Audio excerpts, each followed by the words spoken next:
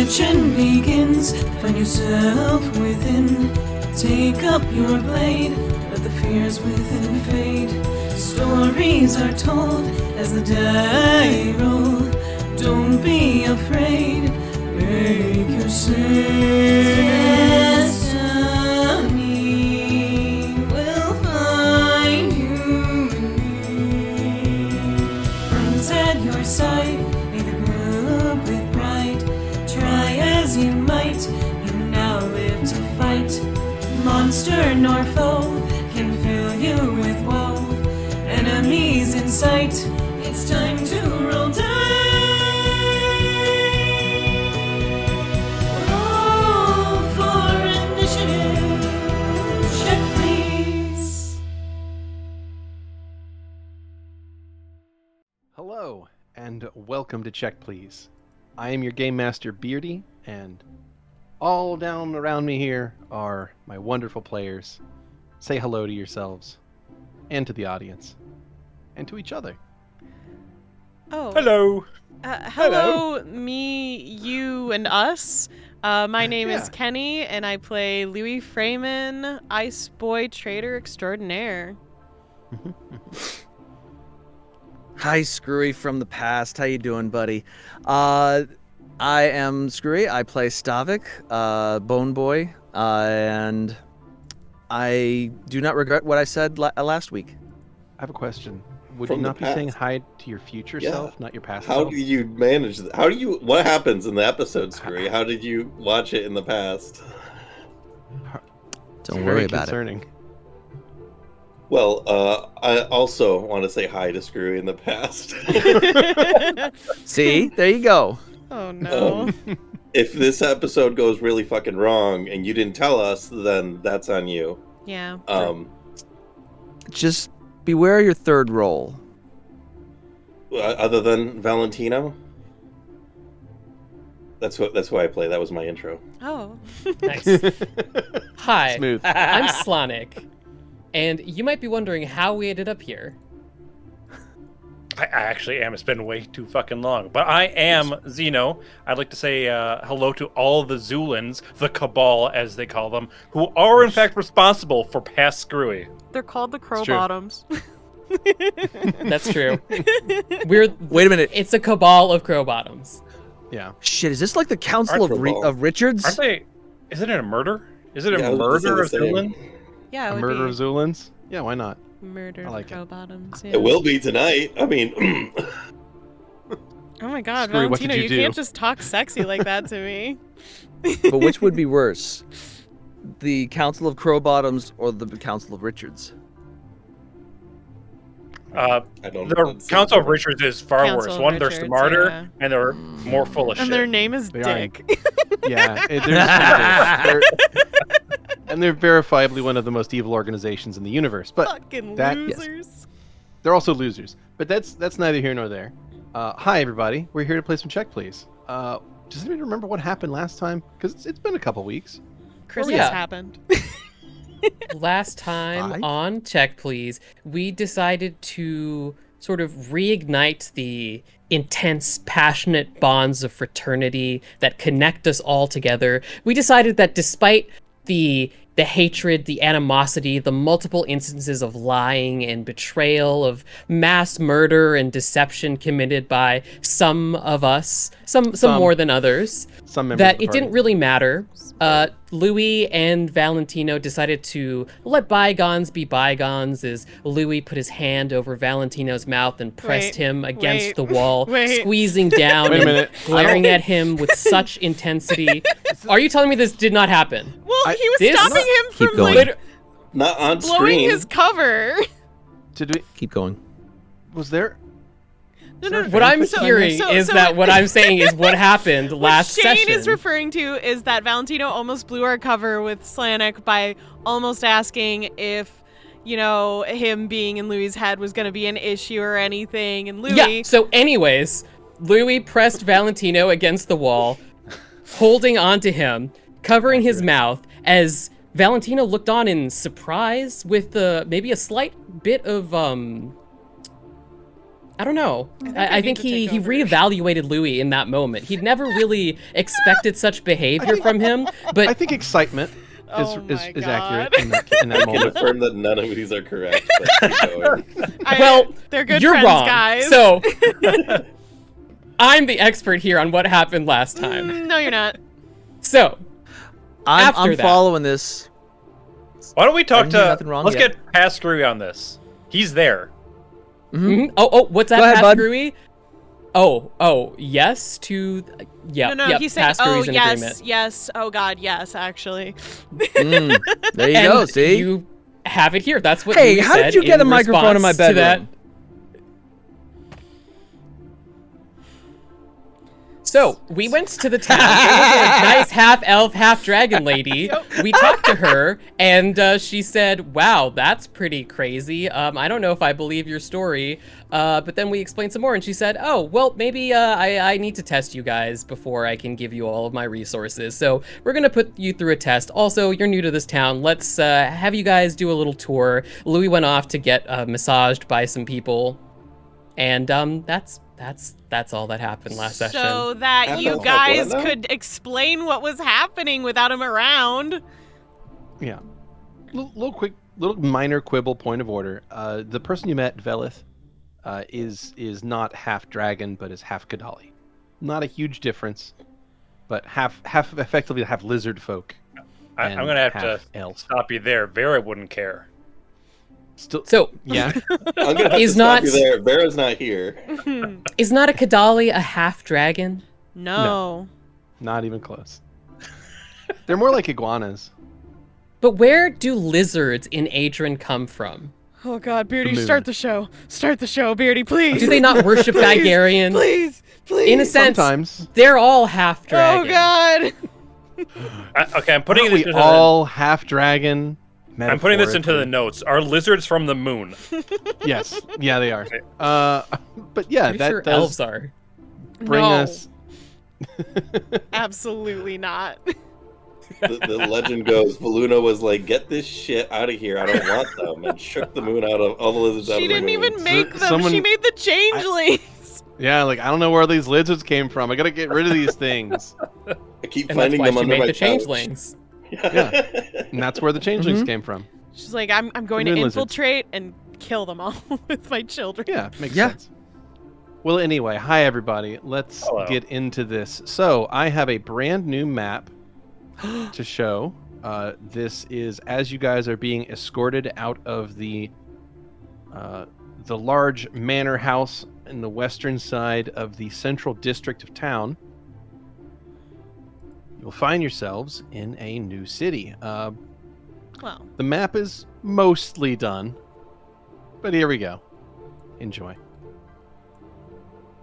Ooh. okay.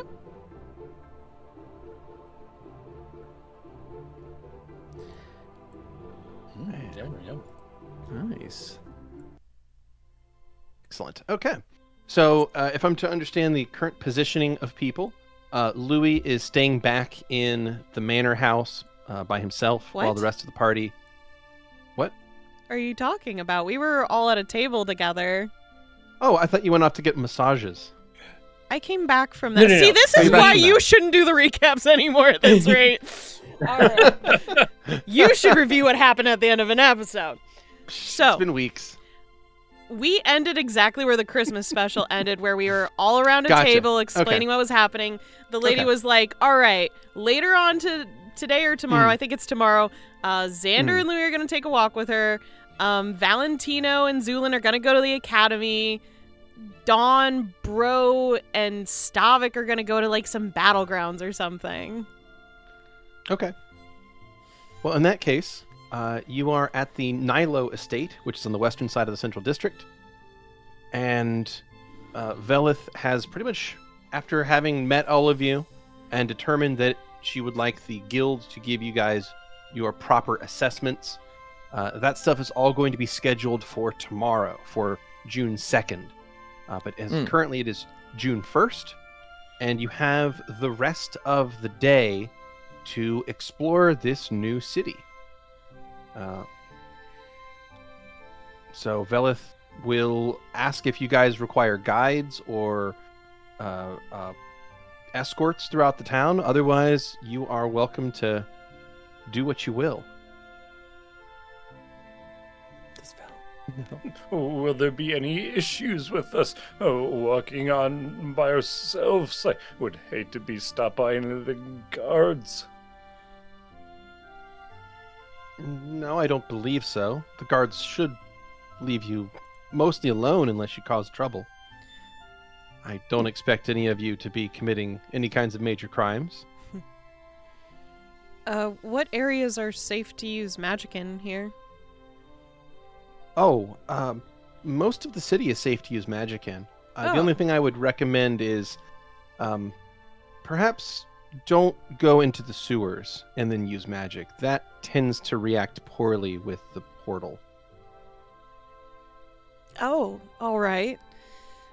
So normal magic is all right, not an issue at all? You might see a few side effects, but nothing that will truly cause a problem. Describe Why side is effects. A little bit of extra spark, perhaps. It's a little Plenty of spicy. that already. It might make your magic a little bigger than it would otherwise, but it won't have a real effect on the spells. It just might make them a little flashier than you're used to. Nothing really? Or is there like a cap to how... Are we talking all magic or just less powerful magic? Well, typically the stronger the spell, the more of an effect the portal has on it. Right. But unless you're going under the portal, it's not really going to have much of an effect. Not enough Permission. an effect to cause a problem. Sorry, Valentino. Permission to try something? I just want to be in a safe area to try this, but I would like to understand how big this is. Sure. Go ahead. All right. Louie is going to summon one of his ice blades to his hand. Okay. You summon the ice blade to your hand, and describe how it normally appears in a normal circumstance. Sure. The ice blade normally, you know what a window looks like when it starts to frost over, right? Maybe there was like water on it and this ice crystal starts to expand throughout, right? So normally what I think is around his hand, this like crystalline structure starts to spread from it and go from like the hilt, which is usually a lot quicker, then grow out to the blade end, which is slightly curved. I don't think it's a short sword per se, maybe more of slightly to akin to a saber or Like something. a scimitar? Yeah, close to that, but Okay. I don't think quite exact. Gotcha. It's a curved short sword, if anything. We'll go with that. But Okay. it has this light blue glow to it that, you know, his ice magic tends to have, along with his fire sort of sometimes had. I'd say his fire is more of a cobalt blue, but this is a ice blue, if anything. Haha. And it kind of, you know, fuck off. It has this frosty effect to it. You know, it's colder than the air around it. Right. Well, it appears in much the same way as it normally summons to you, except now it seems like it's making more sound as it appears in your hand than normal. A sound of like ice crystals forming and cracking over and over again. And the entire thing sheds these blue sparks as it forms that sort of ping off in every direction and then dissipate very quickly when they when they touch stuff. He dismisses it immediately. That's too much. The sparks are fizzly and bright, but they don't seem to cause any other problems. They disappear almost immediately. Oh yeah, he just finds it annoying. And dismisses it immediately. Ugh. Okay, good to know. A quick query. Why is there a portal in the sewers? Oh, no. The portal's actually what the city's built on top of. There's a large stone plate. Stone. The sewers exist under the portal, so to have a sewage system, we had to drill through it, and that created a few complications. I could imagine. Your ancestors were crazy. I do believe the last thing I would have done is hollowed out the magical artifact. I'm Our sure they consider ancestors their here, options. they decided to build here as a means to show that they weren't willing to run any further. It was an act of defiance. I see. It's been a beacon ever since. A place where people could fall back to if they needed to. We still have a large population of refugees, even today. How many years has it been? Oh, there are more than one problem on this continent. That wasn't an answer. This place was founded quite some time ago. Gotcha.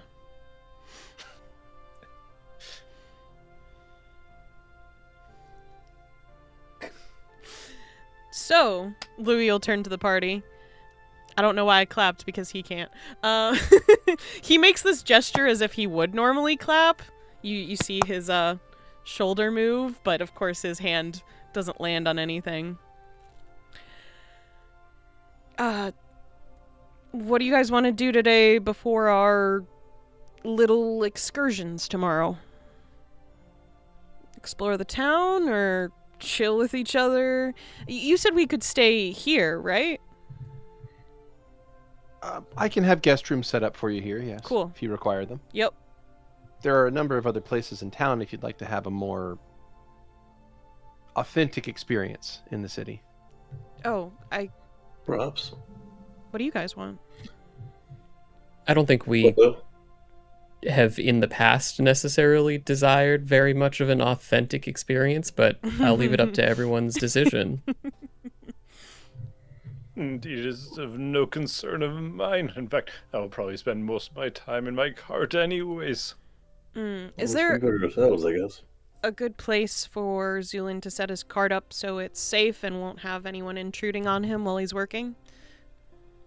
Oh yes, we can have that held here if that's what is required. That okay with you, Zu'lin? No, I have no qualms. Perfect. Well, anything you recommend around the city? Sorry, one more time? Anything you recommend? There's quite a lot to see. He meant I'm living sure lodging. situations. Oh, lodging. No, I meant... Ah. No, I did not mean Oh. lodgings.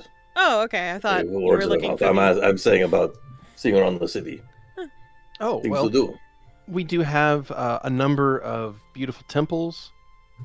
There is a great deal of markets in the town. If you're interested in seeing industry, we have a fairly large dwarven district where we produce a great deal of things. And, well, there's a park that's quite nice. What do you do for fun? I'm afraid I imagine you don't get a lot of free time, so I'm sure you I- spend it very wisely. He's going for I it. wish I could agree with that, but I'm afraid I typically spend my downtime reading. Fair enough. I understand. We do have a rather large library in town. I probably need to visit that anyways. Would you mind, do you have a map that we could use? Of course.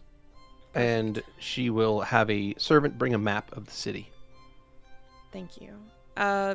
Would you mind labeling out some of the fun places you've already spoken on?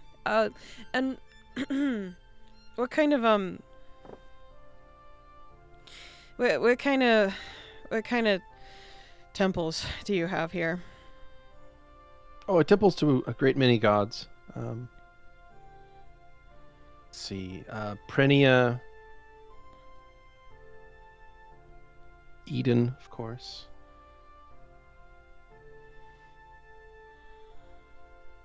Zach.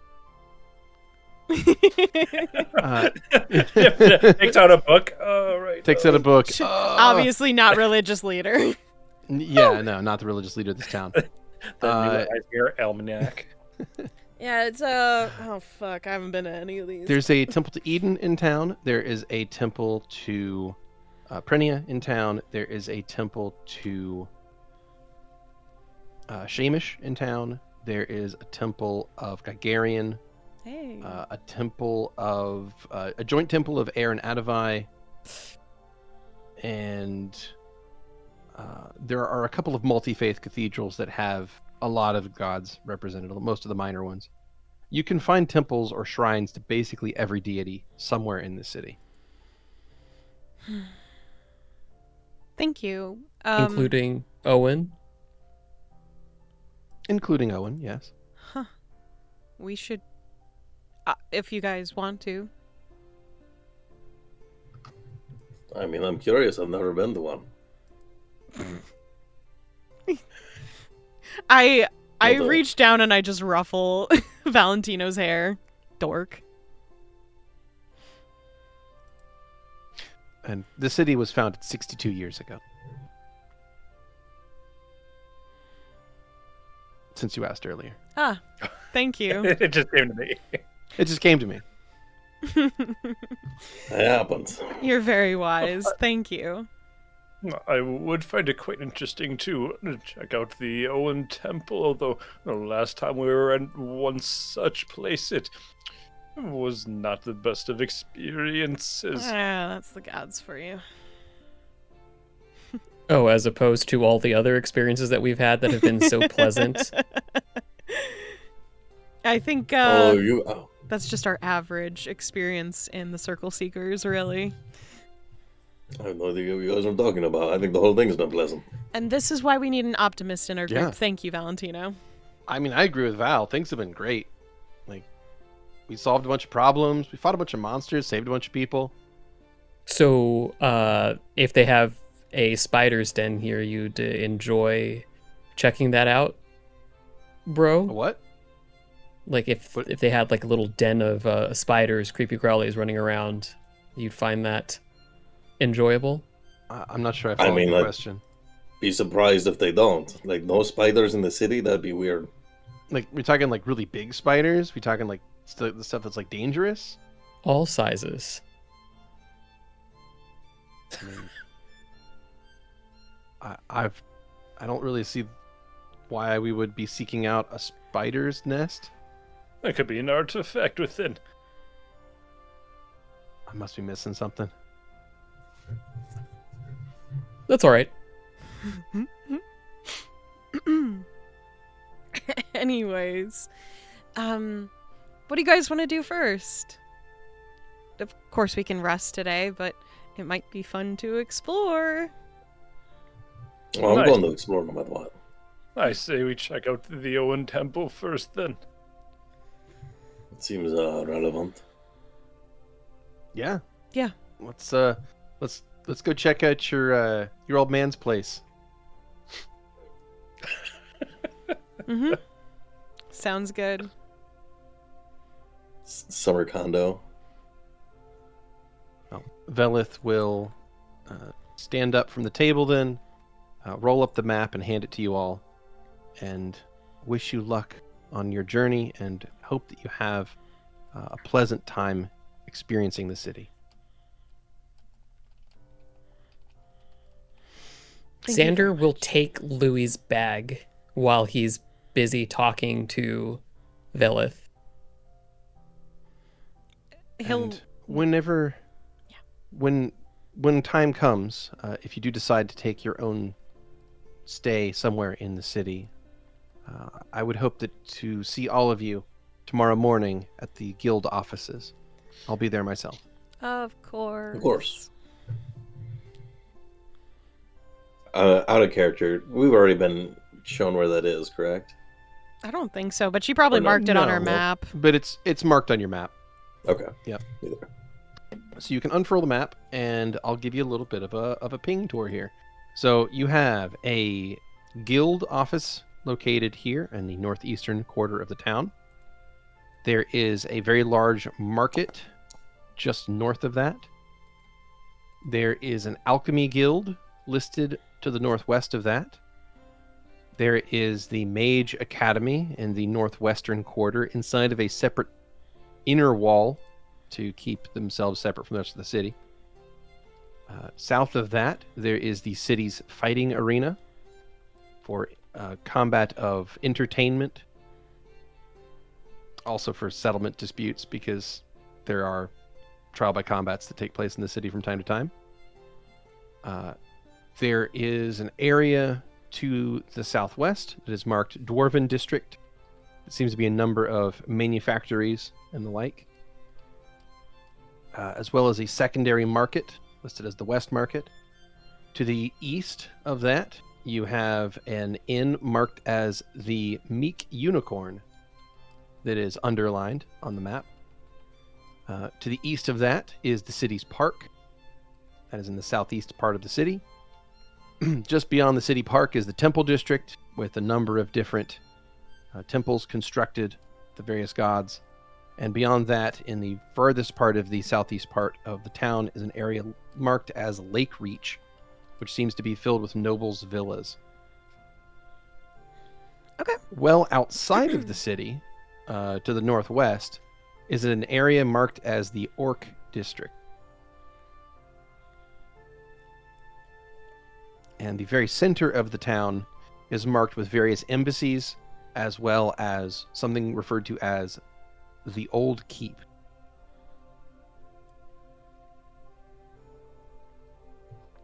And that seems to be the majority of the city. So, this place here, the actually can't read the Mark Unicorn. The Meek Unicorn. Meek, yes, that's it. Why is very it small underlined? print. Oh, in case you needed to have a place to stay other than here, Like if you wanted a more favorite? authentic experience.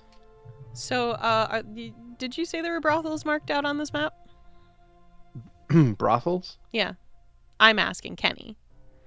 Oh, I thought you were asking Velith, and Velith would be like, No, Keni is asking if that's marked out on the map at all. there are no brothels marked on this map. Okay. This map was made by a noble A lady. trying to give you A lady. a lady noble who was trying to give you an authentic view of the city. She did not include brothels on the map. No. There's just Sorry, an area on the map Valentine. that's circled. And it says, Stay outta "Get here." segs here. Probably don't want to go Sexual here. activity. Oh, noble travelers. Avoid this part of town, for there are ladies of the night that live there. Louie is looking at Valentino, watching to see if he'll say anything. I'm also wondering, if we go out of the city, do we have to do anything to get back in? No, I imagine that you shouldn't have much issue getting in and out of the city. They know I our would faces think so now. as well, but you know, some cities have procedures. Indeed, and it was quite an issue getting in to begin with. I don't know if it's an issue, just a discussion.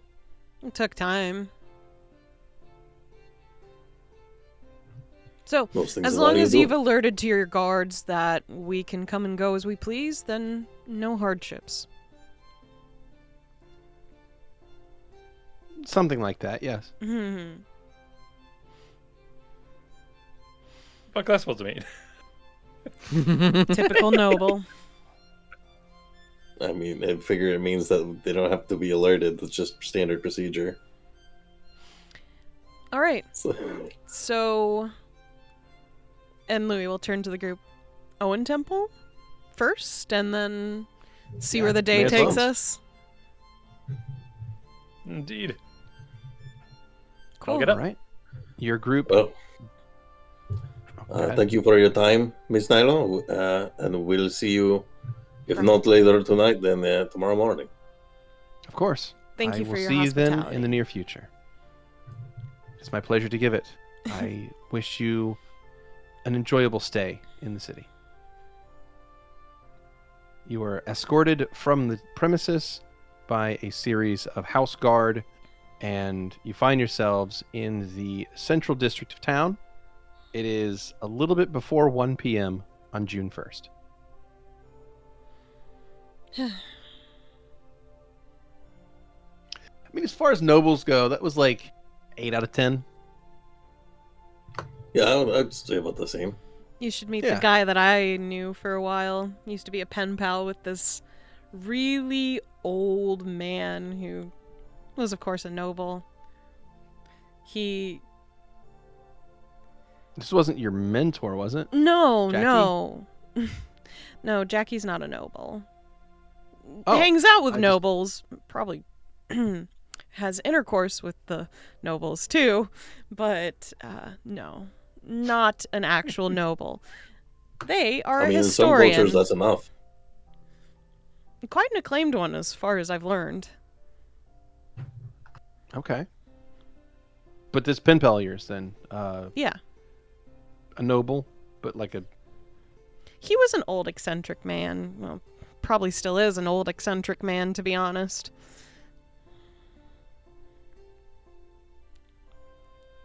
Okay. But you'd say that one would be like a 10 out of 10?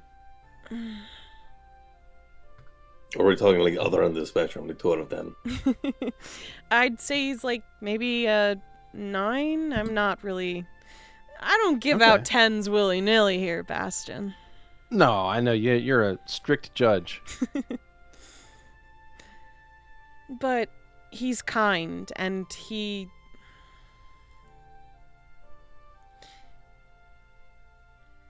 couldn't do anything to help me, of course, being a pen pal, but he was a kind person, as far as I could tell. Kinder than most people. Well, maybe we could stop in and, get a visit with him at some point. He's back in Burgos? Mm-mm.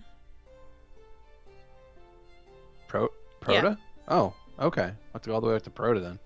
Jeez. Yeah, I'm kind of bummed I didn't get a chance to actually take one of the nicer baths while we were in New Proto. I really wanted to compare them, to be honest. I mean, they may have that here. But It's it's... the same culture. There's the new Proteans. I mean, like, I it's the feel same like these cultural guys would lineage. have... I mean, they're not dressed the same, as you can see. They're not dressed like... no, Protean they've clearly attire, got more variety of influences. But No, I wanted to compare the difference between regular Proto and New Proto to see... And as he's talking, he gestures as if he still has his hand, as if... to him, probably he's having ghost nerve happening at the moment when he's talking. To see if they did the baths the same or differently. I mean, come on. Yeah, could be cool to see. Maybe we get a chance to stop back there before we go back to home, You know, I'd rather not go there ever again, to be honest. They were kind of pricks. Yeah. He shrugs. Well, as you guys are walking, you head past a few of these fancy embassy buildings, and one of them is constructed in this incredibly beautiful Art Nouveau fashion. Everything is these wonderful curved lines and natural growth style. It looks almost like a building crossed with a tree. That's elven architecture for you. Oh, totally. What is It this almost place? screams like, I'm better than you. No, they're probably not all like that. Do you think Oh, but so? all nobles are bad? I think it just screams, I like threes. Maybe. Maybe. I mean, I think my experiences with elves and nobles are a bit different. From each other or from most people?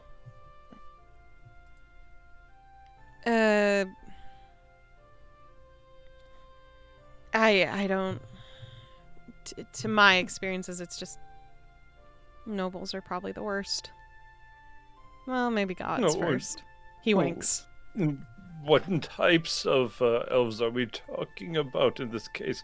Oh, mostly because most of my interactions occurred in Pentris. I never got to go to actual elven colonies. Yeah. Supposedly, there's like dirt elves too that are like way worse. Is Did you say dirt elves? dark. He Yeah, said They live dark. underground. Yeah, I'm not sure if that's they're what they were Oh. called. That's what I was told. Close No, that enough. makes sense. Yeah, I guess if they live underground, I guess dirt elves. Yeah, Dirt elves. that's what I was told. They'll love hearing that. That's actually enjoyable. Anyways, every civilization has their own issues, whatever it may be. It's just, I wish on our travels that we... He hesitates for a bit. Proved... I guess I wish more of the people that we interacted with proved to me that the world was good, but I'm doubting that always. I feel like that might be more of an issue of the people that you interacted with rather than a natural thing based on all of the people that we could have met. It sounds more like a thing with your like assumptions about how things are supposed to be versus how they are. Like other people don't prove to you that the world is good. That's the thing you got to prove to yourself. Well, since the world is a collective of people, it kind of does have to involve other people proving it. It involves other people, but it comes through the filter that is you. Also, we've been Are you interacting with people, not to interrupt Valentino, through the lens of the Circle Seekers solving murder investigation cases, so it would be kind of hard for us to interact with a majority of people in a way that would make you feel that the world was good to begin with. I mean, I think our interactions have been plenty demonstrative of that. Like, we go through all these small towns where people are working hard, working together. There's usually something in their lives that keeps them from being able to do that, and then we take care of that thing, and they go on living at least normal, productive lives. I also just don't think that the world is necessarily good. Indeed, I would agree with that point. Most individuals are self-serving and purely trying to survive after all. Yeah. I think the world's what we make it. So, if we put good out there, then good comes back around, Louie looks hopeful for a moment, then it seems a couple of memories cross his mind and his expression hardens. Right. I don't think that's always true, though. No, nothing's always true. Yeah, I just try to think of ways to, make things better than I found it. That's all. That is a very nice way to live. It's got me through this far. But it looks like we're coming to the end of the district. Bastion will point ahead at a tunnel leading through the interior wall of the city that opens up into a brightly lit park. You head through the short tunnel and find yourself in an area that suddenly looks very different than the rest of the city. There is green grass growing out of the ground. There are trees, and there are little pathways that wind their way through the park, and it seems to be quite a popular destination. There are a lot of people here enjoying the weather. Picnickers, children running around and playing, things like that.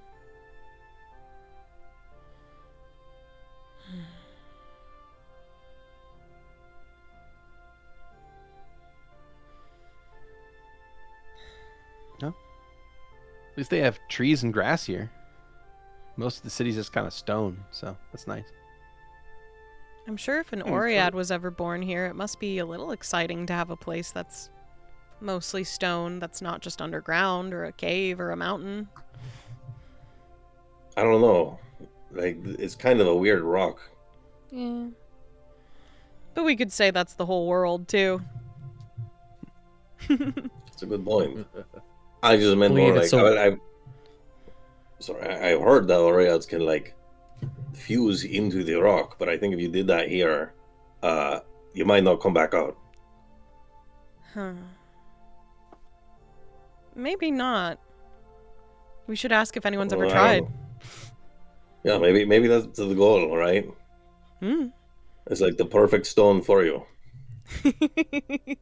Yeah. It's an interesting experiment.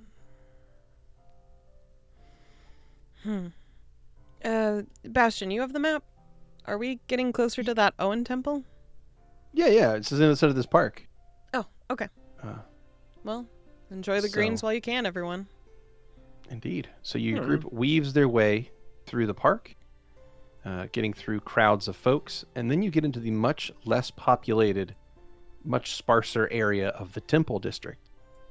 This appears to be made up of a number of massive temples located, stretched all around you, but each one they're all far enough away from each other that there's lots and lots of empty space in the temple district. This place feels much more deserted than the rest of the town. There are still people here, but there's not the level of bustling commerce that there is in the rest of the city. Here, it's much quieter. It seems more serene and reflective than that. There are small shrines and statuary located out in different places for quiet meditation and reflection. But judging from the map, you all head further to the east until you arrive at the Temple of Owen.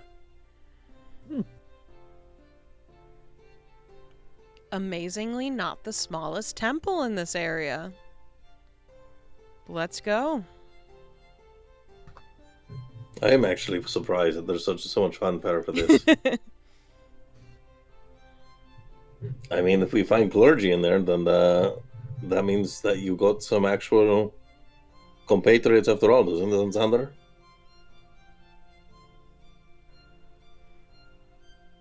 Perhaps. But unlikely. You getting What a does that weird... mean? I mean, if they also worship Owen as part of the temple, no? No, that depends if they also want to kill Owen. It's true. I mean, those ones didn't usually erect temples, did they? I'm sure that they would still go to temples, but of course I'm not completely sure of their practices. Yeah, I'm not really a cultist, so I wouldn't know how cultists work. So, what would they do, Stavik?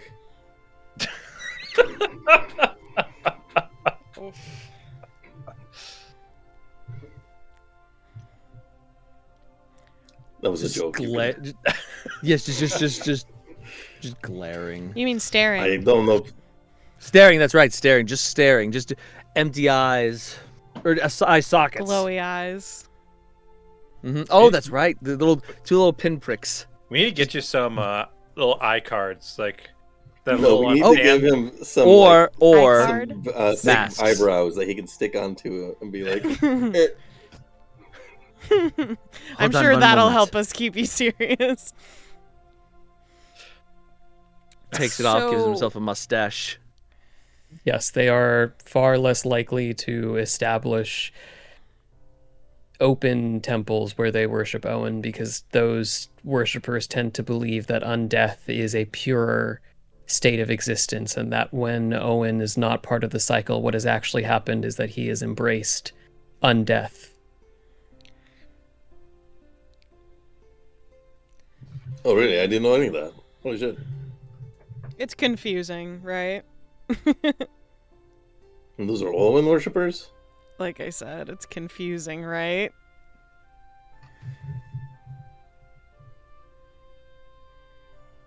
What, Valentino? So you sure you don't know anything about something like that, Stavik?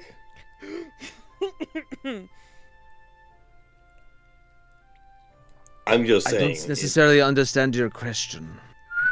Please. I mean, explain frankly, it. this would clear your name more than based than what we have assumed before. Because, like, the alternative seems way worse.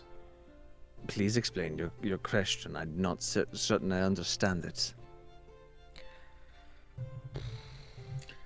Well, given our recent terms and conditions, I think the only way I can word this question is by asking if you were part of a cult of Owen, but I know if I ask you that, you're just going to say yes.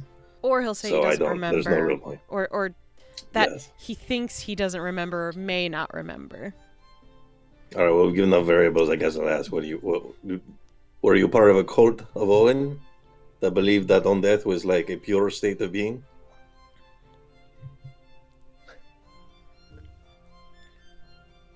I believe you'd have to I check. don't don't get like that being part in the book. predicted I found so that one. so accurately. Dang, Zu'lin. Spitting facts. Fuck. Hold on, I'll call her up. Oh, I didn't know you had her in your sending accessible people. Who said anything about sending? Send her somewhere. Is it going to be yelled really loud? It tends to work for me. You'll have to. I'll believe it when I see it. I don't know that you've ever yelled before.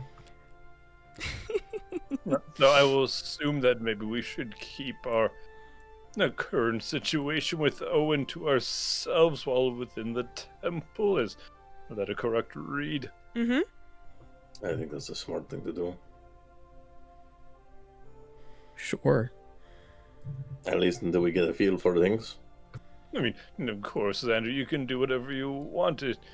I believe your connection is quite stronger than mine, is it not?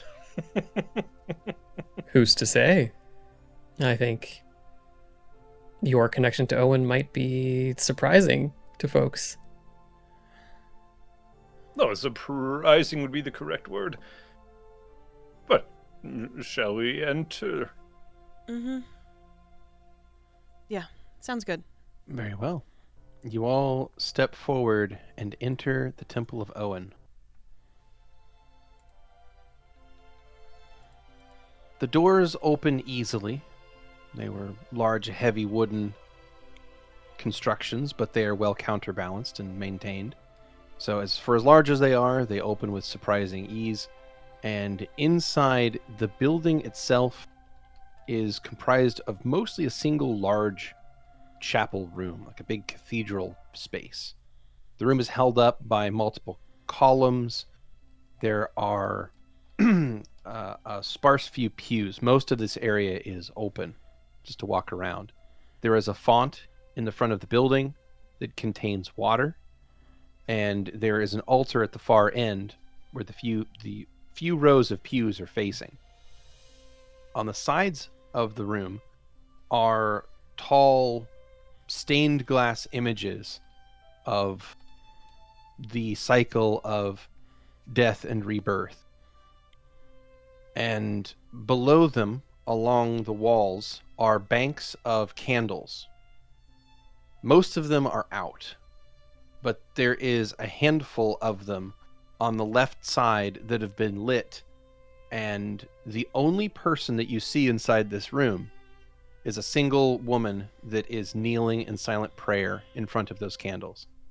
The rest of this temple seems completely empty. Louie gestures at Xander.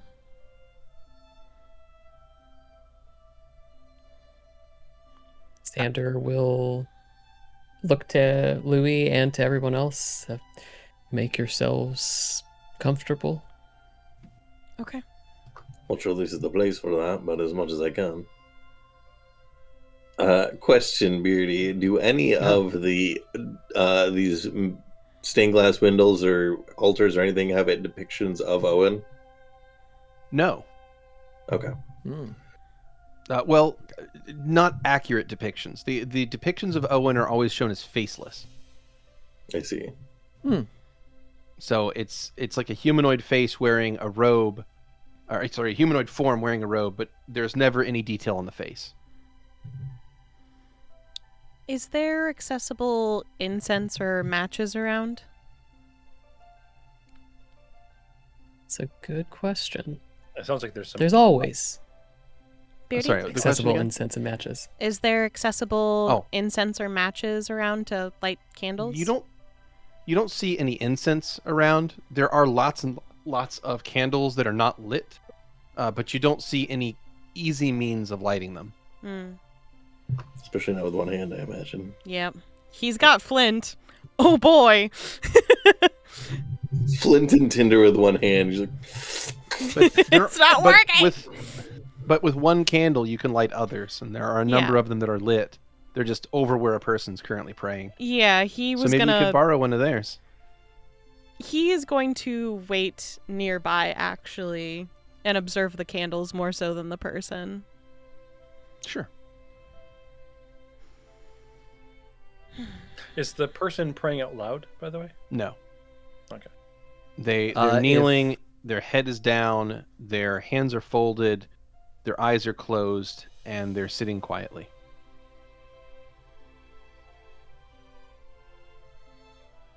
my Stavik curiosity is- would go ahead. approach if Xander approaches them. I What if he doesn't? think Xander will approach the person. As he does, if you're paying attention to Xander whatsoever, he looks at her very sadly.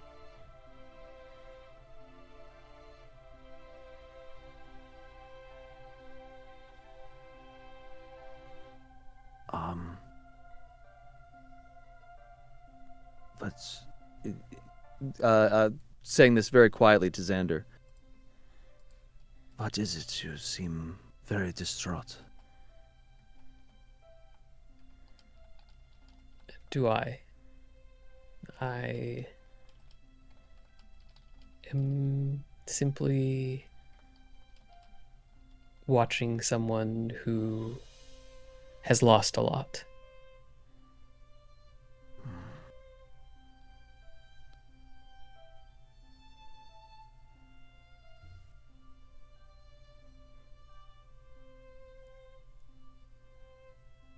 And he'll just continue to watch her. He doesn't want to disturb her. She is just in silent prayer and perhaps doesn't even realize you're entered the room. So she's also not dressed in any special way. She's dressed as most of the folk of this town are.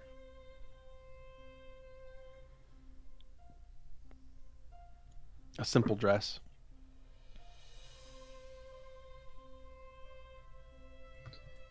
Well, Grandma's player is somewhat curious, but Valentino is not going to bother this lady, so Yeah, Louie's just going gonna to kind of stay hang out. nearby. Are there any other rooms, or is it just one?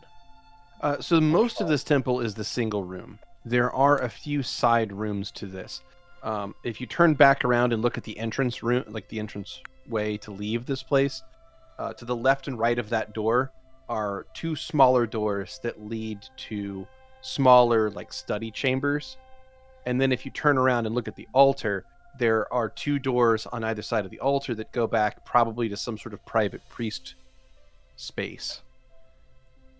Okay. But Currently- all of those four doors are closed. Gotcha. Currently, Zu'lin's just checking out these stained glass windows. You got it. If you'd like to make a knowledge religion check on them, you're welcome to do so. Sure, I will.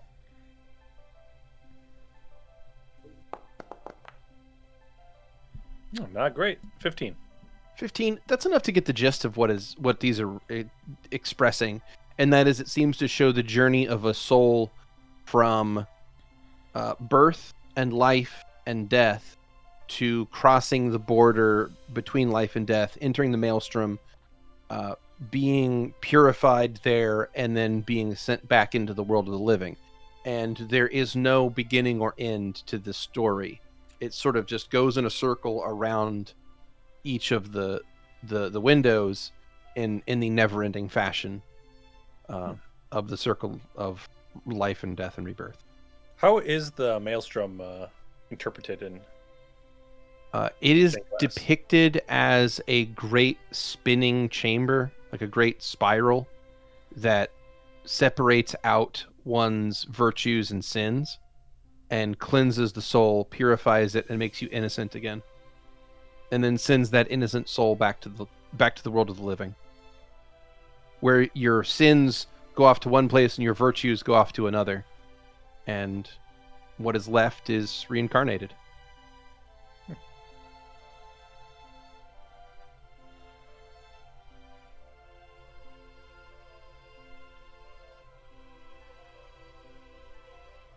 Eventually, Zu'lin will, on one of these like sitting areas, just hit his knees. Well, I believe I've seen quite enough. Yeah, I mean, this place is less abandoned than I thought it would be, but it's still pretty abandoned. It's abandoned in such a way that is far less interesting than the last one. I mean, no like murder scenes here, which is nice. That's true.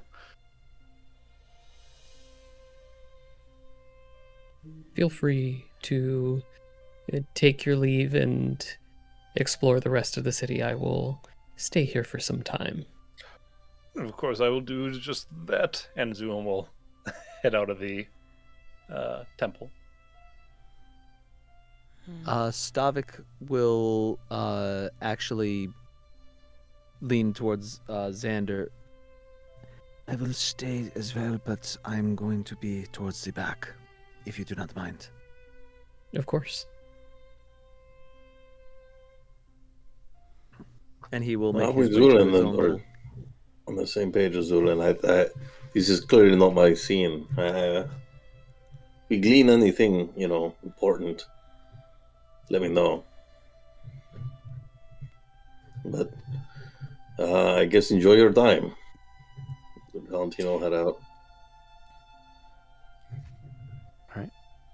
Valentino heads out of the building. Zu'lin can also head out of the building. Stavik is going to stay near the front. Xander stays in the building. And Louie, where are you headed? He's sitting nearby that woman, but just waiting. He's observing her, but also the stained glass around him. He said it before, he hasn't really been to a lot of temples in his life, so it's interesting for him. Yeah. The art and the architecture in this place seems to be designed for one purpose, and that is to create a sense of calm. This place is centering, I guess is a good way to describe this place. In one word, it is a centering place. There is a level of serenity and calmness to this chapel that is very clearly engineered in the way that it was designed and built. Sound here seems muted slightly. Sound doesn't echo so well in here. So everything's very soft, and the light is diffused through the stained glass windows, so there's no harsh shadows in here at all. Everything's very muted and very, very even everywhere.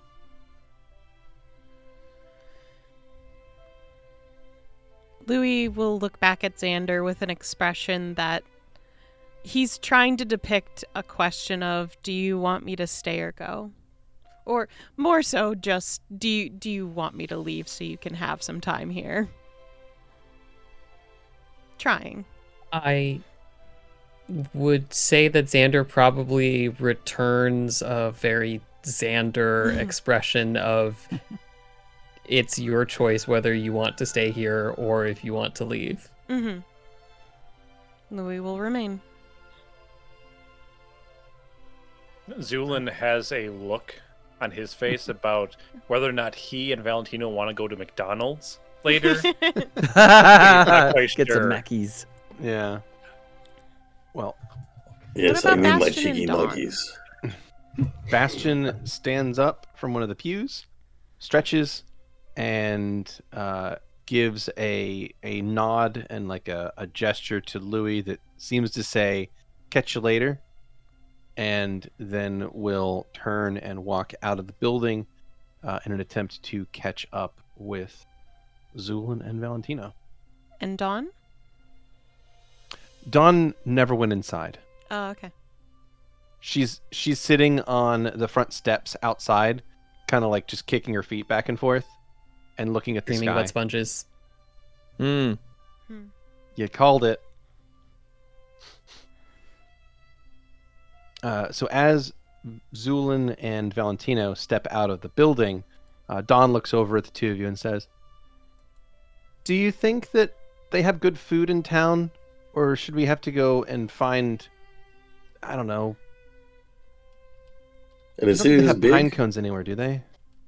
for sale. I'm sure the park. Maybe. A place this big and affluent, they're pretty much just giving them away. If you go to the park, we can find them anywhere. Just growing, just on the ground. They're like giving those away. Okay. They've also got food.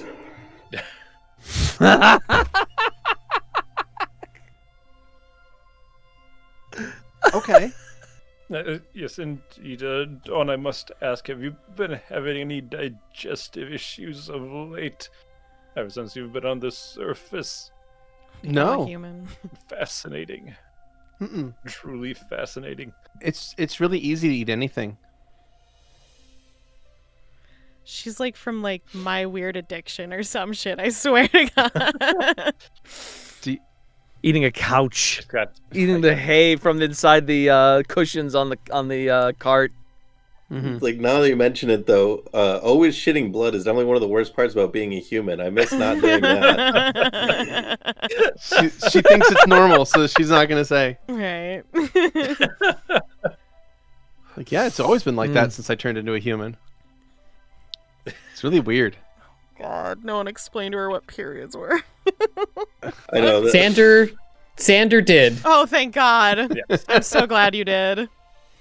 Xander specifically explained in the car, or like in the cart ride the next day, general human anatomy stuff. Does that mean Afterwards. that Okay. she thinks she's having her period every time she takes a dump? She got the talk. Yeah. She got the talk. More than I did. Yeah. Womp womp. Womp womp.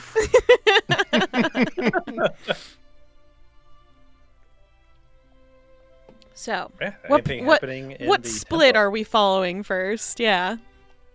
Yeah, let's take a look at Zu'lin and Valentino. The two of you head outside. You can pretty much walk past Dawn as she's just musing about eating some kind of garbage. Bastion will, step out of the doors behind you guys and kind of double speed it down to you, catch up, and we'll kind of clap his hands together. So, what's up? Where are we going? Anything cool? I think we should go on the quest, my friend. A quest. What kind of quest are we looking at going into? To find the best cuisine and drinks in this city. I see. Now, do you think that would be in the higher echelon districts or in the poorer districts? Most likely in the higher echelon. Well, that's a good question. I mean, we're going to have to ask around. This is going to take some footwork because sometimes those hole-in-the-wall places are hands down the best in the city. In fact, usually places big. I can ask around, Dawn says, who is now standing directly behind you. You didn't even hear her move, and she's already, right behind you. Holy shit. Did I teach you that? Your What? husband. Yeah. I'm talking about finding food. Yeah. I mean, if you want to ask around, what do you... I mean, sure. Okay. She just picks a direction and starts walking. Leaving the rest of you meet behind. us at the place we were at before if you get lost. She doesn't answer. Well, We're never going to see her I again. guess she lives here now. Should we be following her, or Nah. you're probably I right. mean, No, should we start asking ourselves then? I don't think we have the answer. I think we gotta ask other people. That's a good point. I see what you did there, and I do appreciate it. And Zu'lin is going to start asking people about their favorite places to eat. Yes, Wonderful. Valentino will do the same. Okay. I will take a diplomacy check from both of you to gather information about a good place to eat in New Izmir. Got a 16. 26.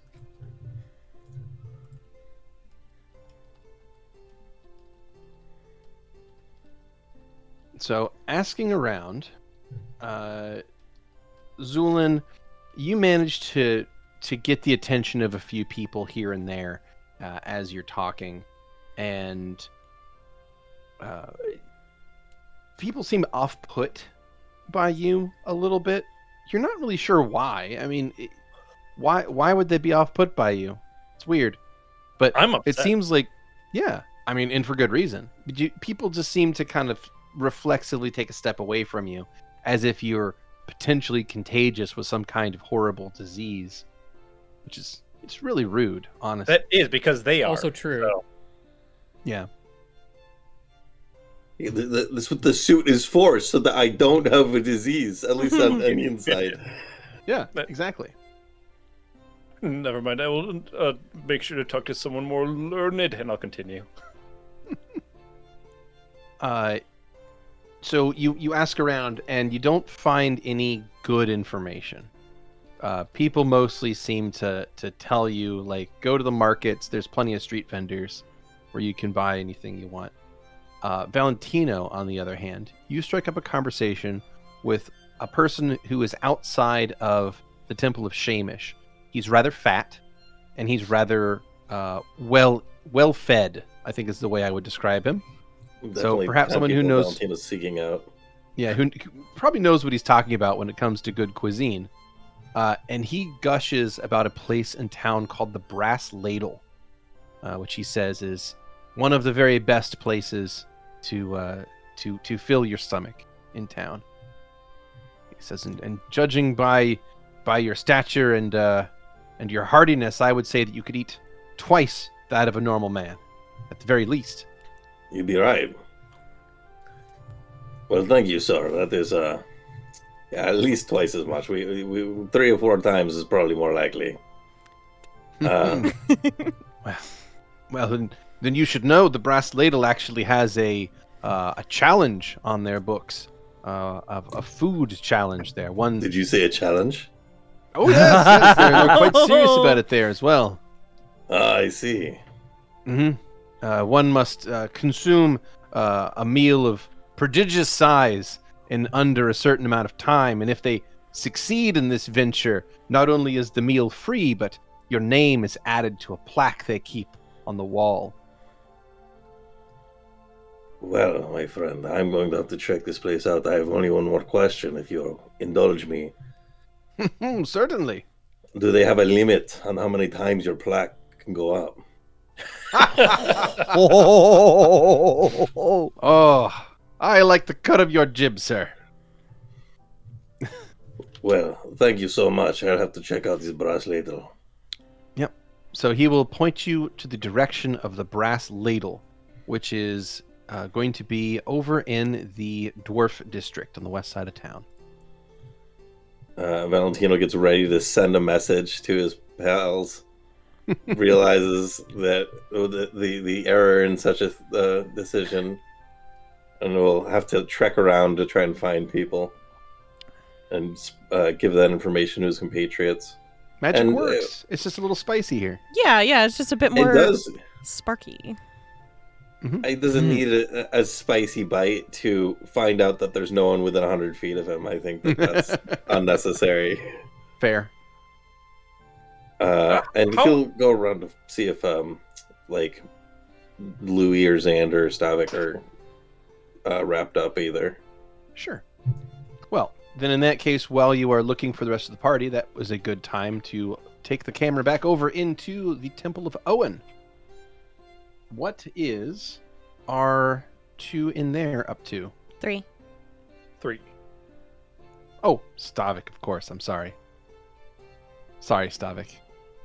What are the 3 of you up to? Stavik is in quiet prayer. He is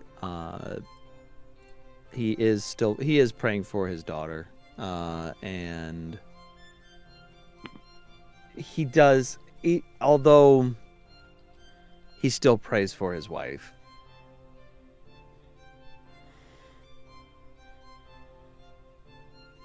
Okay. All So right. you're praying for your lost family? Yeah. Okay. What about Xander? What you up to? Xander is mostly watching the woman in prayer. He is waiting for her to finish. Sure. Yeah. Okay. In that case, about 30 minutes will go by. And after about a half hour of meditation and prayer, the lady will stand up, wipe both of her eyes with a cloth, and then proceed to pick up a long metal stick with like a little cone on the end of it, and will begin to douse each of the candles, and basically put them out one at a time.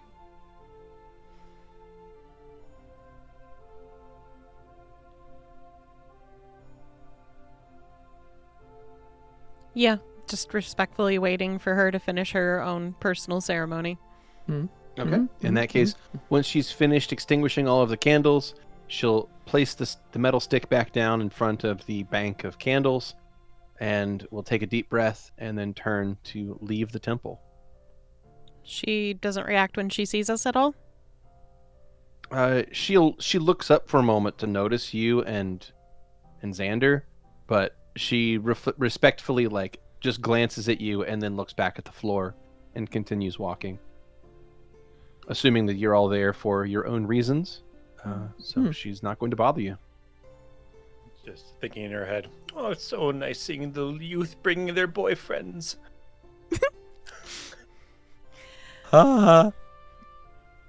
Does Louie react when she looks away and continues walking? You see him tilt his head for a moment. And then you can see him press his hand to his chest as he takes a deep breath and will bow his head as she passes him. Xander will approach her. She stops and turns to face you. She seems a little confused, a little bewildered to be approached in such a way. But she looks at you politely either way and forces a smile onto her face. Good day. Good day, ma'am. Might I walk and have a little chat with you, perhaps?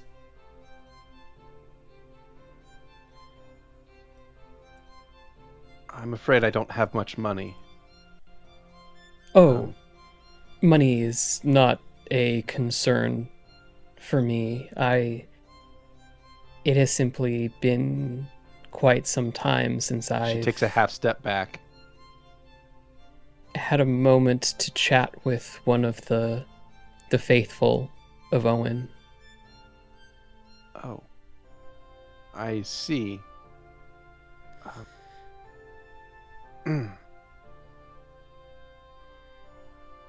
Truth be told, I was I was never the most faithful to any of the gods, really. Louie will start to approach at that. He doesn't even realize he's doing it. There was an accident a few months ago. What? Hi. She looks over at you and then gives you a head nod. He Good day. nods back. Good day.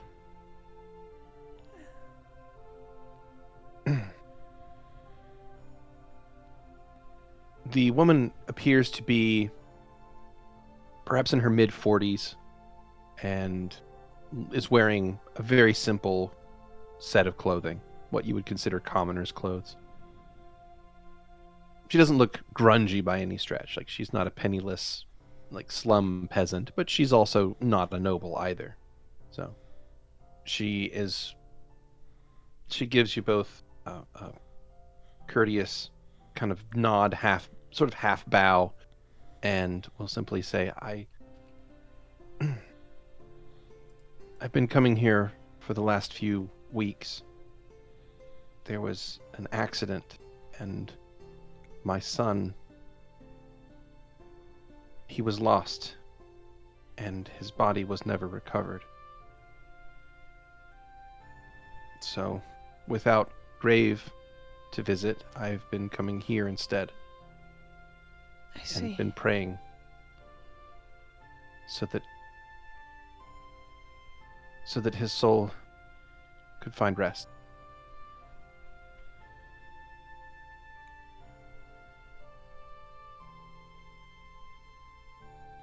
Would you permit me to overstep, perhaps, by asking if you have anything of his?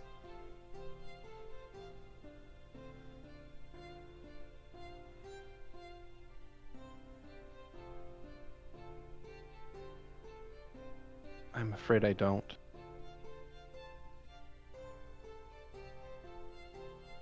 Xander, We never had much to begin with.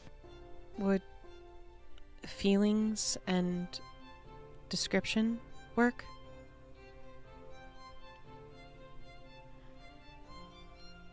Yes, that would be helpful.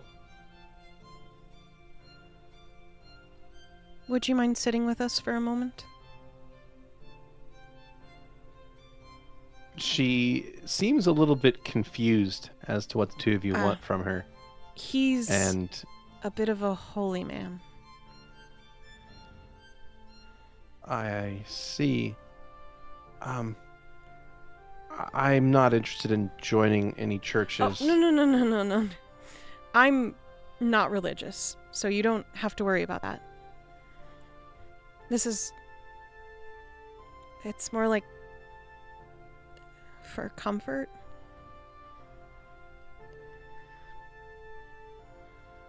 If you wish.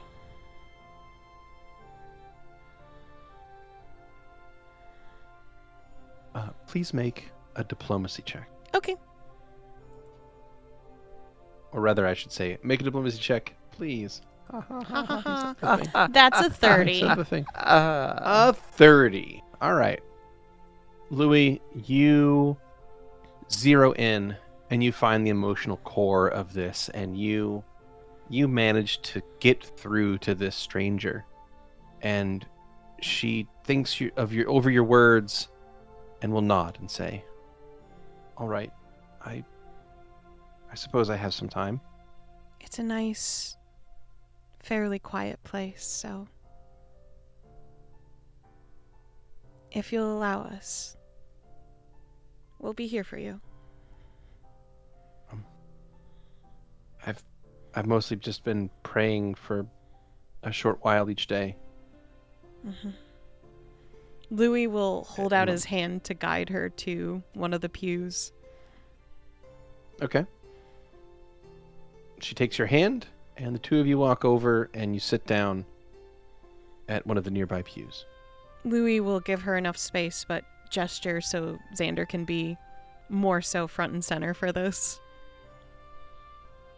Yep, Xander will kneel down next to the pew so that he is below her as she sits down and makes herself comfortable. Okay. Done.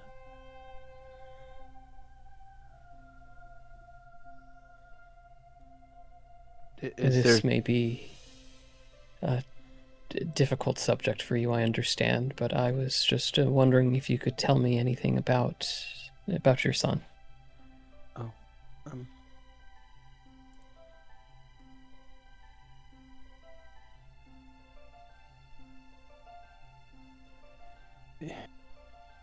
his name's Zu'lin. I suppose I should be saying his name was Zu'lin. It still is.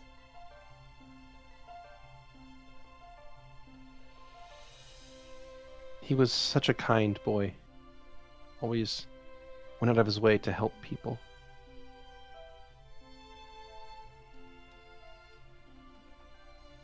And a hard worker.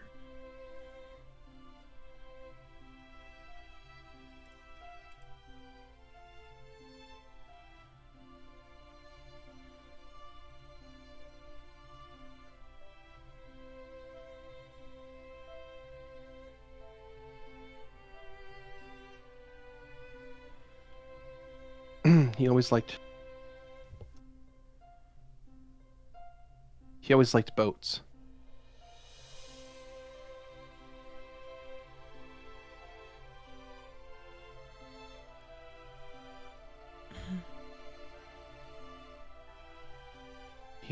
He had a job sailing on a river vessel. He had done that for 7 years. Wow. He spent quite a lot of time outside the city, but he would always make time to come back and visit. I received the letter a few months ago. His ship was lost.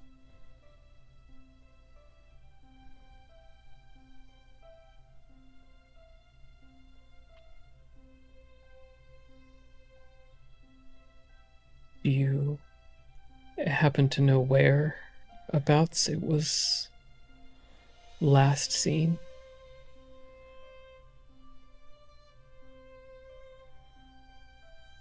He was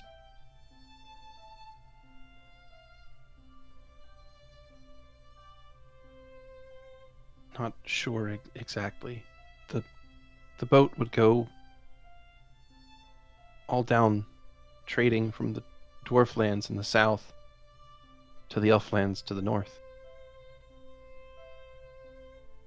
There are lots of smaller villages and trading hubs along the way. I don't know exactly where it happened.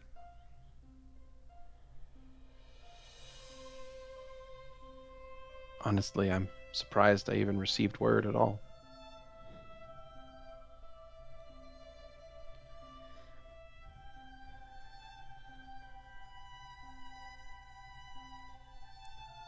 Might I check on something?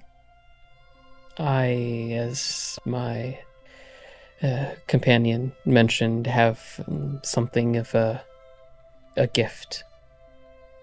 He says, holding out his hand. I know you said that you weren't able to bury a body and that you've come here to pray instead. I was wondering if maybe I might be able to help with that, perhaps. All right. What do you need from me? Like I said, I don't have any money, if that's what you're after. I have no concerns for wealth or objects of value. I am on this planet to bring comfort to people and to serve the Church of Owen. And Owen does not discriminate whether you are faithful from childhood or whether grief has brought you into his arms. He accepts all. Right? What do you need from me? If you could... This might feel somewhat strange. There might be a tingle or a sensation. Could you give me your hand, please? She will hesitate for one moment and then gently reach forward and offer you hand. Louie nods at her Xander will- to bring more comfort into this moment. Xander will put a hand on top of hers, and he would like to murmur a few words to Owen. And can I discern next of kin? Though I feel like I know what the answer is. But just first up. You certainly can cast Discern Next of Kin. Go ahead.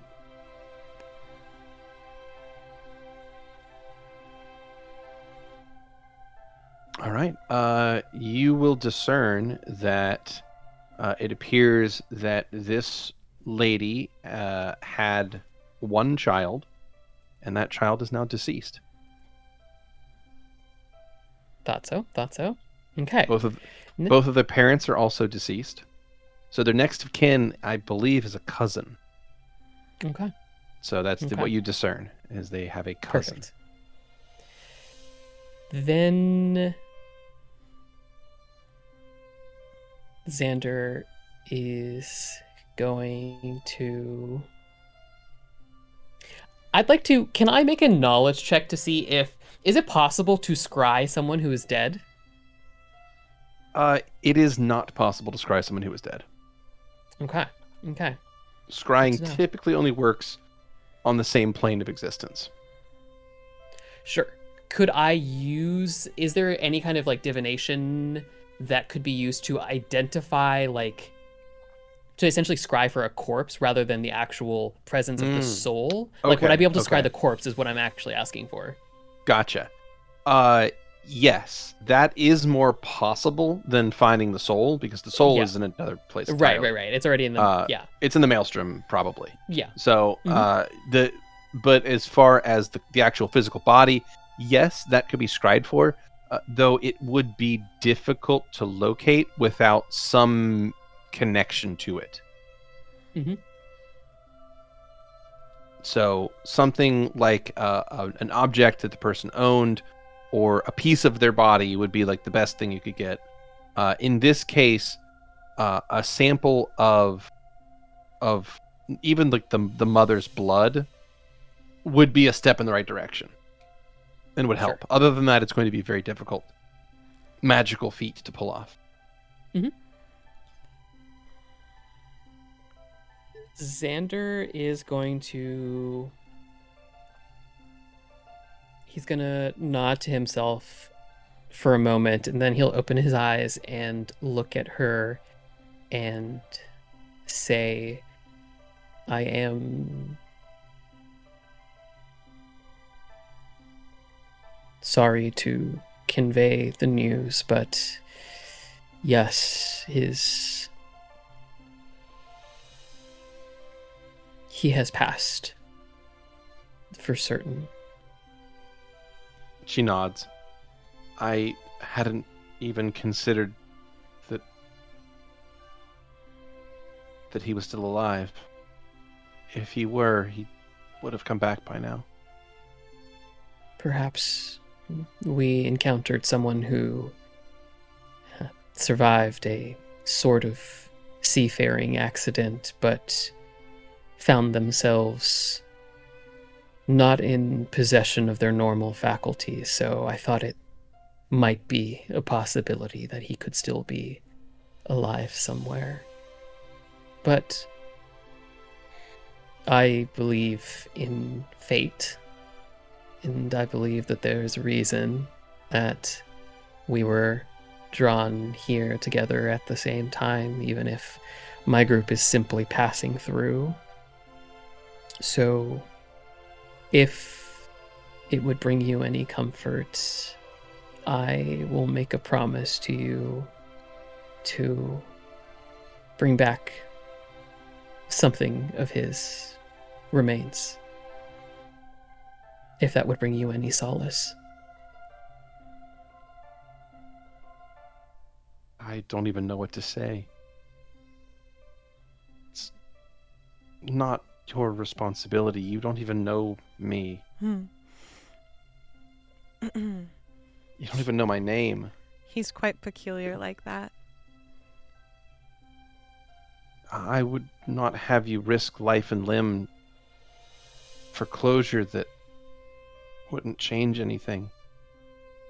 He's already gone. I just hope that he'll find peace. I will do everything in my power to make sure that he can find peace if such a thing is possible, and very few things are not possible when it comes to Owen and the passing of mortals. But if it would bring you even the slightest amount of comfort, I would gladly do it. It is, of course, your choice.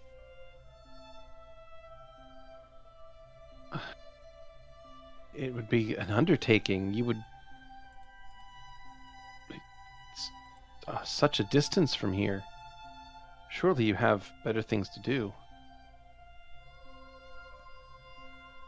I find that nowadays there is very little that I can do of value, and so this would be a nice change, I suppose. I can't promise that it would be immediate. I can't necessarily give you a timeline on this, but I will make sure that his remains, or at least something of him, is brought back.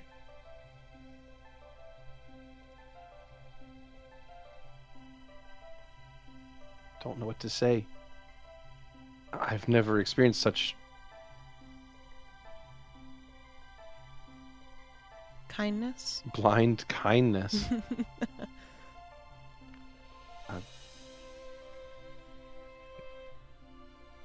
I...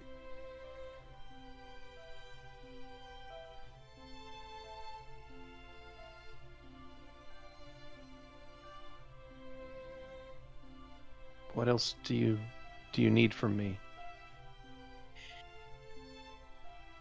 This may be slightly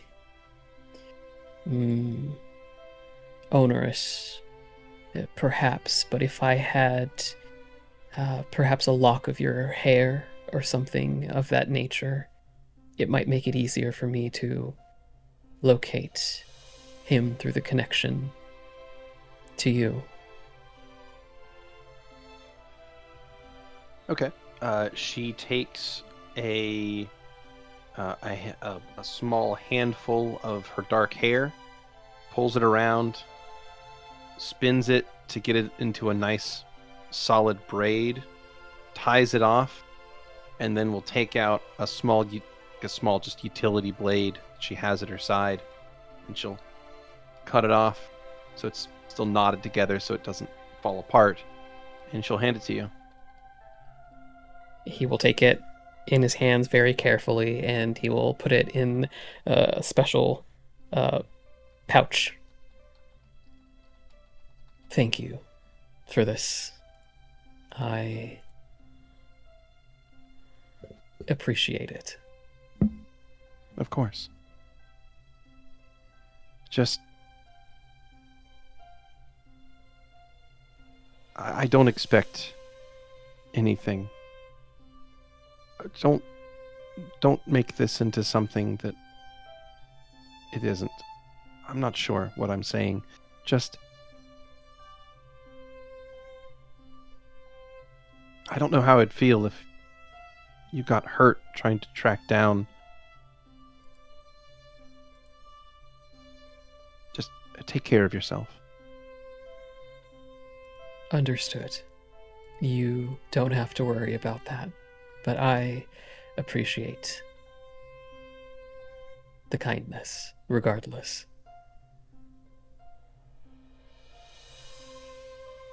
She will kind of give you both a nod and then stand up from the pew and excuse herself from this, as you get the feeling that she is probably very uncomfortable in dealing with all of this.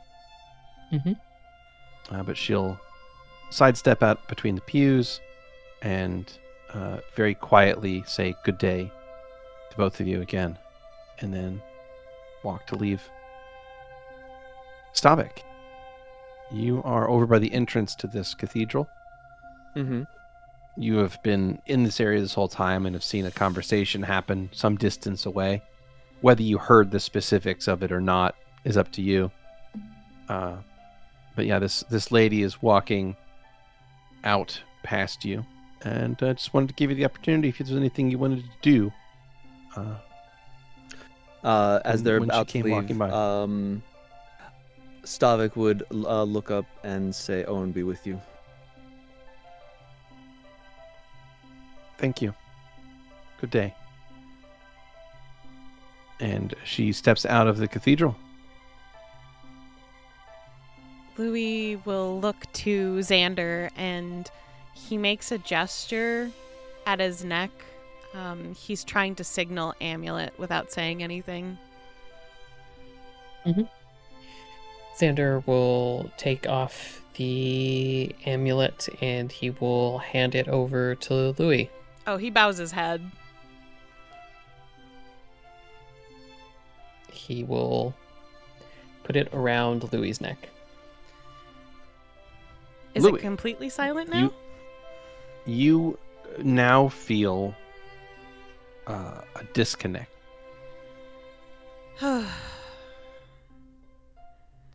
That's pleasant for a moment.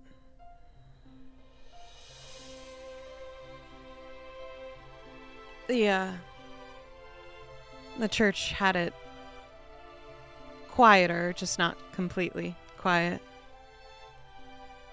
Which is nice to know. It still has some power here. That means either there's plenty here to begin with, or he's getting stronger, which is a good sign. Yeah.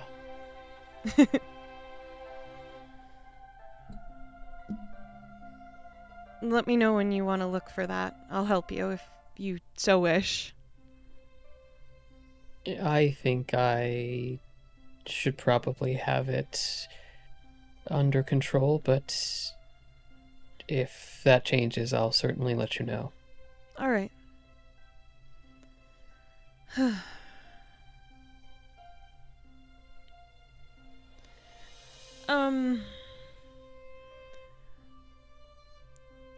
Before we leave the church and everything, since we kind of had to get unstaticked very unceremoniously earlier,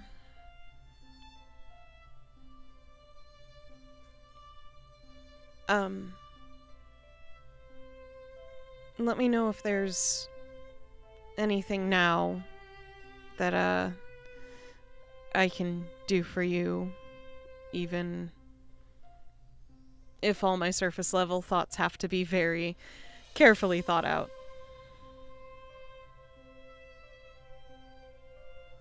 Xander will nod to that, and then he'll say, I don't believe there is anything, at least nothing that comes to mind that you can do for me right now, Louie. Okay. Well, in the very least, we know we can come back here if we need somewhere secure to speak.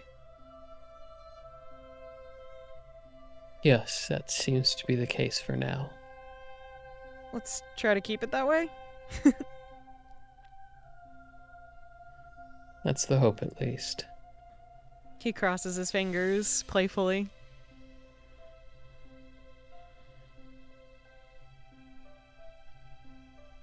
We'll figure this out.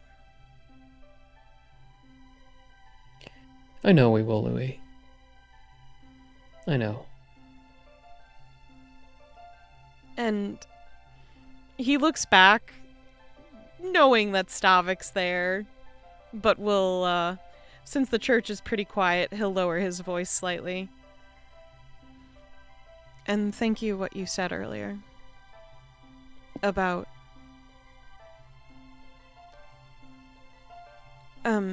me and how I was dealing with the situation.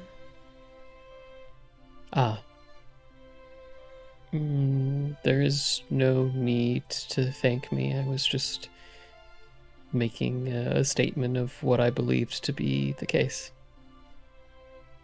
Yeah, but it's kind of a mortal thing. Sometimes you don't see a habit.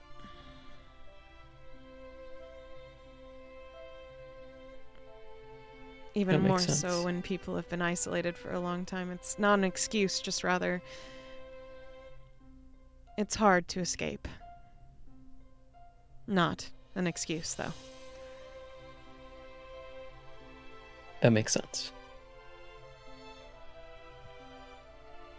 But he touches the amulet very tenderly.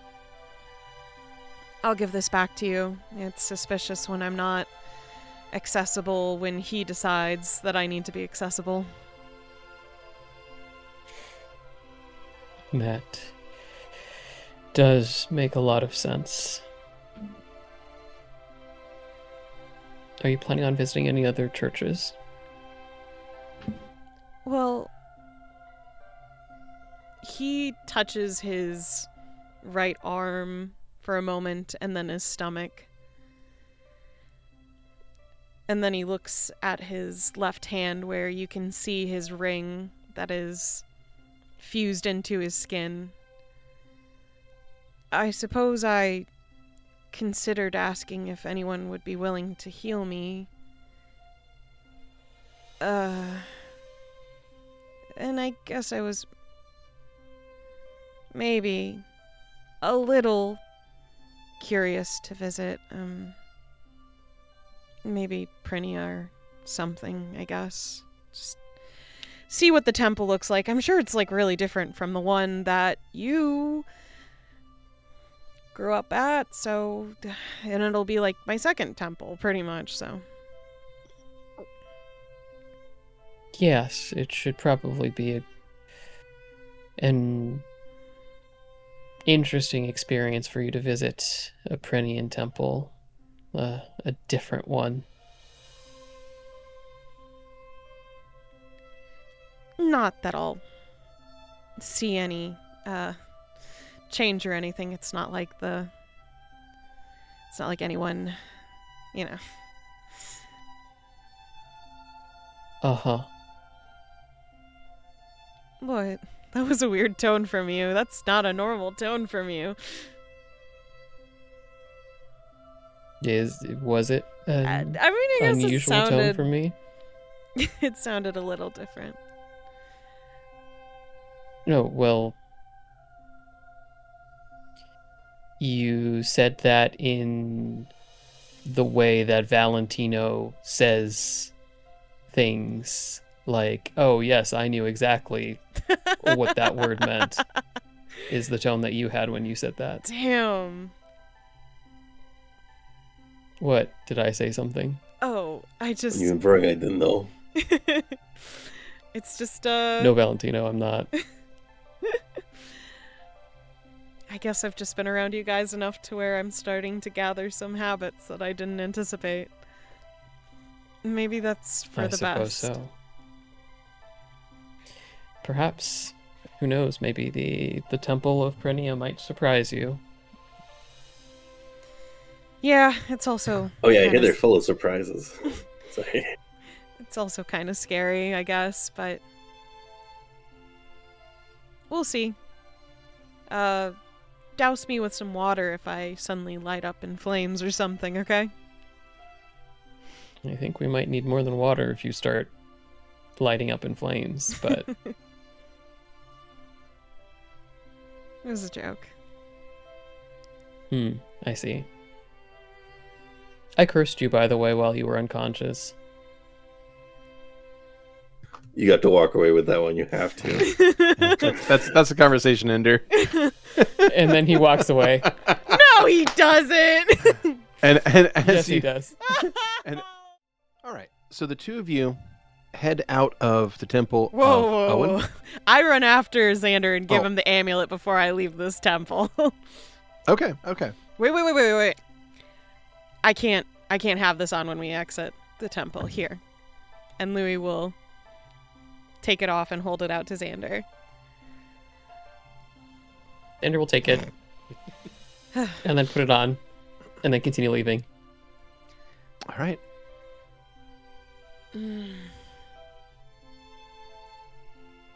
Smug. The two of you depart the temple and find yourselves back out in the temple district of New Ismere. Do we run into Valentino by then? He was coming to us, right? Yeah. Okay. Yeah. Yes. Well, as you depart the Temple of Owen and begin to travel to the west, you will most certainly run into Valentino, as there are, as I said, not a lot of people in this district of the city. It's very sparse. By design, it's very sparse. So it's very easy to find people here. Hey, Valentino. The brass ladle. I'm sorry, excuse you? Sorry, I found the place for us to spend our evening. Ooh. To eat. Oh, okay. What time is it right now, Beardy? It is about 1 p.m. Okay. 1:30 p.m., somewhere in that range. A very well-fed gentleman pointed me in the direction of this place. Said it was the best in town. And based on what he said, it sounds like it will be very much up our alley. Do they have fish spaghetti? I didn't ask, but I can't imagine they wouldn't. We're so popular in New Prota. True. Well, I'd be down for fish. But, I didn't actually ask what they have. I assumed like soup because it was named ladle. Fish stew sounds good too. But I was thinking about maybe going to another temple or something. Since it's the afternoon, unless you want to eat lunch now. I was thinking about. I'm not in a rush. What did you say? I was thinking about going to a different temple to just check it out. I did hear you right. Where are you thinking of going? His face is getting more and more red as this conversation continues. The temple that everyone loves. Ah, gotcha. Well, yeah, I mean, no judgment either way. I don't really care. In fact, I just Well, surprised to hear. except for the self-inflicted kind. Seems to be plenty of that still. Well, nothing coming from me.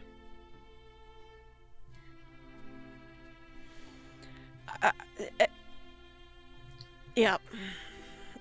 Is this a personal journey or You're welcome you to might come suppose with. might as well.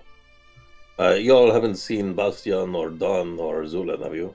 I thought they You'll went with kinda- you. We split up to find some places to eat.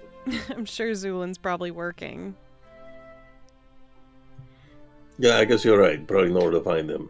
Smash cut to Zu'lin chasing down an anemic man who he had asked for a location, and he offered a snarky remark that he definitely knew what it was and then continued walking on. So Zu'lin kept on pressing the matter and is now full running for the man, who's now afraid for his life. This is the most Stop! I'm hungry. amazing thing. It's one anemic man chasing after another anemic man. Incredible. Yeah. The important thing is you didn't say how fast the two of you were going. So slow. Oh, we keep on Granny stopping speed. because we can't catch our breaths. Yeah. And then Yeah. as soon as the other one starts up again, then the other starts running. It's amazing. Just imagine when Zu'lin runs out of breath and is panting and his mask is like... Yes. The Zu'lin mask visual gags will never get old. Never. Alright. Well, no, we haven't seen them. We've been in the Temple of Owen for a while. And Makes sense. do you promise not to judge me about why I'm going to the Prinia Temple? I don't judge. Really? I try not to. Oh, okay. You tell me, do I? I don't know. I Actually, guess. don't tell me. I tell you. I don't know. Oh, okay. Well, I was gonna see if maybe they could heal me, or I mean, it would be cool to look at the architecture since I haven't really been to many temples, and I don't know. I guess I'm looking for some answers that I doubt I'll find, but I just want to try. You like physically? He looks kind of in several places around his body. Yeah. It's worth a shot. Wouldn't be my first pick, but it would be on the list. Well, I definitely won't ever go to Air or Atavai, but, you know, So never. I would prefer to not go there, I personally. guess they wouldn't really even top my list either. I mean, the way I figure is most of the divine spellcasters that use healing are like Edenites, so that would be my first go-to. I mean, most anyone can be a cleric, it seems. I don't think that's true. I mean, most anyone can't be a paladin. I feel like they have more rules. You say that, but Okay, we're talking about, to clarify,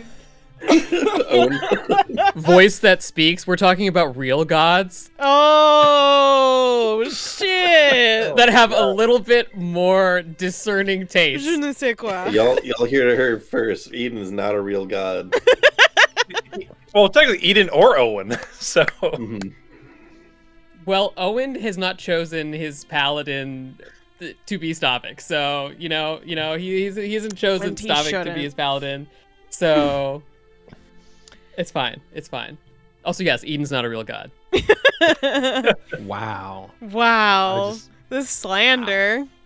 I'm just She- gonna write Slander from down Xander. some numbers here, and I'm just gonna start rolling d6s. Do it. Do it. I'll kill Don't myself do it. first. They want to die. You know they you can't like kill me it. faster than I can kill myself. Give me an excuse. This is like Shane's kink. Don't help him. Xander's about to throw himself off a ledge. We're like, what are you doing? He's like, I have to win. Like, what? Who are you talking to?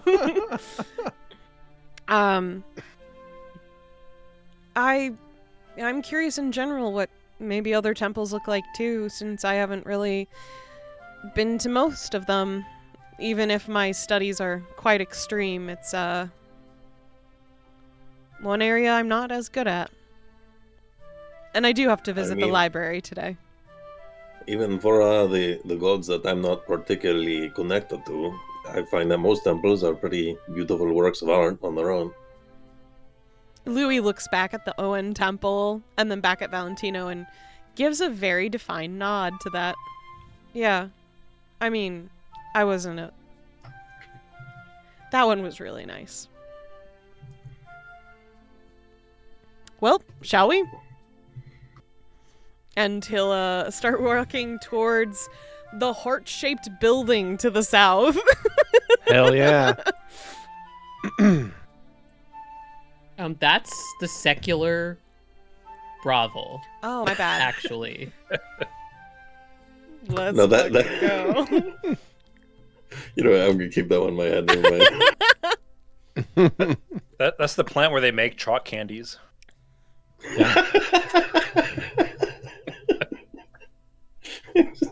This is what I was wanting at all. Thanks, Prenia.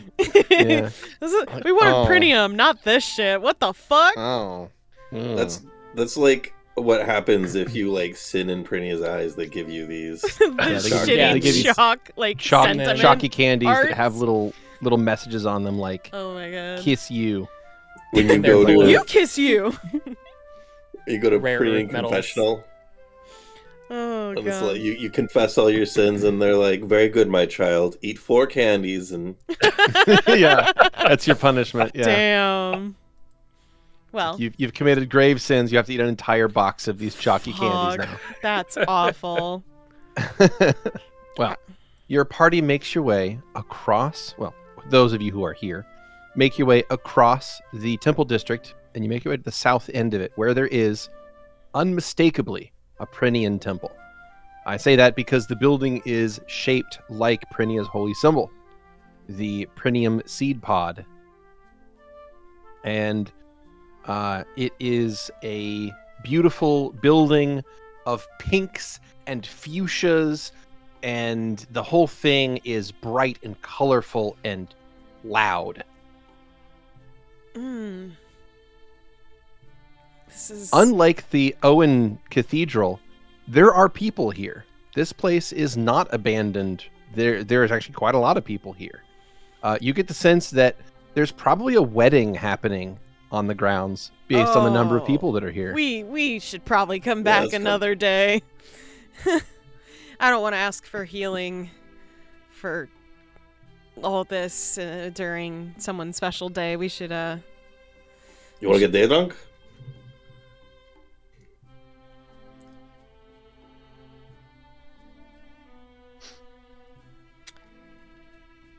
after the library.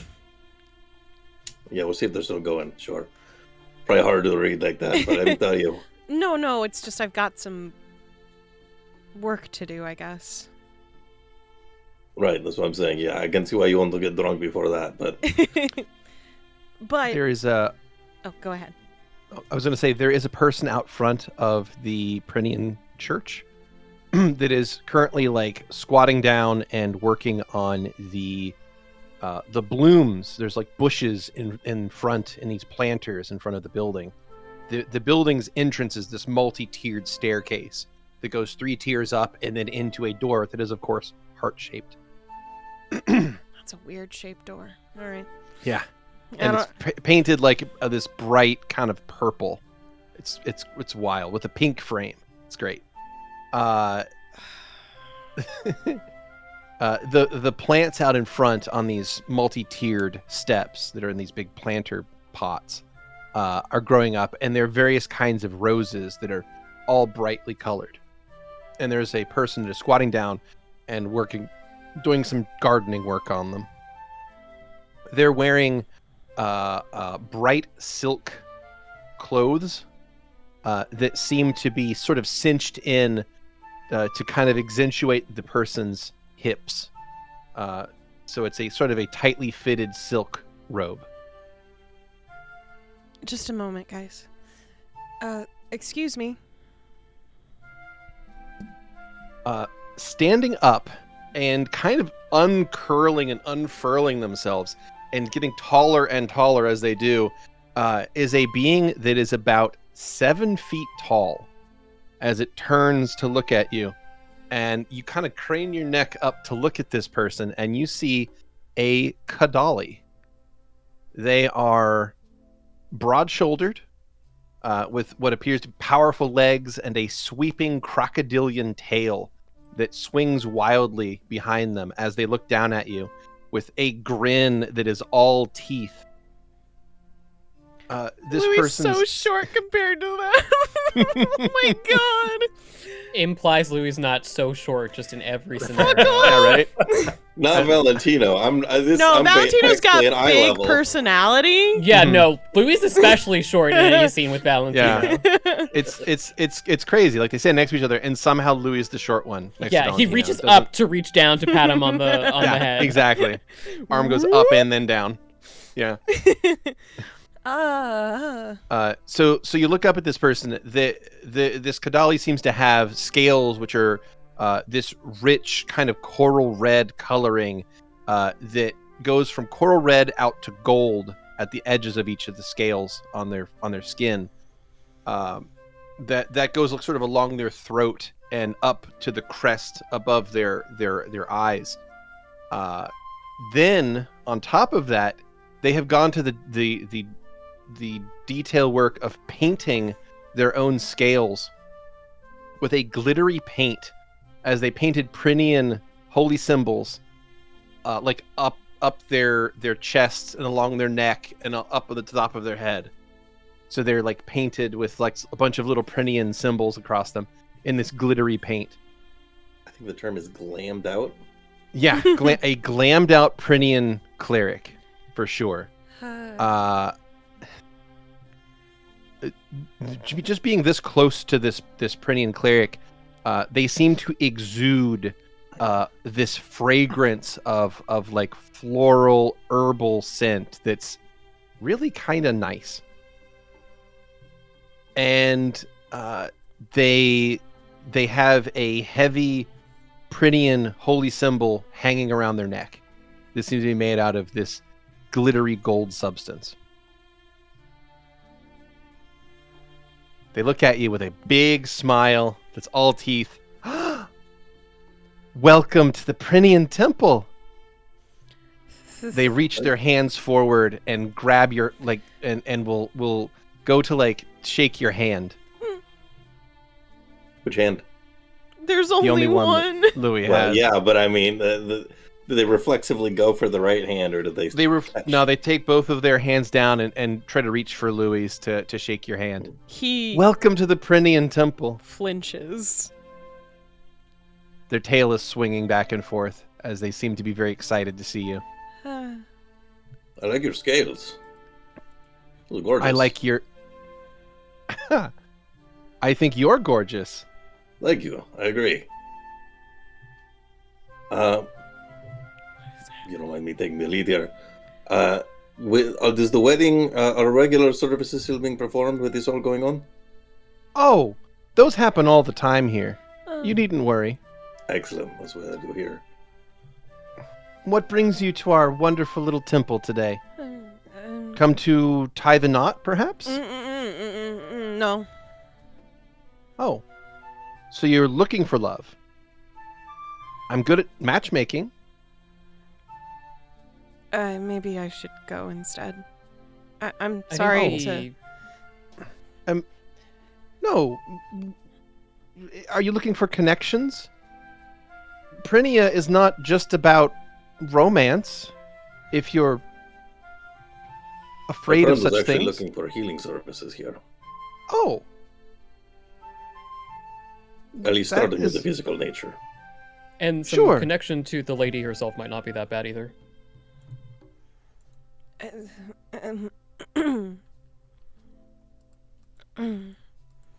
I'm sorry. You have nothing to apologize for. You seem sad and cut off from everyone. Prinia is about connections. How can we help reconnect you? I don't even know.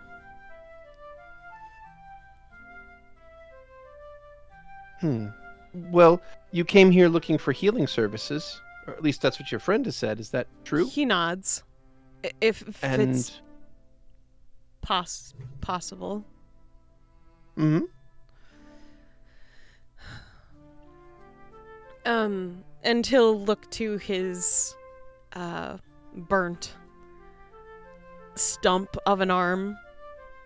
Oh, If I suppose I didn't even really notice it first. When Kadali lose limbs, it's just a matter of time before they regrow. I wish it was as simple as that. That would be quite convenient, but unfortunately, no. No, it doesn't have to be much more complicated, actually. It's quite simple. In the very least, I just want the pain to go away. Oh, of course. That's easy If enough. it's asking... Hmm. I'm sorry, see. Okay. Oh, let's trade names first. It's a good way to get to know one another. I am Cesari. Some people call me Open Heart. I can see why. What is your name? He seems to be struggling right now. I assume she's addressing Louie. Yeah, instead of- looking at Louie. Louie, Louie Freeman. Hello, Louis Freeman. I love you. There is a myriad of emotions that sweep through his face in that moment. And he just shakes his head no in response. You don't have to love me back, but I find it easy to love everyone that I meet. Xander nods. Okay.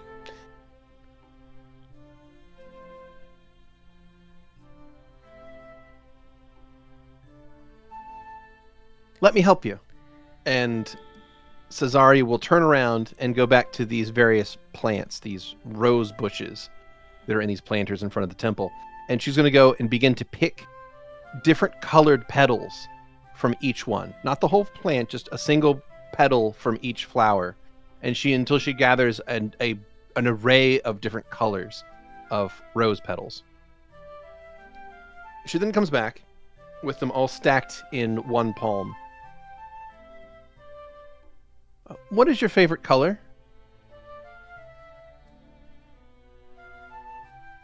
I like purples. Me too. He's so stacked out all in the same color.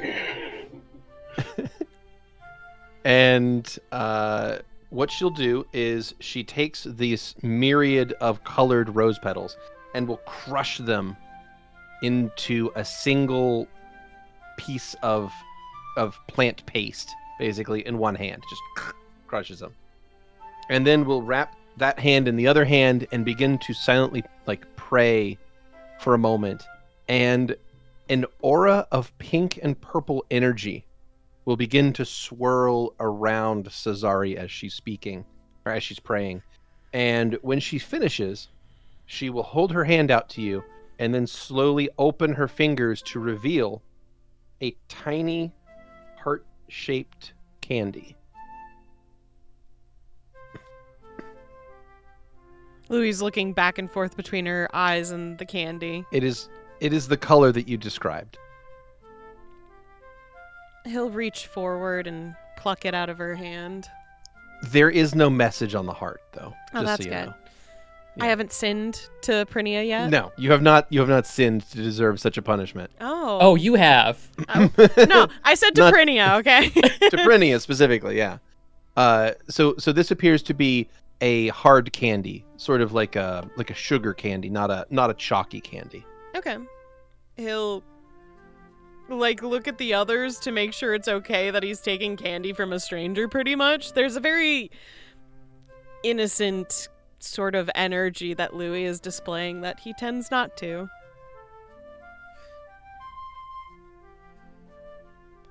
Okay. And he'll put it in his mouth.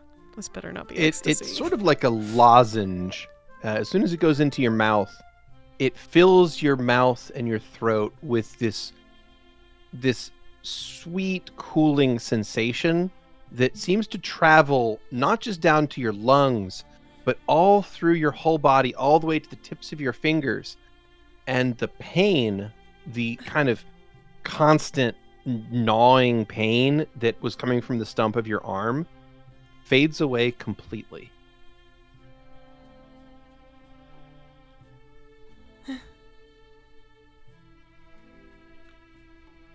Thank you.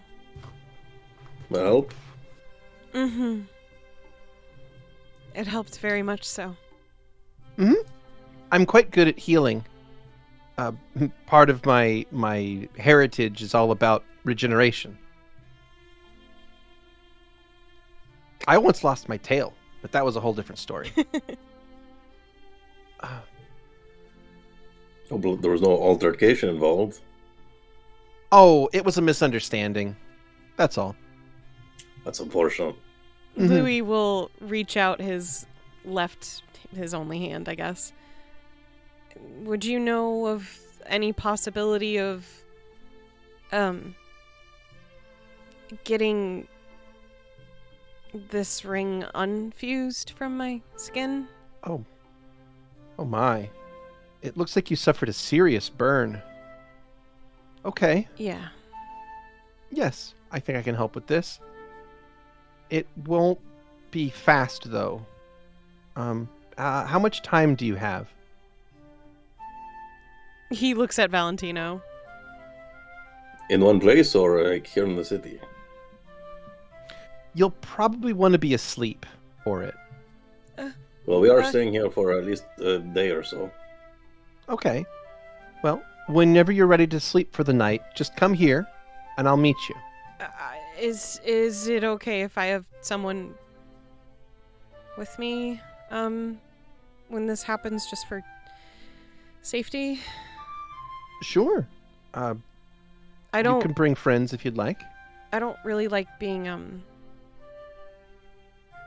asleep around Well, you people. won't be alone. I'm sorry. You're always going to... You'll be among friends here. But I understand if you wish to bring your own friends. Yes, please. Of course. Different show.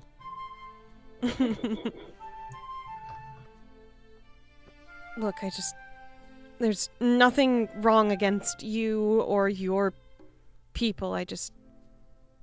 That sort of thing is scary to me.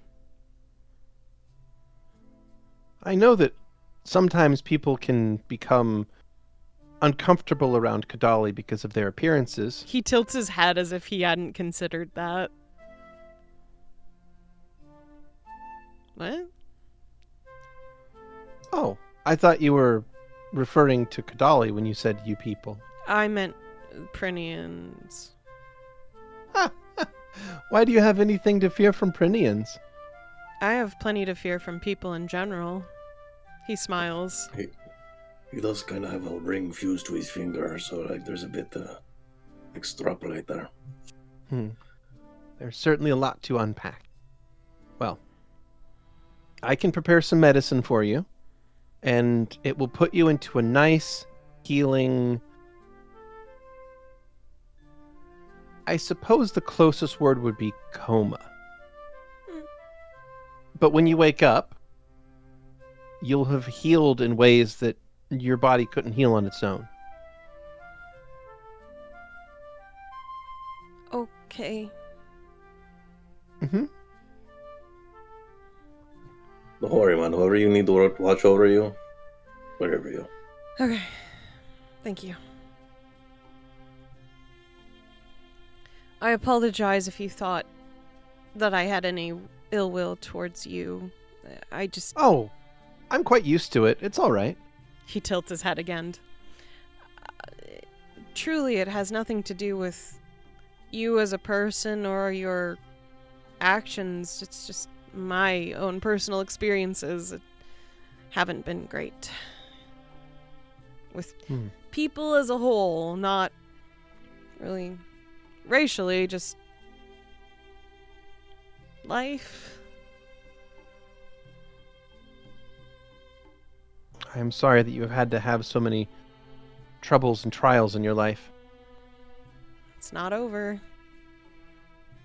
And that is why we will do our best to heal you. Thank you kindly. You're welcome kindly. I love you. Maybe, no. I'm sorry. The way I look at it is that there are people who can hate easily, so I will make it my duty to love easily. We'll have to have. It is part of the Prinian spirit. I think that Yeah, is more we talk about this. wonderful. It's just, I guess whenever I heard those words, it wasn't used that way. It was said falsely. It was used as a weapon. Lies can be painful like that. I don't even know. Especially we'd call it weaponizing lie. love is a tragic thing. It is heresy to Prinia to do such things. I'm sorry you had to deal with it. I mean, I was forced to say it too. So, Then I imagine the words must still carry prickles from your past. he nods. Thorns. Yeah. Well, in that case, I want you to know that when I say them, I mean them in the purest sense. From one being to another. Thank you. You are welcome. I will see you later? Sure. Would you like to come to the wedding reception? They have cake. Well, Valentino, do you want cake? I was going to actually head inside, although I might actually go find our other friends if you're going to go to the library. That I am. I think both of our other wandering companions could Use some cake? benefit from a visit here. Well, use some cake. I think Bastion could benefit from some of what you just said right there. And I think Dawn could probably benefit from some direction. Louie nods. Then we shall part here. We'll reconvene. Where are we meeting up? Xander, do you have anything else you need to do today? In what sense? Just if there's anything you want to do today. Otherwise, you're welcome to stay here and enjoy the festivities with Valentino after he grabs the others. Or you can join me in the library. I will decide later. Alright. That's not a problem. Shall we walk halfway, Valentino? Sure. I gotta find Bastion and Dawn anyway, although I have a feeling I know where to find them. Some food place, I'm guessing? I think they're in the park, but yes. You know what, fair. Tomato. Louie will look at Stavik and see if he has anything to say, but will not bother him otherwise. Mhm. All right. So we'll head towards the park then. Well, Okay. I mean, with the intention that Louie will eventually be finding the library, but park first. So, Louie, you head toward the park. I think all with- of us are. All of you are. Oh, okay. Gotcha. In that case, you turn away from the Temple of Prenia, and as you leave, the brightly colored Kadali will give you all a wave and blow a kiss in your direction and tell you that they look forward to seeing you again soon. Yep. Valentino returned the gesture.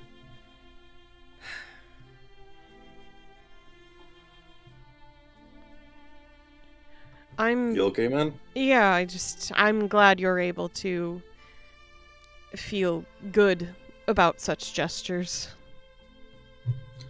Yeah, I'll take some getting used to, but the right kind of life experiences certainly ingratiate you. Yeah.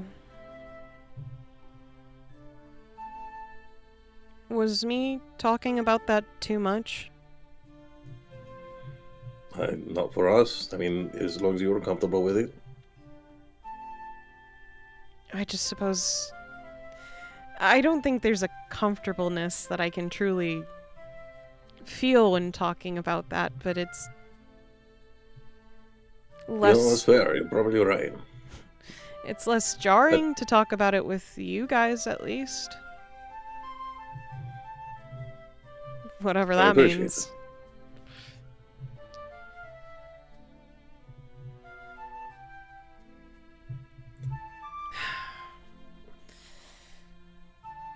If you have questions about that, ever, we can talk about it. It's just a little hard.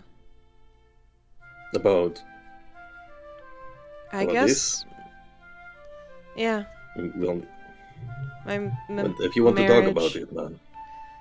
I don't If know. you ever feel like you need to share, ears are open, but I don't see any need to pry. He nods. Maybe if someone has a blade to our throats and we need to know why. If you truly, truly need to know why I have such a burned-in wedding ring, The truth of the matter is, it's just... I've said this to some people, but it was a lesson. I was told it was a lesson. Right.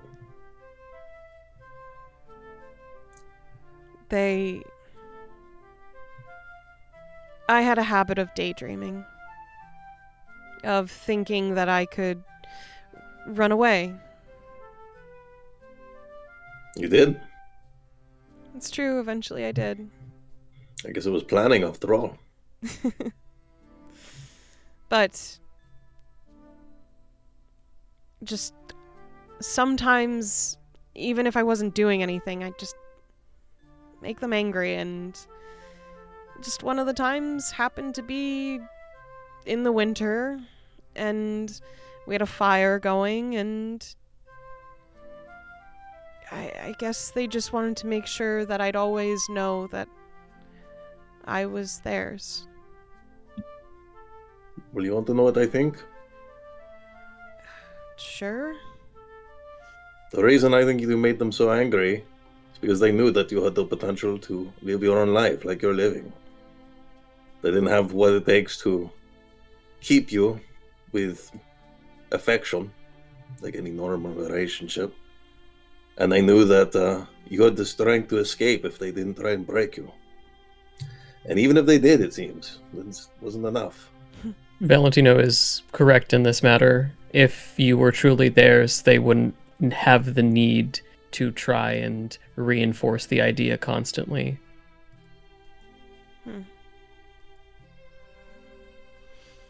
Louie nods. To me, the saddest of all these scars is just the fact that they have caused you to fear love. It's unfortunate, but I can't say I blame you.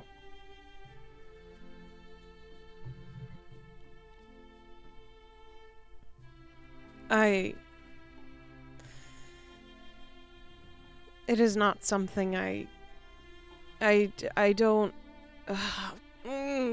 You know, words are It's not really something wrong with hard you. when I'm not talking in my actual language. It's not something wrong with you.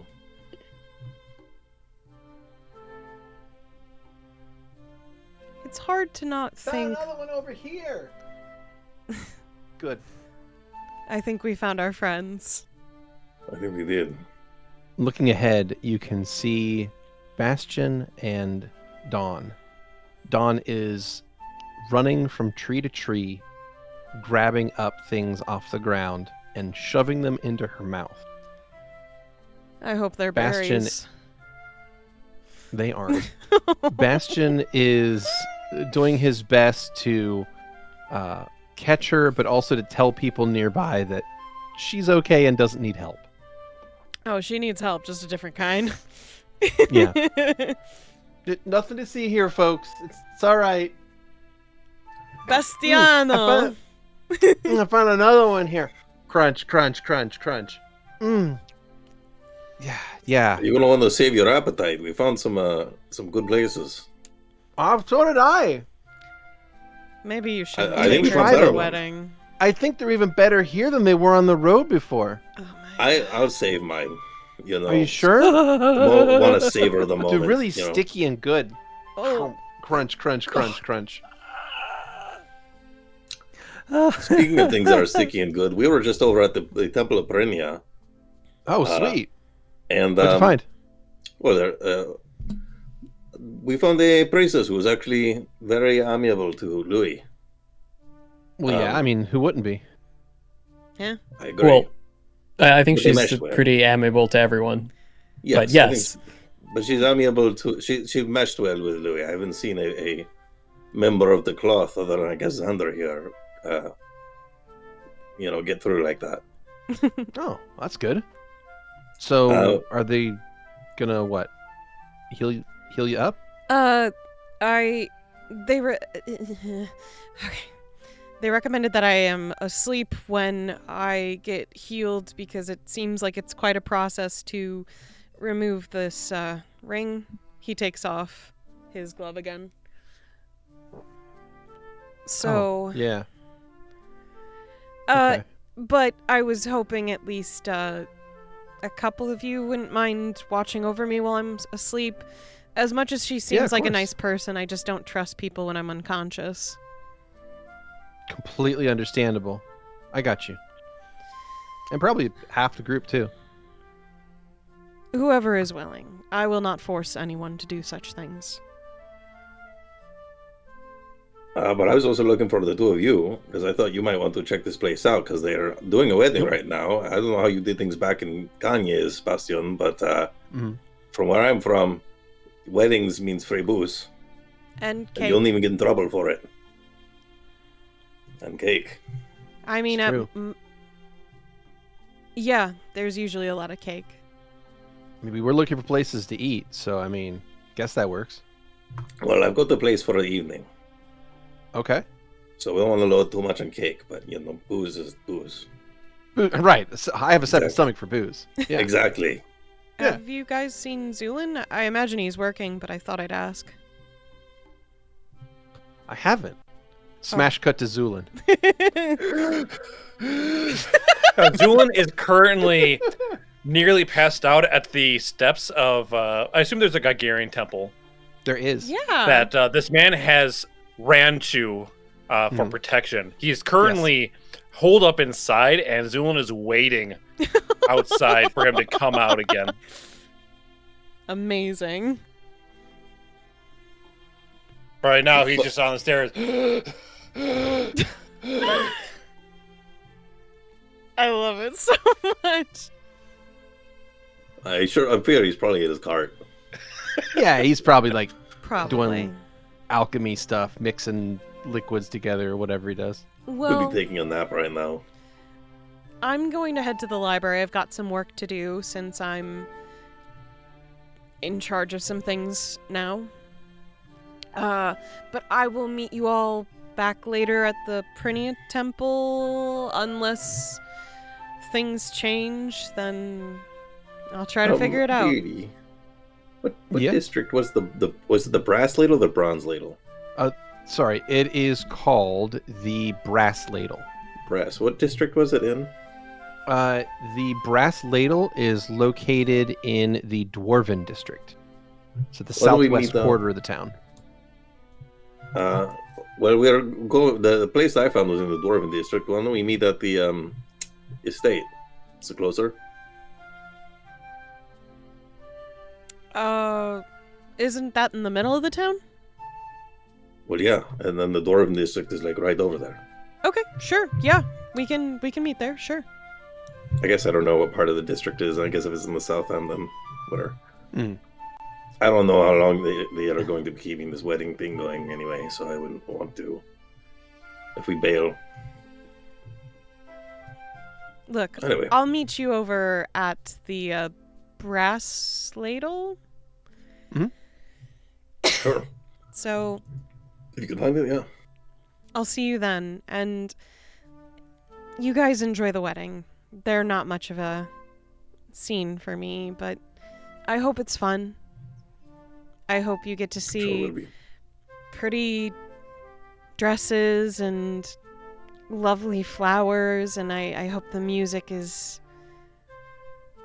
wonderful for you all. But mostly the people getting married, because hopefully they're getting married for the right reasons. Yeah, I mean, Sure, they feel so that way yeah, today. I'm always down for some cake. You do, Don? What? Oh, I'm Want good. some- I'm filling up on these. Crunch, okay, crunch, crunch. But you're gonna want to meet this Gadai lady. Well, yeah, why? I just Crunch, think you'll find her crunch, interesting She's Oh. quite nice. and helpful. Oh, okay. I'm gonna take some of these to go then. And she starts running around picking up more pine cones. All right. Well, I've got some work to do. Wow. So, She really has a hunger for pine cones, huh? Yeah, I thought it was like a necessity thing. maybe at you first. guys need It's- to give her prunes or something. Maybe it's a fiber issue. You think she just is like Oh. really lacking dietary fiber? Maybe. Who's you I- guys? So, like, why are we does she not eat responsible enough for her diet? Well, beans? you two have been hanging out with her the most lately. Yeah, maybe we need to feed her more beans. Like, I'm pretty I sure know. she's getting enough dietary fiber. I mean, like, exchange it out for something else so that she's not craving pine cones. I've never seen someone have a hankering for pine cones quite that strong. Yeah, I thought it was gonna go away after we like ate at the first restaurant or first tavern or whatever. No. She's, I mean, I used to eat sunflower seeds. And some people would. Yeah, did that shit make your mouth bleed? I'm sure, Well, I like, also the ate pointy peanuts parts. whole. The peanuts. you You had swallowed them peanuts. whole? Shell and all? Yes, I used to shell and all. Yes. Actually, boiled peanuts was actually a common snack where I was around. But the shells too? Yeah? Still not a fucking pine cone. That's Or alright. a sponge. Say that again? Or a sponge. Or a sponge. Yeah, she ate a sponge earlier, remember? She did eat sponges. Yeah. I honestly feel like that's kind Not of so an good- upgrade. Not the aquatic kind. So, I mean, the aquatic kind maybe, but I think it No. does come from the ocean, so yeah. Yeah, pretty sure those are from the ocean. Yeah. So, Not from Dollar Tree. what's that? Oh, See, it's wait. a family is it a joke. type of plant? Oh, okay. It's a type of tree where it grows like useless Yeah. paper. Yeah. Yeah, it's like a discount Eden with the silver acorns. You know, I think I would like to go back and Stacking more D6s for you, buddy. watch Please. watch the wedding. Can we if move that on to were possible. D10s? Well, it seems like Yeah. most of you are going to Yeah. the wedding. I don't see why not.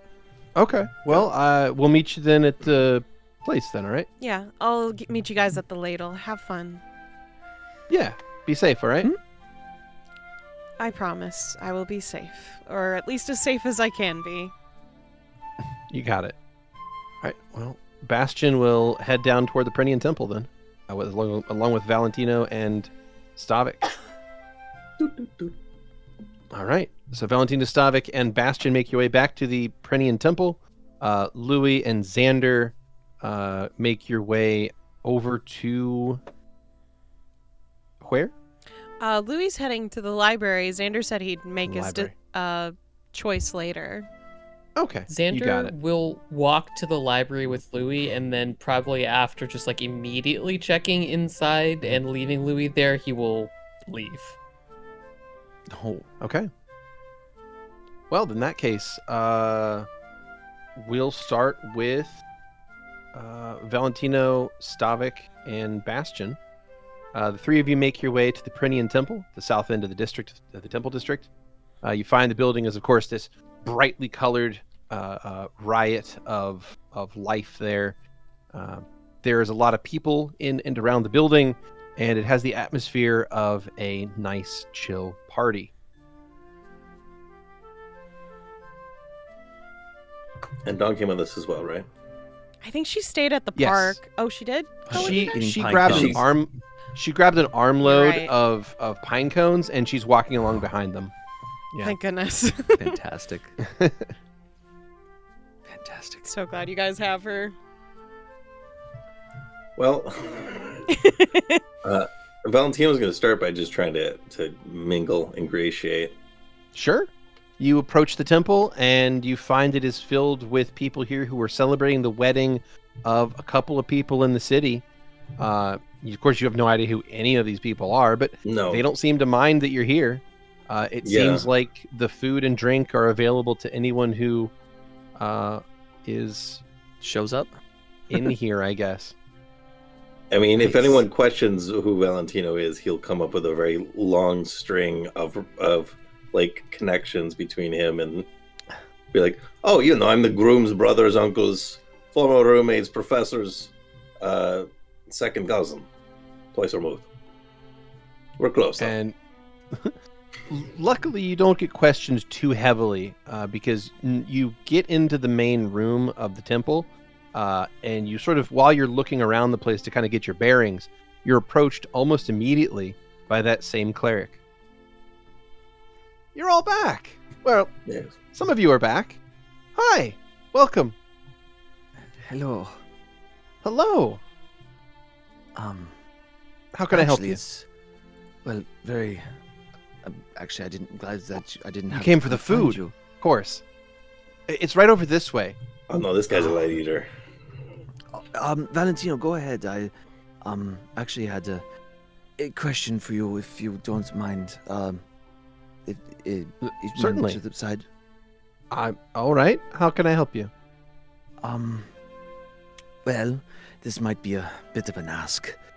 Oh, I like doing favors for people. Well, I'm searching. My name's for, Cesare. Oh, my sincerest apologies. I forgot that I am Stavik. Stavik von Hello, Hobart. Stavik. I love you. I thank you very much. How do you feel about bones? I've taken many.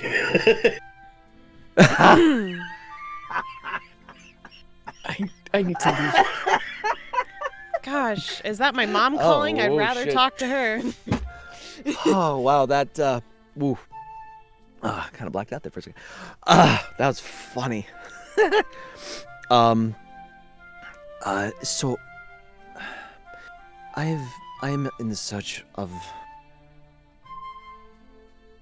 my wife. Oh, We have been separated. oh, you're already for married. very- Okay. Yes, we have been separated for a long time.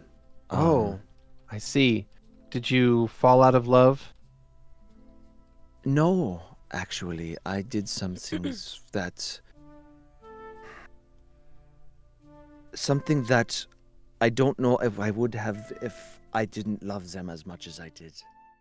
I don't know if what I chose to do would have happened if I did not meet them. So it's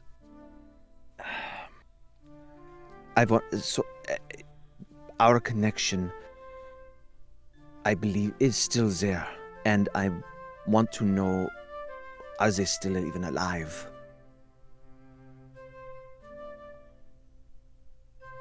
Oh, And I don't know if I you could see. use that connection to glean as to where they might be. so you wish me to see if I can discern your closest relatives, your next of kin? Would they be considered next of kin? Well, the spell finds your closest relative.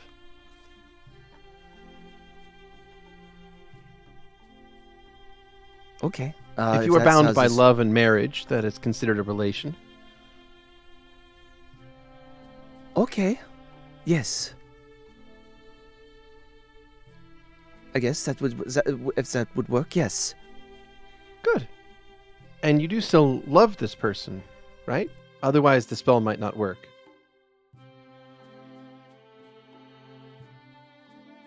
There is a part of me that still does. I'm sorry that your relationship has drifted as far from where it began. It seems like at one time you must have truly cared for this person with your whole heart. I would not be here if I didn't. I see. In that case, I can help you. Let me see. It might take about a minute or so. May I hold your hand? Oh, never mind then. And he'll his gloved hand he'll put out. If it makes a better connection if I'm touching your skin. Could you take your glove off? Let's go find it. To do that, do you mind if we step out of sight, please. Oh, I do not we wish were- to cause. We were already stepped away from the party. How Yeah. much further do you wish to step? I do not wish to ruin a party. To the pits of hell. And you're afraid that Abyss. you'll ruin the party by showing your hand? Yes. Straight flush, read 'em and weep. I see. He's really ugly, you gotta understand. Very well. Okay. Come with me this way. He will follow. And she will take you to a series of side rooms in the Perinean Temple. The side rooms are... There are these sort of heavy curtains that close off into each side room. And inside is a very comfortable looking bed. And not much else. This place is lovely, but why are the floors sticky? Perineans are very clean. Yes. She takes you into one of these side rooms. Will this be This will be acceptable sufficient. for enough privacy? Yes. I must warn you. I am not whole. Okay. Though out of character. Though there are plenty of holes to be had. Is that supposed to make me change my mind about helping you? Well, and he'll take the glove off and skeletal hand. She takes your hand. Wraps her other hand around it. Hold still.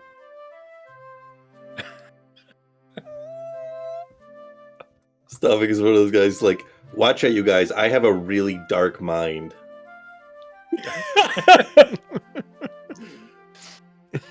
You wouldn't believe the kind of shit that goes through my head. Scene hair.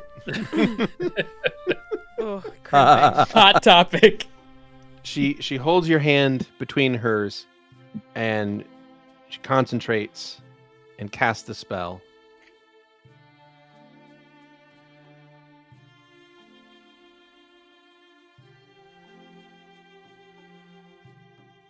And when the spell finishes a minute later, she lets go of your hand, and without saying a word, she simply shakes her head.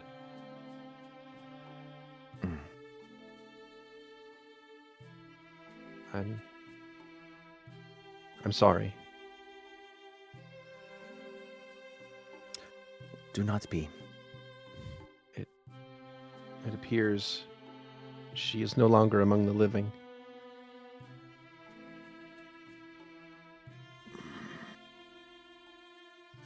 Well, you see, that is a very sticky statement. I see. You are concerned that perhaps she has a condition like yours? Yes. I see. If that's the case, my spell would not be able to find her. It only finds the next living kin. Okay. Well, it was worth a And shot. I'm afraid that there appears to be no one left in your bloodline. I see. Well, But family is more than just blood connection. Family is the people that are closest to you, those who make you feel at home, comfortable in your own skin. Bad choice of words. Someone who it's makes you okay. feel good about yourself. Helps you see the better parts of you.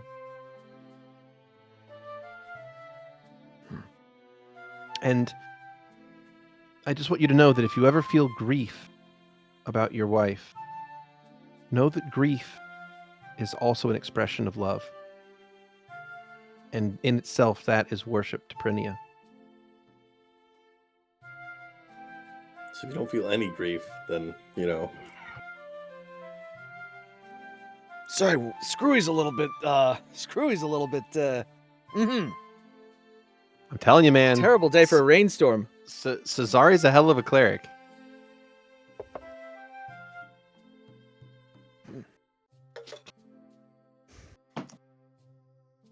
Well, She's also taller than you, which is nice. She's 7 feet tall. jeez. I mean, it's pretty normal. Kadal, you're tall. Well, that just tells me not only is my wife gone, that must mean all of my kin is gone. That is unfortunate. Family is what you make it. And That is true. as long as you have close friends, companions, those who share your troubles and burdens, then you have a family.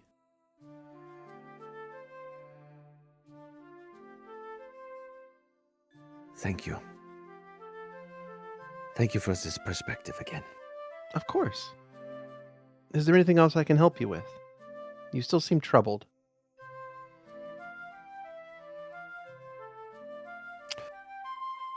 Burdened by purpose and burdened by regrets, but learning to accept them and move forward.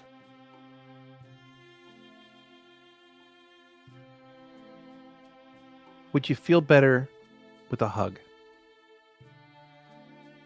I will never say no to a hug. She scoops you up into a hug. I can hold you to that. Same. Same. Mm-hmm. I believe you. Cesari gives you a very tight hug. It's not warm, though, what with the cold-bloodedness. But, you know, it's still an affectionate hug, if nothing else. And you feel safe and secure. The moment passes, and she lets you go. I do hope that I have made your day better. You have. I have not felt this light in a while, which is saying something for me. And that is the worship of Prinia. Expressions of love.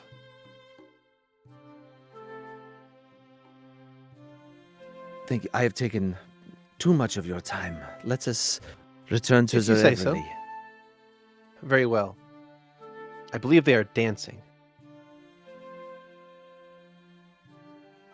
And she will push the heavy curtain out of the way and escort you back to the main floor of the temple, which again, at this point, is basically a wedding reception. So there's food and drink and dancing. There's music being played. It's a very nice atmosphere. It's not like a heavy party, but it's what you would expect from like a middle class white wedding. So it's a ballroom. It's in like a rented venue. So it's it's a party. People dancing, you know, that white folk dance. Yeah. Especially dances that have the instructions to how to dance them in the lyrics of the dance. Oh god. I love that shit. Take it back, yo. Well, when they come out, Valentino will be at a table or the bar or whatever equivalent, wherever they're serving drinks with a couple of folks. Sure. regaling Yeah. They stories. have a table set up that has various drinks upon them. So there are two of them chasing us, and then a third, the big one, Mhm. comes the fuck back, busts through the wall. And then what? We just had this little narrow way to go through, and we had to go around the corner. So obviously, I had to turn back and block the passage between the big guy and everyone else, make sure that they couldn't reach him. And you covered the escape? Yeah, it took him. Well, I mean, it didn't seem like it was going to be enough to just slow him down, so I had to do it. Had to be done, and I brought the thing down. By yourself? Oh yeah. Wow. That's great. And when I see them come out, you know what? I'll rejoin you in a moment. I've got to speak with a priestess about a few things, Of course. and I'll hop down and head over to Cesare once Stavik has made his way out. Cesare, as Stavik like walks away, Cesare says, "It was good talking to you. I love you." It was fantastic talking to you too. Thank you. And he'll give a kind of like heart. Okay, so Stavik moves away and joins the reception, and Cesare kind of is making sure everybody's happy, kind of looking across the area, making sure that nobody is having a bad time. And that is when you would approach. Hello there. Might I have a moment hello of your again. time? Yeah. Of course. We spoke Okay. outside shortly. Yes. I'm afraid. Did I get your name out there? I wasn't sure if you had already heard, but my name is Valentino. You may have heard people speaking of me. Oh, hello, Valentino. I love you. Love you too. Now, I brought a couple of my friends here who, perhaps on mixed pretenses, but I think they could benefit from some of your words of wisdom. Who? Well, the young blonde gentleman over there, his name is Bastion, and He's a ginger. He's ginger. I'm the authority on that shit. No, he ain't. Strawberry blonde. He's definitely Strawberry not blonde. Oh, He's got orange hair, okay? Oh, I'm sorry. I tried, man. I tried. It's gonna push the image there. Valentino is the arbiter of hair color. It's Grem true. is the Says arbiter he's of Grem is. gingers. Grem is. These are Grem my is- people. You can't Yeah. even use that word. I forgot that you're king of the gingers. Sorry. All right. My The bad. light-haired fellow over there. He's had a bit of he composes himself well. He doesn't act like he's got much going on, but he's been stabbed in the heart, or figuratively, and more literally in other places. And I think Oh. He suffered a betrayal of love. yes, very much so. I think it's the only thing he's really honest with me about at this I point. see. I can try to speak with him on this, if he's willing to open up about it. I I can't say he will can't force him to talk about something that he doesn't wish to. I don't know if he'll be willing to talk about it, but maybe you have something to say to him that he might ruminate on. I see. I can try to impart some wisdom to him. When the things you had said to my friend Louie, it just stuck out to me. I felt like Bastion may wish to hear those things. I And see. our other friend over there, her name is Dawn, and she, Is well- eating pine cones. yes, she's got some interesting health decisions, but we've given up on trying to. She's let's say, a sort of experimental nutritionist. She joined our little traveling group for a while ago and came from a culture that has different views about the relationships, and it caused some confusion. They made for life where she comes from, and Oh my. she got into a few relationships thinking that was the standard, and I think it's left her a little confused. She doesn't seem hurt, but she's clearly looking for someone. I see. I will do my best to help both of these people for you. Whatever you can, of course. That is part of my vows. Well, thank you. Seek to strengthen love wherever I find it. Yeah, I sense that. I realize this isn't the only Temple of Perennia in the world, and we've done a lot of traveling, so maybe this is something that should have happened sooner, but your words spoke to me earlier. You clearly know what you're doing. I have been at this calling for some time, and I have found it to be suitable for me.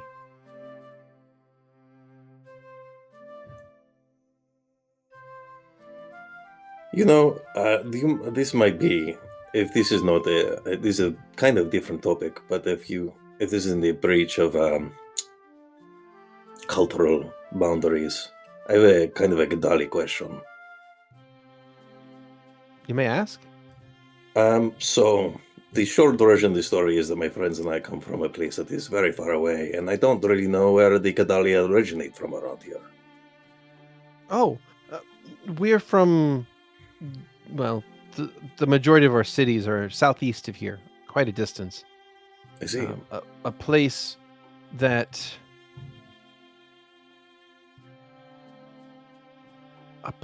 is oftentimes simply referred to as the swamp or the boiling swamps. I suppose are their proper names. We simply call them, and she's going to say the word in Kadali, which probably means nothing to you. Might mean a little bit to me. I don't know. Do you speak Kadali? No, but I do speak some languages with a similar root. Okay. In that case, it is going to sound like a derivation of homeland. I suppose it's sort of what it translates to, generally. It's like, that is what we call it. But there is a city there called Bleeding Rock. I was born there. Hatched would be the term in your tongue.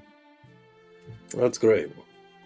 In our part of the world, there's not really any like Kadali-centric cities that I know of, anyway. So it's great to see the diversity around here. Interesting. Yes, the Kadali are quite populous there, but there is a good population of us in much of this continent. Every city has a handful, though there are quite a few here in New Ismere. A great deal. Yes, I've seen. We even have an embassy. Yes, it's quite It refreshing. has a river.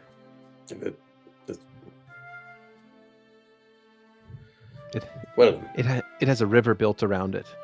Yeah, I saw it. It seems really well suited. Mm-hmm. It's comfortable. Well, thank you again. I'm going to go enjoy the party a little bit. Very well. Enjoy the party. It was good talking to you. Likewise. And Valentino will go to do just that. And she will say farewell and blow a kiss as you walk into the rest of the party. Well, so what she will do as soon as you walk away from her, she will walk over and try and find... She looks both to Bastion and then to Dawn and realizes that Dawn needs help more as she's chewing on another pine cone. So she goes over and strikes up a conversation with Dawn. What is everyone else doing in the party? White people dancing. I think they're White people dancing. partying. Excellent. Yeah, good job.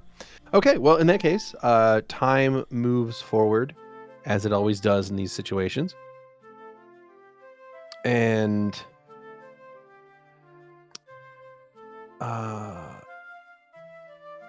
eventually Cesari will speak with Dawn, have a conversation quietly in the corner, and then go and find Bastion and have a conversation with him. And time passes, and they both eventually mingle, do a bit of eating, a bit of dancing, a lot of drinking. Valentina will try to keep an eye out when she's talking to Bastion. Not really making sure one way or the other, but seeing if he gets called out, if she points Valentino out or not. Mm. Because I know this is a touchy subject for Bastion, so there's a bit of like, oh boy, I hope that I don't get fingered for this. You do not. No fingering happens to Valentino. Yet. Not But the today. night is young. The night is young. So conversations are had, but you are not pointed out in the crowd. But she finishes her conversation with both of those people, and time marches on until you guys get the sense that the party is winding down, the cake has been served, and the happy couple has departed on their honeymoon. It should also be noted that Valentino has poignantly avoided the cake. Alcohol is fine. no cake. Okay, you got it. So, at that point, we will move the camera over and cover the intervening time that has passed for the rest of the group. So first things first, Zu'lin. What have you been up to? You were waiting outside of the Temple of Gigarian. Yes, eventually, after waiting a certain amount of time, he wouldn't come out. So Zu'lin's going to go a bit further away, and I'm going to wait for this man to come out, and I'm going to follow into his fucking house. Ooh. Zu'lin's I love this adventures are rival crazy. The rival you've invented is amazing. Thank you. Right, completely invented for everyone tuning in right this second. Yeah. Like, no one else had a hand in this. This is this is a you autobiographical. Like, this is great. It's like gonna be fucking 9 at night. You pin this guy down in an alley, you pull out a knife. He's like, "What do you want me?" You're like, "Do you know any good places to eat?" He's like, oh. No, he already told me. He said that he knows the best place, and I need to find it.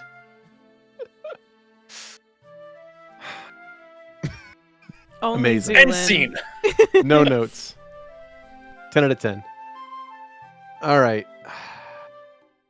Xander and Louie. You make your way toward the library. The closer that Louie gets to the library, the more emotional he seems, though he's keeping his head down, looking at the ground as he's walking.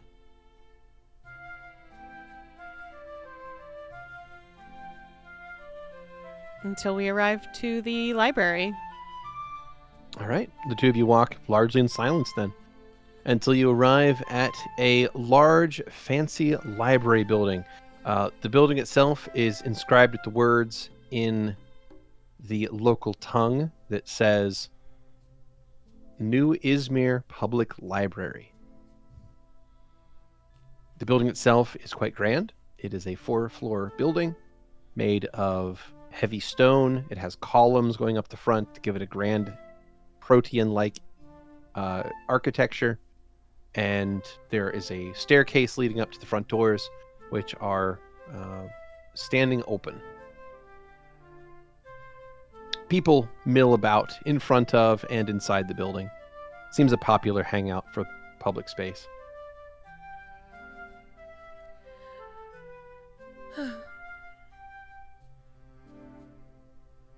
Thank you for walking me here. Are you coming inside? I think I will likely not join you, but he's gonna reach into his pouch and he's gonna pull out his baby and he's gonna hand it over to Louie.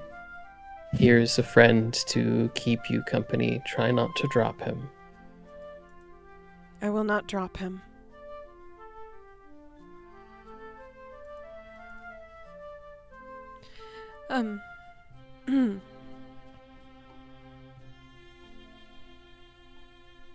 There's some record keeping to do, but if there's anything you wish to be written, please let me know. Okay, will do. Good luck with whatever you're planning on doing next. Save it for yourself. All right. I'll try my best. We could always share it. He looks like he thinks about it for a second. Nah. I think you'll need it more. Louie will give him a very respectful bow. Not one to exude unfamiliarity or distance, but just a genuine grateful bow. Xander will just poke him on the forehead when he's at the lowest point of his bow and turn around and walk out. What was that for?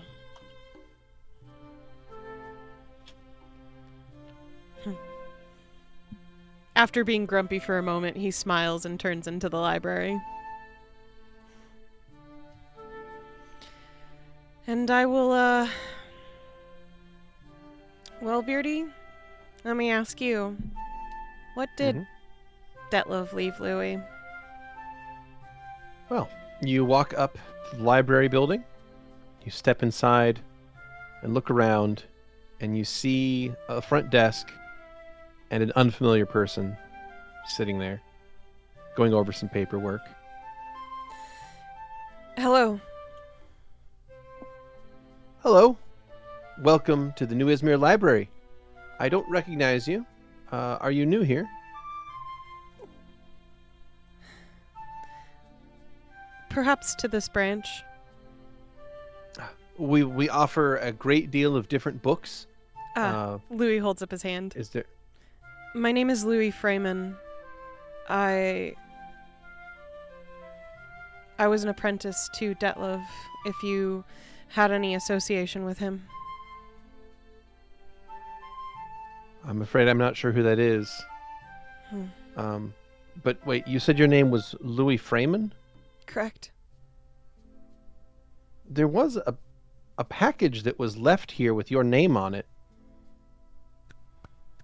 Me and the other workers here were going to hand it over to the post office, but I suppose if you're here, you may as well pick it up. Wait here. Of course. They get up and they walk out of the little desk, and they come back a moment later with a small package. I hand it to you. Thank you very much. Is there a back room that I could use while opening this? Just We somewhere have reading quiet? rooms, yes. Yes, please. And they point you to a series of reading rooms around the corner. Each one is separated by a heavy curtain, much like the Prinian ones. Thank These, you. however, don't have fancy silk beds in them. They have a little wooden desk. And I a think and a Louie would be comfortable chair. concerned if it had a bed in it, to be honest. Yeah, no, not like I this. don't know. A nice lounge chair to enjoy books. Yeah. They do no, have no. those. Reading with This naps. is just based on how Louie is. Don't worry about it. Yeah. Oh, okay. Got it. You find yourself in a side room, separated by a thick curtain, giving you some privacy. Louie will place the package on the desk and gently opening it up like the container itself is sacred. You carefully open it, and inside is a folded piece of paper and then a curious metal object. The piece of paper says Louie on the outside. He will very carefully open it. You very carefully open it, and it says the following, written in Detlef's hand in your native language. Hello. I'm going to read this not in Detlef's voice because he's dead, and we don't deserve to hear We his have voice to let ever him again. go. We have to let him go. So this is going to be in my voice. Hello. It's going to be hard not being around to see how this all ends up. I did my best to always find you good books, to help you how I was able to give you advice and words of encouragement because I knew the hell that you have been through. And I just want you to know that although I may be gone, I will always be with you in spirit. And wherever I ended up, I'm still rooting for you, Louie. You are one of the finest readers I have ever known, and your thirst for knowledge is something that I would like to continue slaking even after I'm gone. So I've enclosed this very special library card. Present it to any librarian anywhere, and they'll see it as whatever they need to see to grant you access to any book you could ever want to read. I figure if I'm not around to tell you a book is restricted, then what's the use of restricting any books ever again? Feed your mind, stay true to yourself, and you'll achieve anything. Detlef.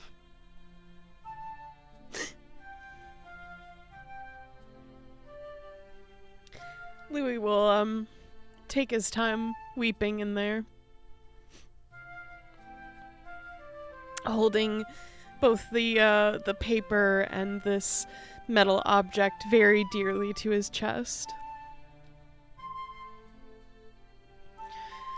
He tries to cry quietly so that hopefully no one else disturbs him in the moment. Since it is just fucking curtains.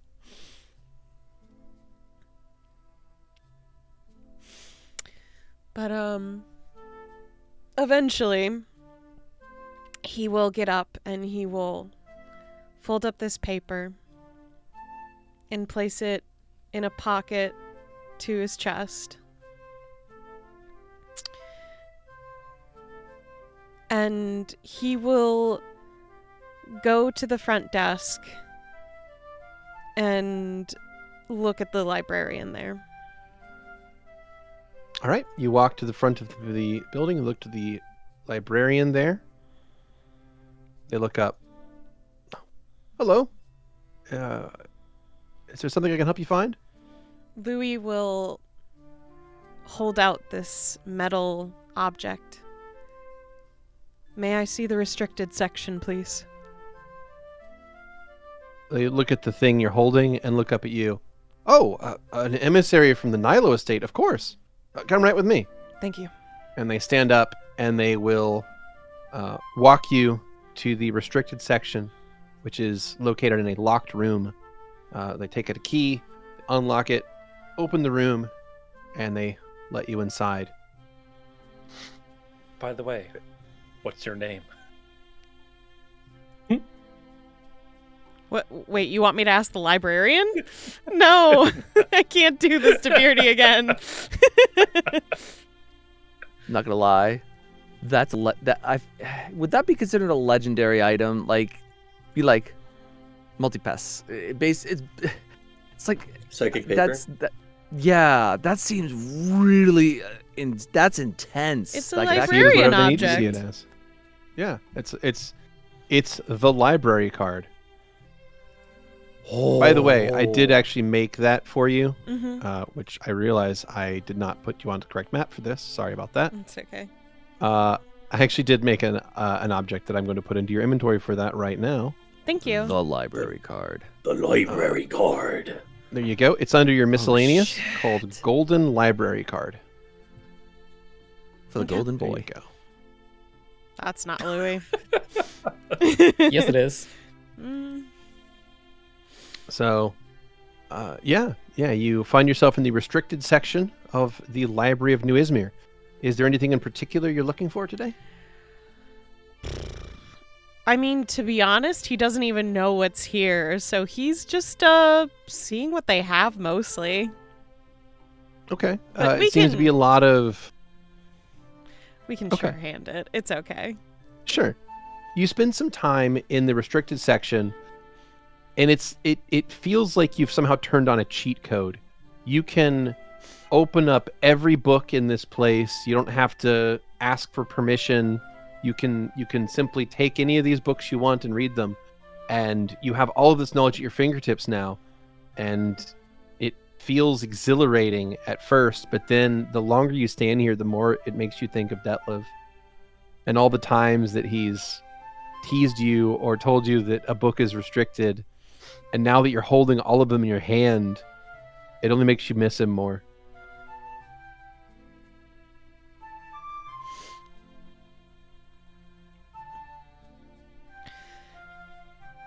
I don't know what I'm supposed to do. No, I'm not mad at you. I'm mad at this situation. I'm mad at him. I'm mad at everything.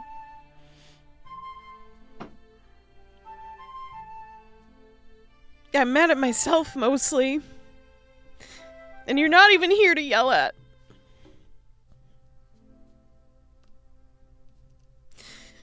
And I can only blame myself, really.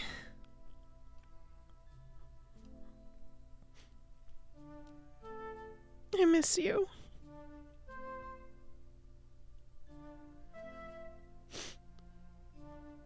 It's weird to say that I want to go home when home was a library.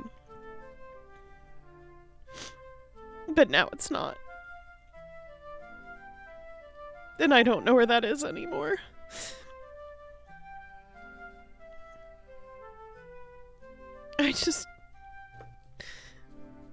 I don't want to hate everything anymore, but I don't know how, and you're gone, and what am I supposed to do now?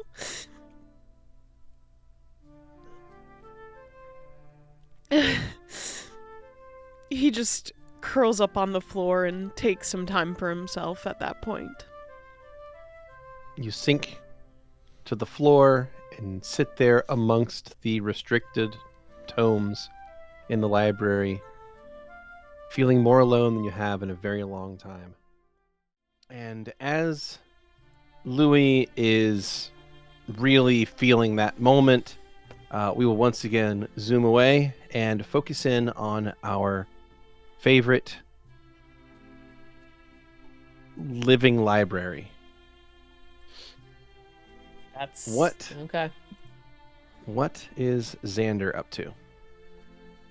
Xander is going to head back to try and get an audience with Miss Nilo. Okay. You return to the Nilo estate, and you arrive at such a place. A moment later, you are ushered into the estate, as you are immediately recognized, and you find that at this point, Mistress Nilo is in a private study.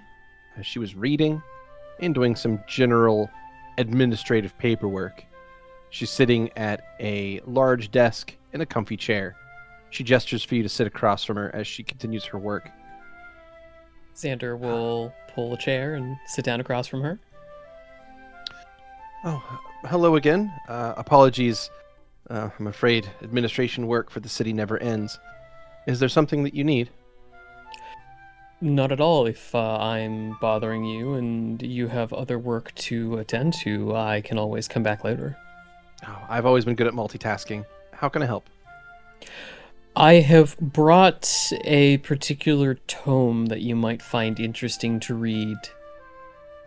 Notably, it would allow you to understand and retain the name of the individual that we're working against. I see. And you have that tome on you now? Yes. Now, I know you said that reading is one of your hobbies, but note that this is a tome that is highly restricted, though it comes with the benefit of not being able to really share the information within with anybody and have it last unless they've read it as well. So he will hand it over to her. I see. You might want to dedicate most of your attention to this. See, she looks up from her paperwork. She'll slide what she was working on to the side and slide this tome in front of her, read the cover, crack the front open, and begin to read silently, going page after page.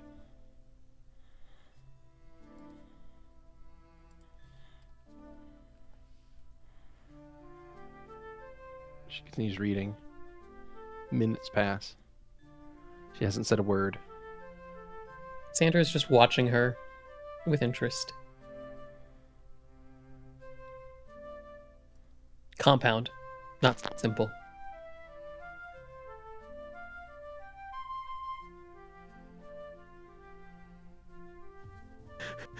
Grows increasingly more interested.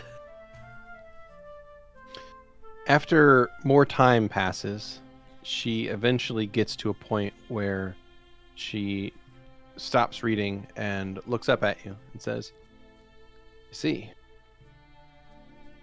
So this Slanik is the enemy that we're dealing with. Yes. A god from ages past that now has the means, it seems, to manifest here again.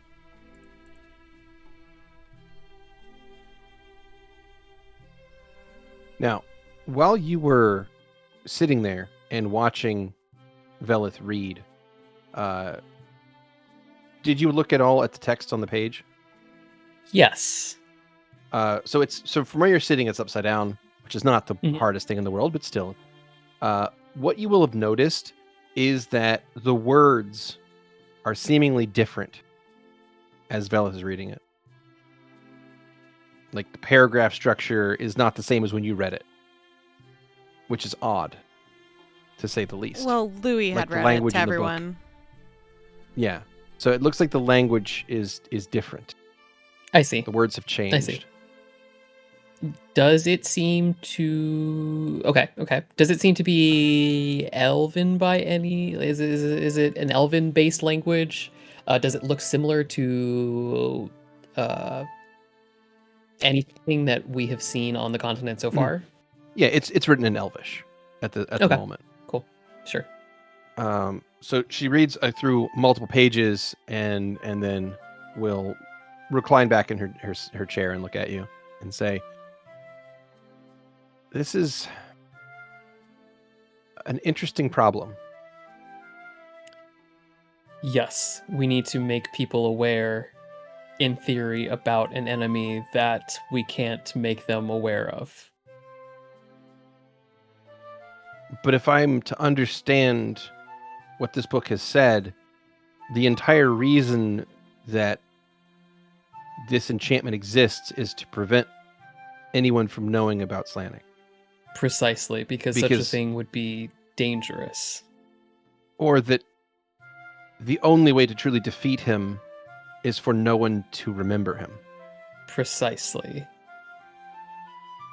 So we run into a sort of catch-22 situation. In theory, to amass enough power, we need to have more people realize that this is an issue, but doing so also prevents that from being a possibility.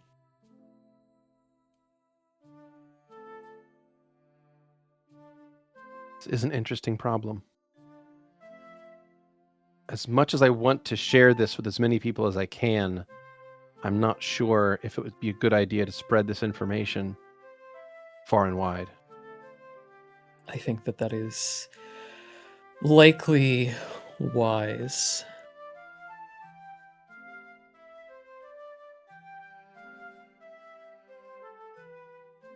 We do Well, then- know, I suppose, that the method that the gods used originally would likely not work a second time.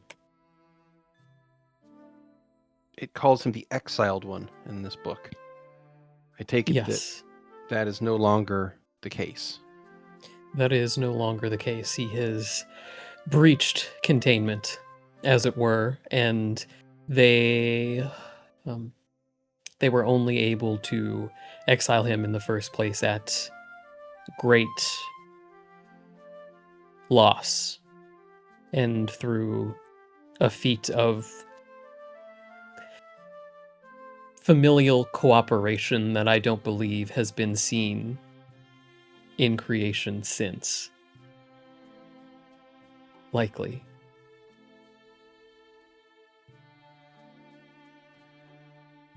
Add to that.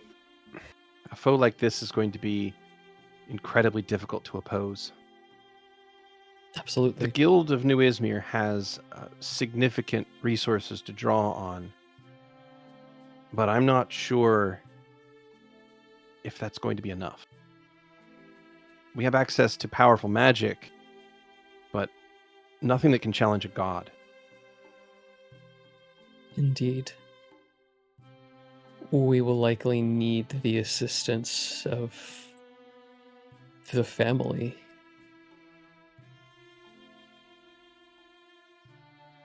We do have some assistance from the Church of Bella, but that is also limited in nature.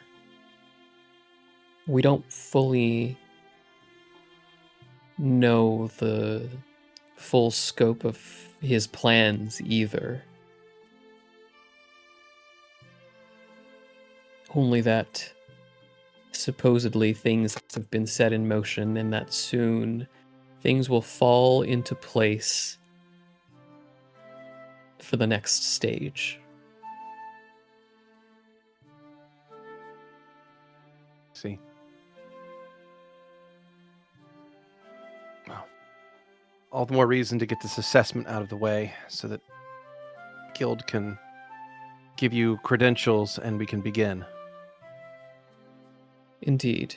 Out of curiosity, have you seen in the past several days a shadow that has blocked out the sun? No. All right. Has there been any strange occurrences in the city? This is New Ismere. There are always strange occurrences in the city. That is fair. Anything unusual, any sort of corruption, any taint that is not beyond the ken of normal New Izmir? I'm afraid it all tends to blend together, but no. The abyssal corruption here has always been a thing. The portal that we're sitting upon right now was a portal to the abyss long ago. Do you think that there is a likelihood that with the power from the needle and some of the stolen power from Owen, the abyssal portal could be reopened? We were told that this... As far as I know, the portal itself was akin to a living thing. When it existed, well, you can see how large the city is. It was the size of the city, and it hung in the air above an old city that once stood here that is now a memory.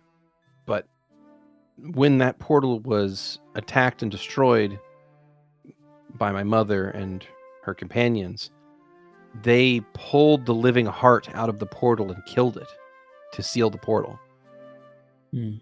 So the portal was something akin to a living thing, a dimension-spanning demon. But I see. they destroyed it, and when it died, it became stone.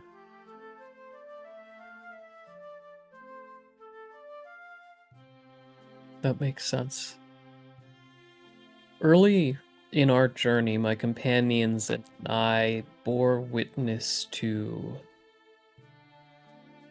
a prophecy of sorts, depicting a confrontation between us and what we now know is Slanic.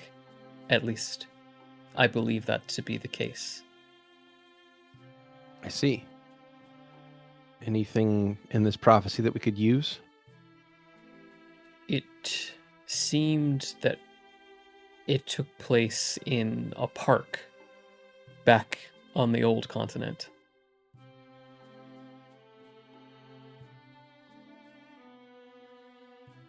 Strange.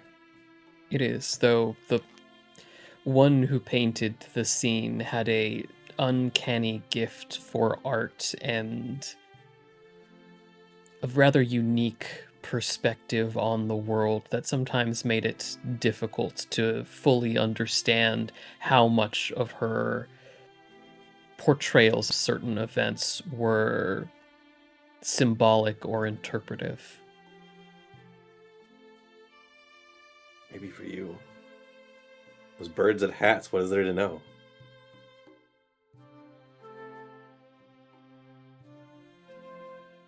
Well, if you have anything actionable, I would love to hear it. Thank you for giving me this insight into our enemy.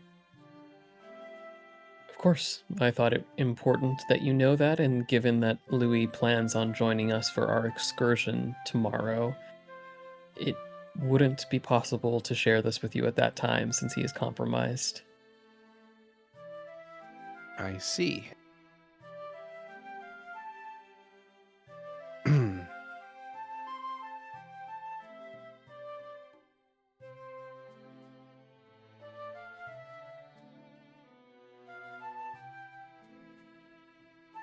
Well, in that case, I understand why you came by yourself.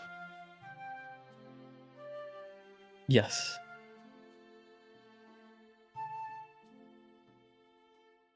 I have a question for you as well. You mentioned that there is a guild of alchemists of renown, of some repute here. There is an alchemy guild within the city, yes. I'm not sure if you bear any knowledge on this particular subject, but in your travels, or perhaps in your mother's travels, have you ever encountered alchemists with the ability to interfere with souls? Sort of. I mean, as I understand it, any magic that directly heals someone is in some way affecting their life force. I mean in a more direct way. I have encountered an alchemist that was able to use the powers of alchemy to twist people's souls in a way that I've only seen through particular applications of divine magic, like the kind that I wield. And so I was wondering if that was a particularly unusual and gifted individual, or whether there was some sort of legacy, and whether that legacy, if it existed, needed to be eliminated.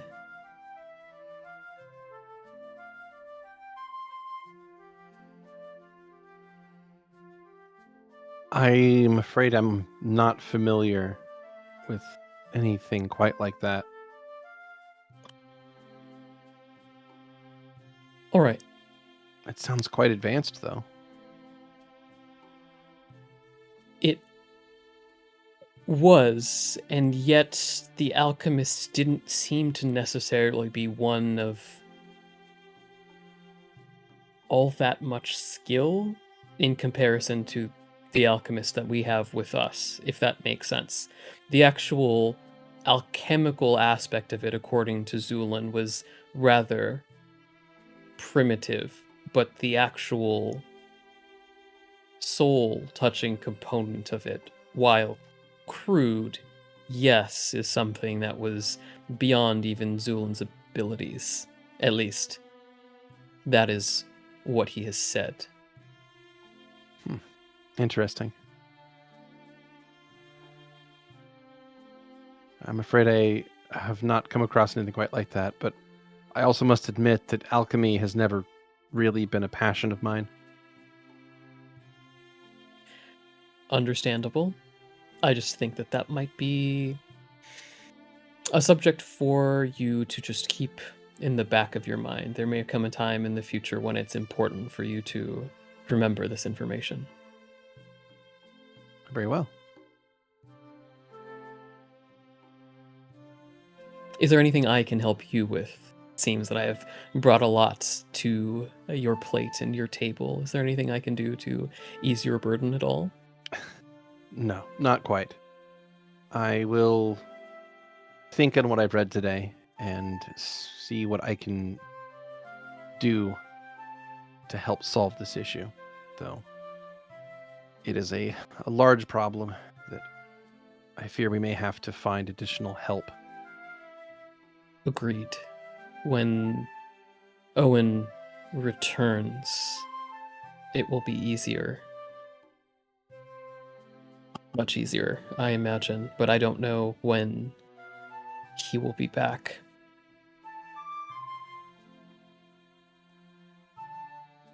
Very well. Thank you for your time, Xander. Of course. If there's anything you require from the estate, you may request it from any of the staff here. I appreciate it. Have a wonderful rest of your day. Indeed. And he'll get up and leave. Alrighty. And do you take the codex with you? Yes, he will take the codex Okay. with him. Okay. I didn't know if you were going to leave it with her. Okay. You Nope. take the codex with you, and you depart the Nilo estate. Oh, you'd be in so much trouble if you did not keep that. Schwipsies. Whoops. I think actually he will stay in the estate so that he can find a bathroom so he can Sure. self-mutilate. Oh, yummy. Looking That's for a bathroom so he Xander. can drink some piss. Jesus. That's our Yeah. Xander. Okay. Yep. Well- Okay. You find a bathroom so you can self-mutilate. For You got it. ritualistic magical purposes to find a lady's dead son's remains. To be But clear. You know doesn't what? mean Completely you can't have normal fun while you're things. doing it. Oh my god. It's true. That's true. Thank you, Grem. All right. Well, so Nailed it. as Xander is doing that, where shall the camera fly next? Back to Everywhere. Prinia? I In mean, that case, in the instance, Uh, if nothing's happening, we could always like zoom forward in time too. I don't know. we indeed are going to do that. Cool. So Stavik, Valentino, Bastion, and Dawn all depart the Temple of Prinia sometime later. Where are you heading? To the brass ladle.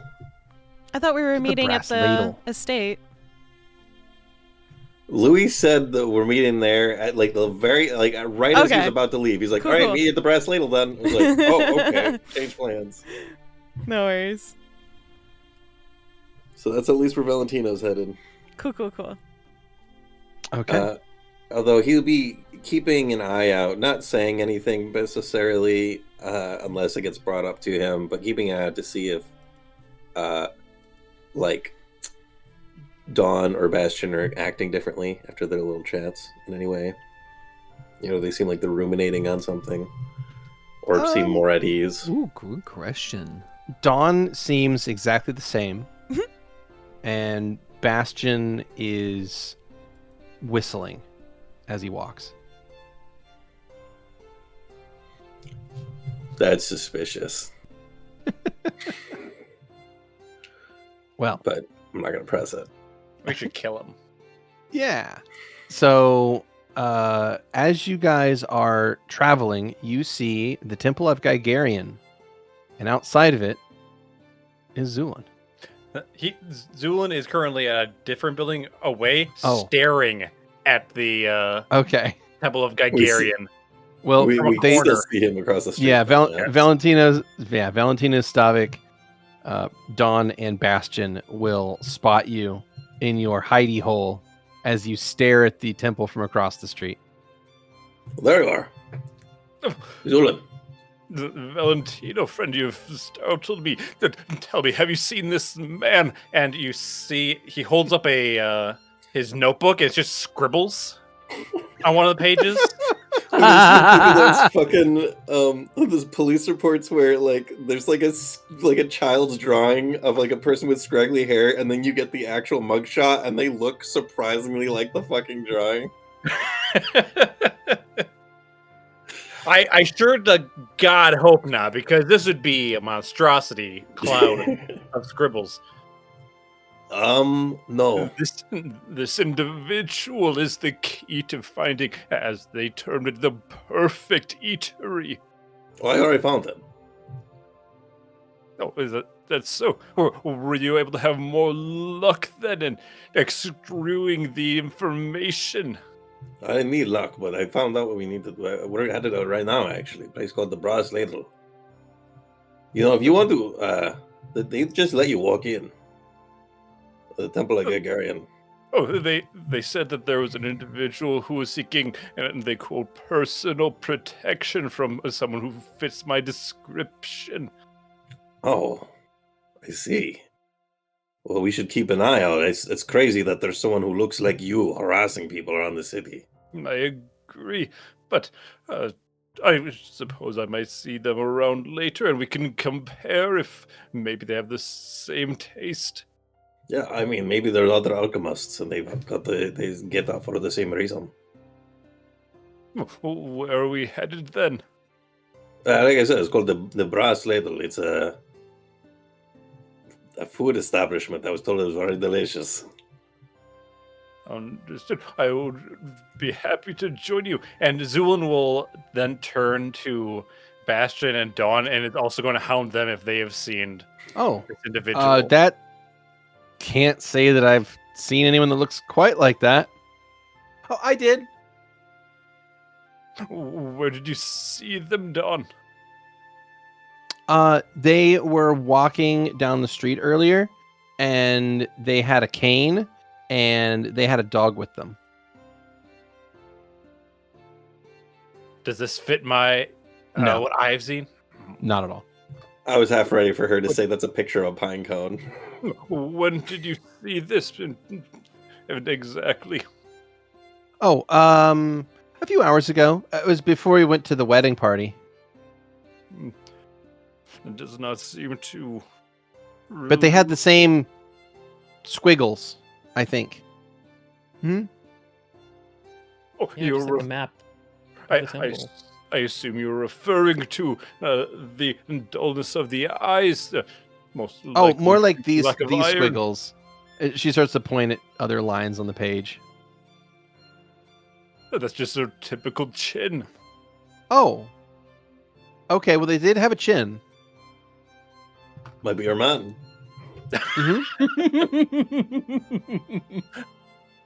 I see. I'll look into this later then.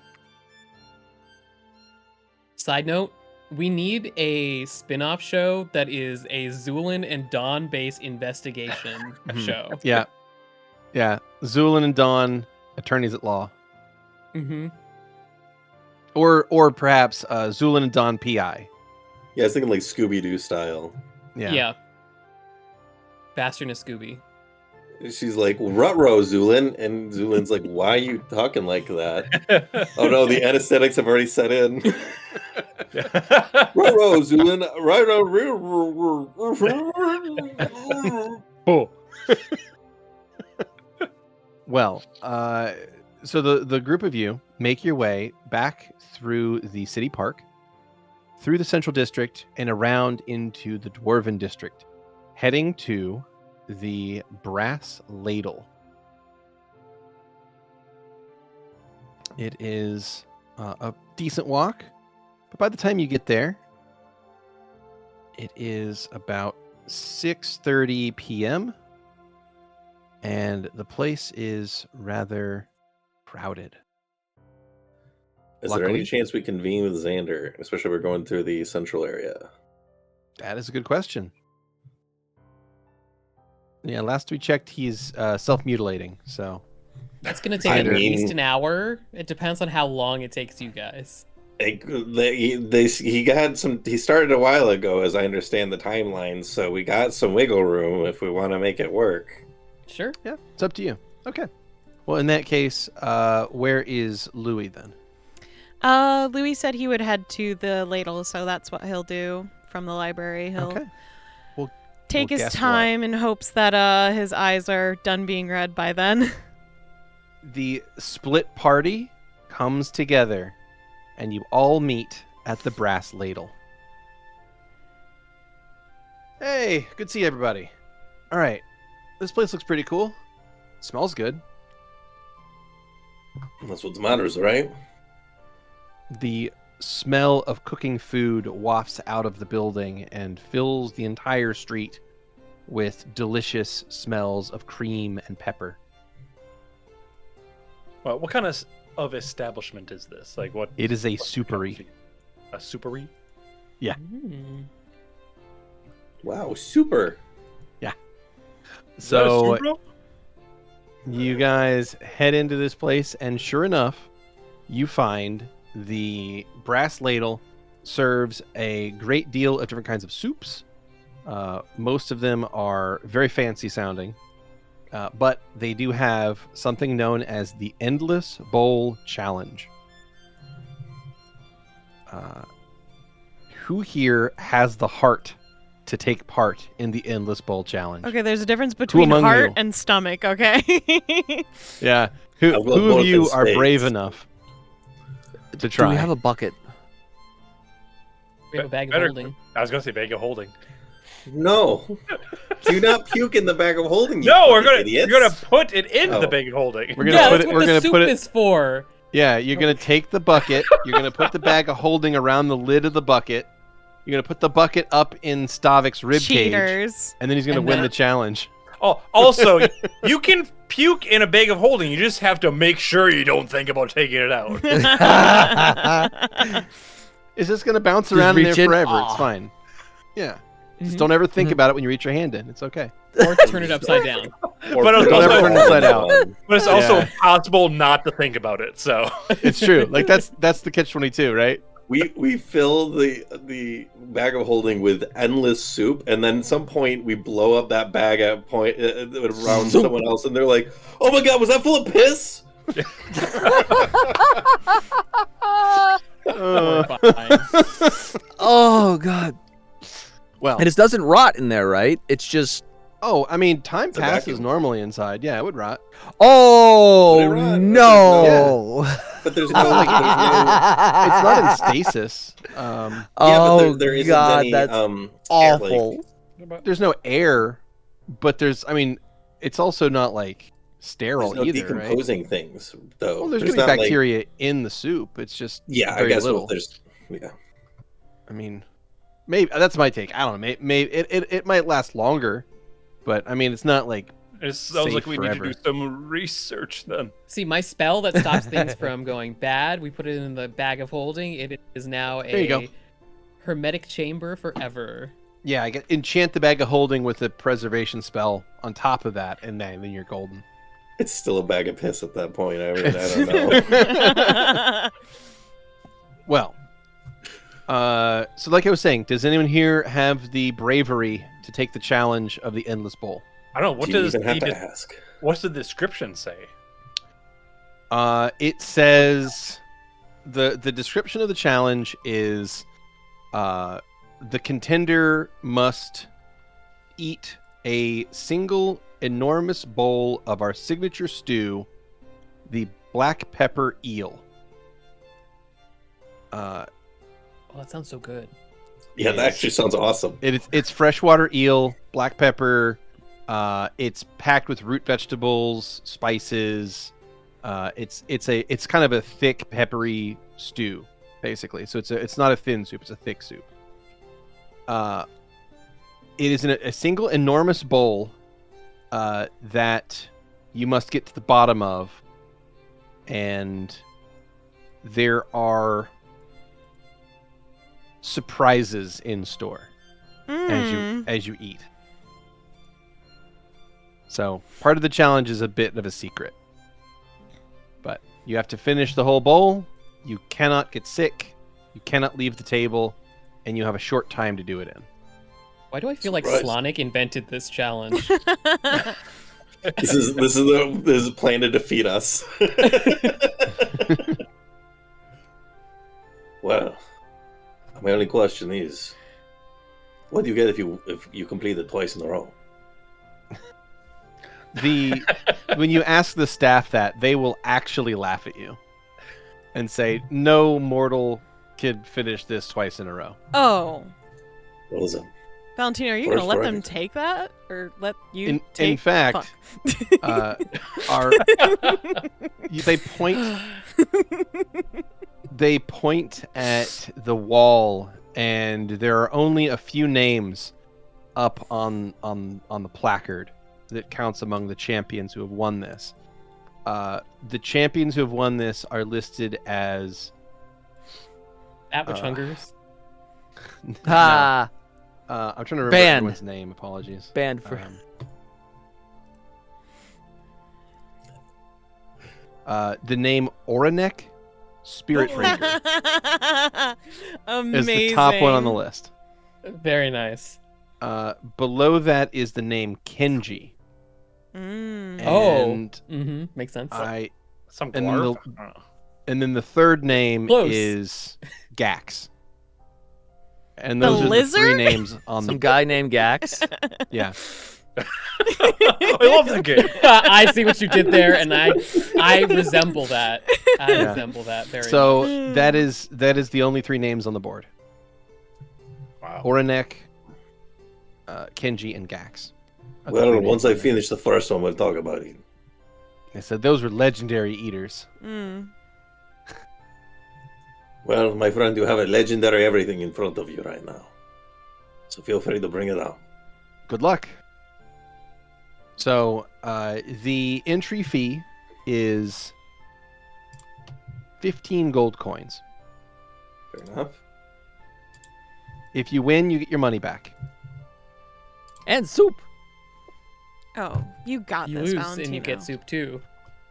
Yeah, you just have to pay for it. I mean, either way, you're just getting soup.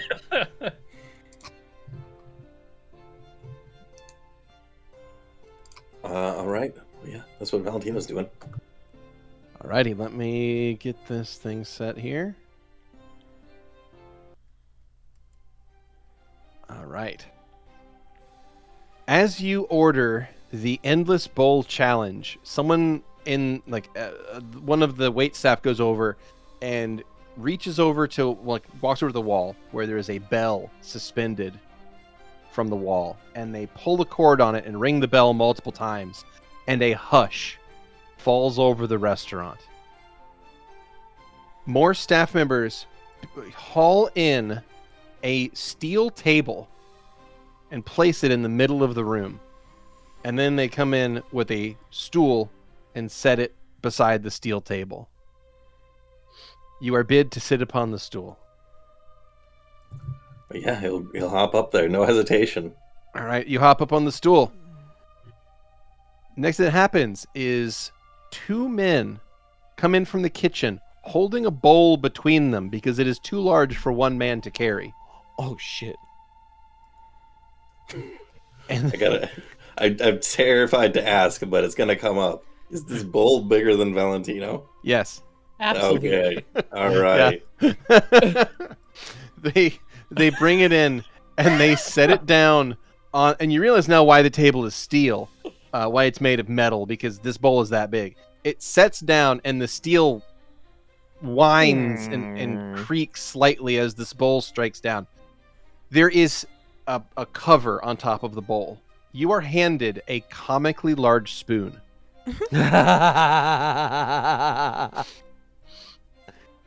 And they explain to you the more specific details of the challenge, giving you the allotted amount of time, which is 1 hour.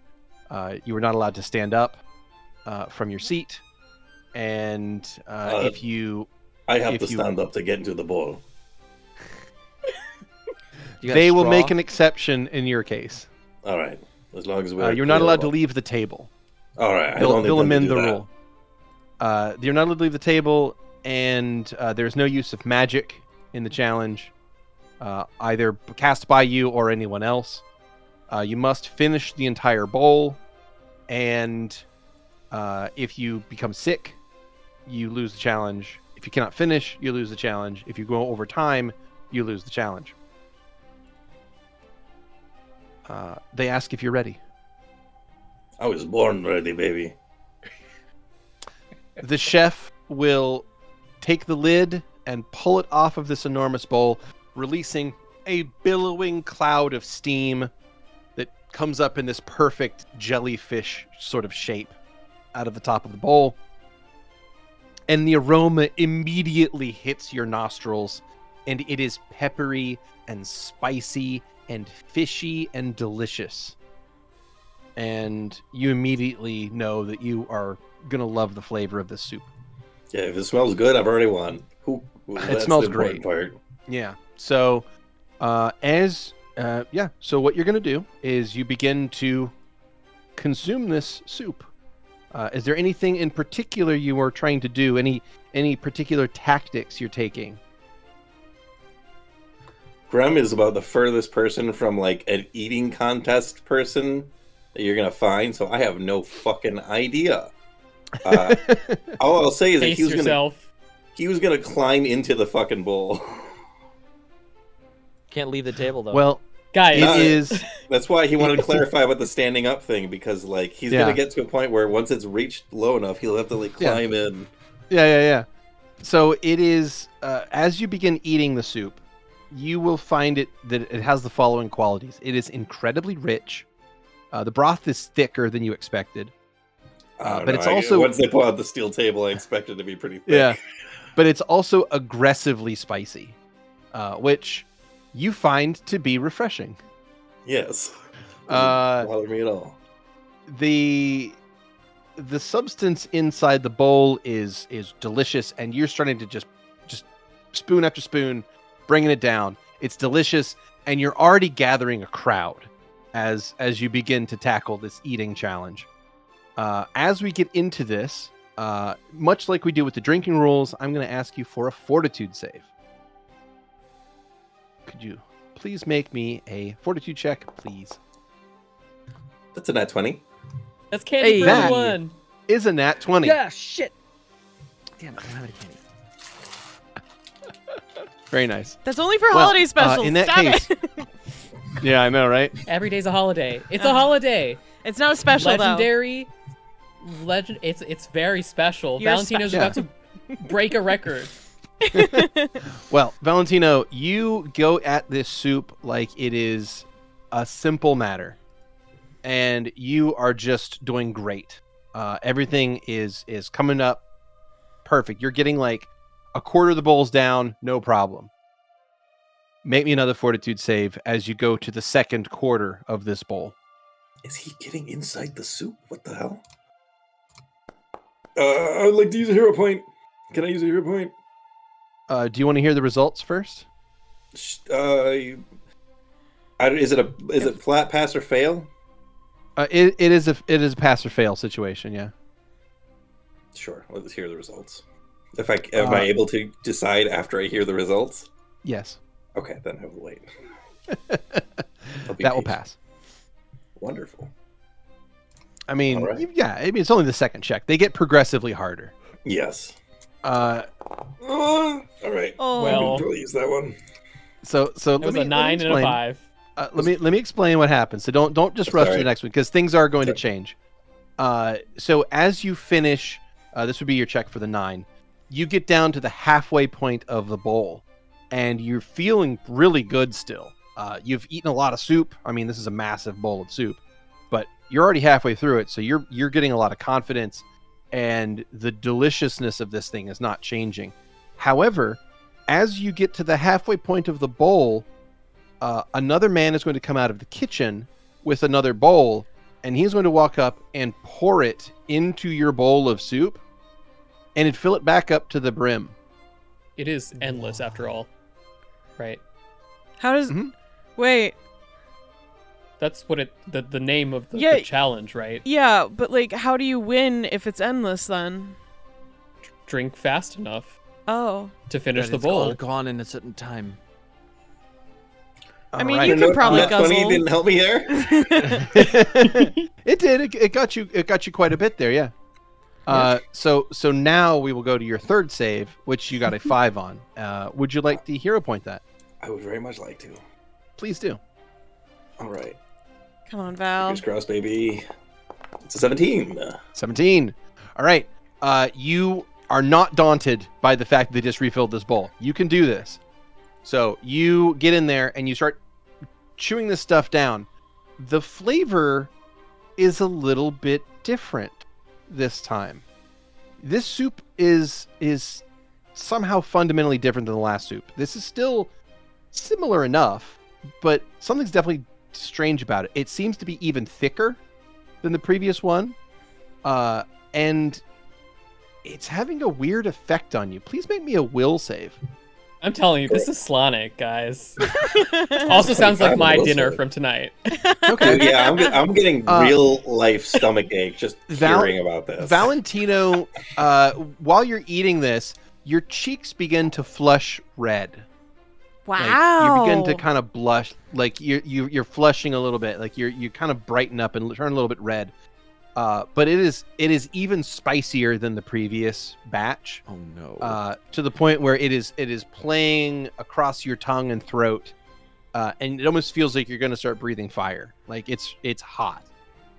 So you were kind of feeling flushed and warm, and I would like you to make another fortitude save as you continue digging into this thing.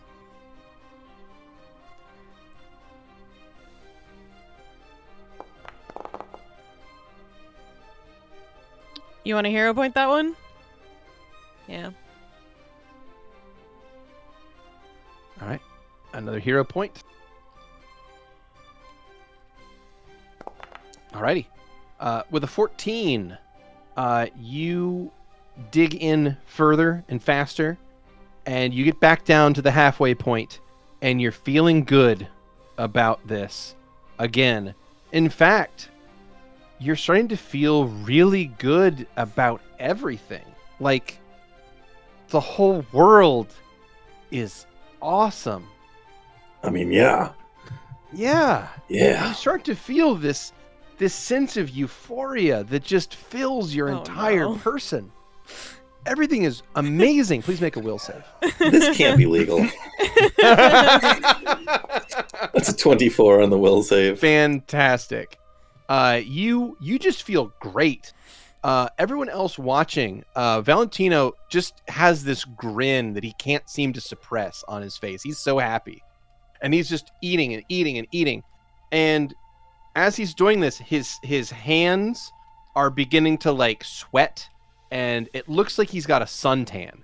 Like he's turned just like this, like the blush is not just in his cheeks now it's in his hands and going up his arms, and he's like beginning to sweat. But he's just really getting into this thing. I think. Can I do a heal check? Yeah. See what the Yes. fuck's happening? Yeah, absolutely. I think It's a your 25. mascara is running. It appears that this soup has been alchemically enhanced. Oh no. You gonna take some for yourself? Giving Zu'lin ideas. Shenanigans. Are there any spills or anything? Any like droplets that are coming out of No, every bit of it's going down the hatch. He's not letting any of this go. this? All right. You can order it yourself. It's true. That's true. It's only 15 gold. The idea of Zu'lin doing the challenge, they bring out the thing, they ring the bell, and He just starts bottling it. I'm good. Yep. all right, I'm ready for you to pour the rest in with the weird shit in it. Go do that. There's no room in the bowl yet, sir. We'll dump it out No and put worries, the half the bowl spicy out. There you shit go. in. Yeah. So you feel this wave of euphoria and energy kind of come across you, like, and honestly, it feels amazing. So, please make another fortitude save as you once again get down to getting down from half to a quarter now. And every time he's got a chance to take his breath, Valentino is just going to shout Valentino to try and get the crowd to start chanting his name. They already are. Don't worry. There's a chant going, Valentino, Valentino. It's great. All right, you said another fort save? Yes, please. Different show. That's a 16? Alrighty, a 16. You continue eating with no problem. And as you get down to the 1/4 level, another bowl is brought up from the kitchen and added to yours, raising it back up to the 3/4 level. It has gotten even thicker than before. Almost to the point now where when they went to pour it, the whole thing as like a single gelatinous mass kind of slid out and schlumped into the bowl. This is It's not so even a much more biscuit ridiculous anymore. than any like This is- actual eating challenges. Oh, absolutely. Yeah. Like Good news, Val. you it is watch so those fucking Packed with spices that the rest of you can see the air above the bowl is warbling from the heat coming off Oh of this. no. Fuck. I think you're like at least halfway done though at this point. You're probably more I than could halfway take 10 done. of these. I believe it. You're eyeshadow's starting to crease. I'll deal with it later. Yeah, it's Okay. like drop beads, like sweat is coming down off his face. It's dripping off his And chin. your foundation. He's still going at it though. This is like those fucking YouTube channels of the dudes who will go do the big food channel. This would be like one of those. It's a They bring mukbang. out a giant plate You're and then having they a come out and put a mukbang gun right to your head. Yeah, pretty much. Yeah. So, feel free to please make me another fortitude save Okay. as you now eat the. This is the third helping. It's a 6. I give him a reroll. I've got. You've given me a reroll. Thank you so much. Yeah. Hero point coming in from Keni. That's a 9. That's a 9. That's a toughie. You hit a point where your stomach seizes up. The spicing is finally too much for you to handle, and you have to stop for a second. And the Gotta get the world boomers around in. you swirls and swishes, and you take a moment to breathe. Please make me a will save. All right. And if the fucking the staff see this moment to breathe, it's like giving up. I'm like, I'm relishing it. Valentino, Oh, that's a 20. Dirty 20. you lean back and you take a breath, and as you do, steam is coming out of your mouth. Like the steam is just like out of your mouth as you lean back from the amount of spicing that you've eaten. Oh, Valentino, I don't think you've ever been so hot before. you're wrong.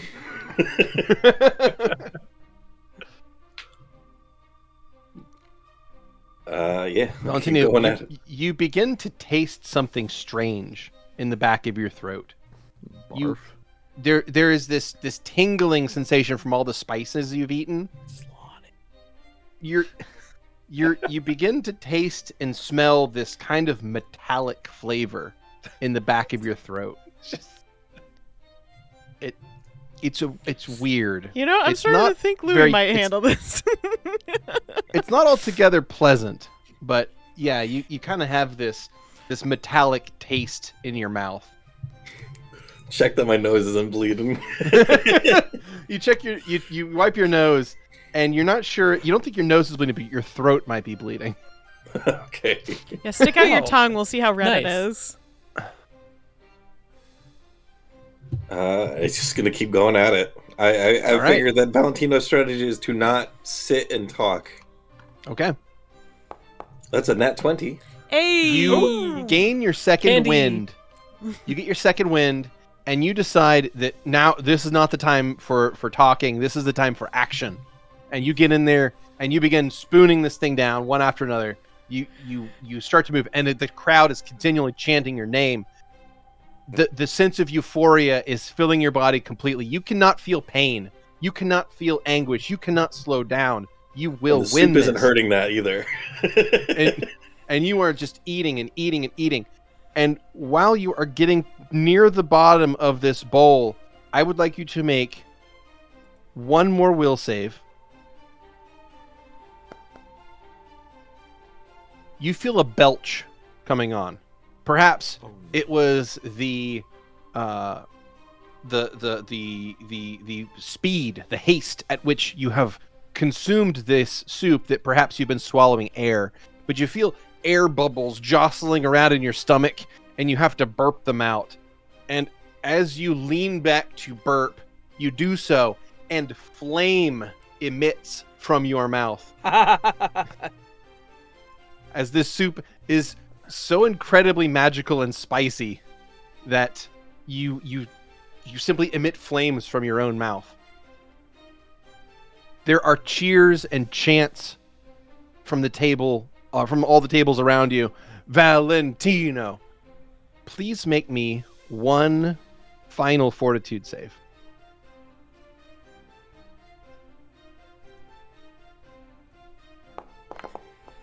Hero point. Nice. Oh, Am I able to spend one of my own? I'm afraid our rules on hero points is 1 hero point per die. I got a few left. You sure? I got plenty. I'll You sure toss can't one. make an exception. One roll. He really wants to win. We're so close. You could always do it again. To him. That's true. You could try again Fuck sometime. you. Well, how about if I will allow it if everyone is willing to throw in a hero point. Yeah, I'm willing. Done. Sure. Do it. All right. Oh, I got a 9 then? Oof. Yo, you guys are the best. By the way, never mentioned that. If the dice fucking betray us after this, then I quit D&D. I don't think you want to say that. No, that's a 21. Yes! Yay! No, I had to put a gun to its fucking head. That was the only way this is gonna work. Valentino, you stop for a second. Your stomach seizes.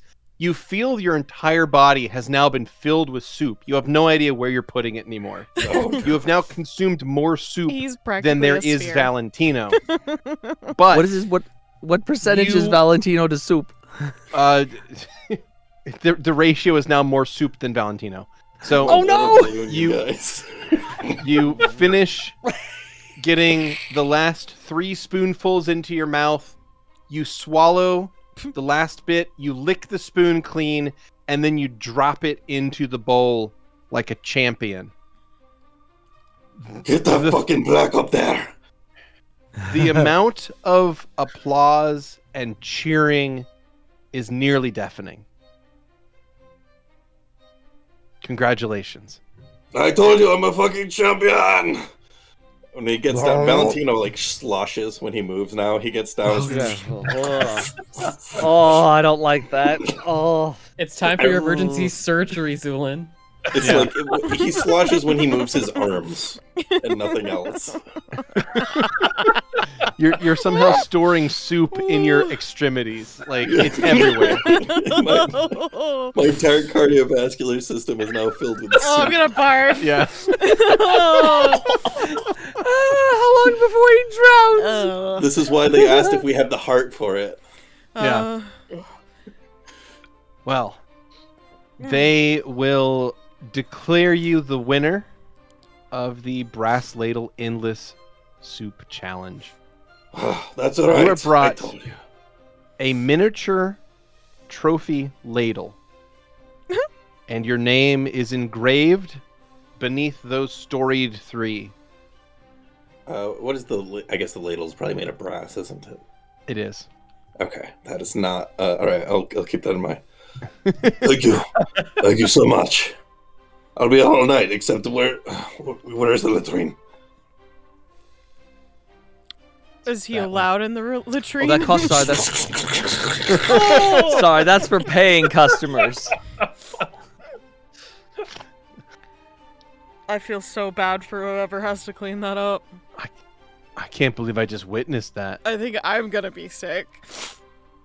Oh, nasty. What a champ. So does he have like a second or third stomach that I don't know about physiologically? I think he has hollow limbs. That wasn't even a stomach thing, bro. That was like his entire body cavity was filled with soup. I don't even know how he's still alive. It's like he's Well- half balloon.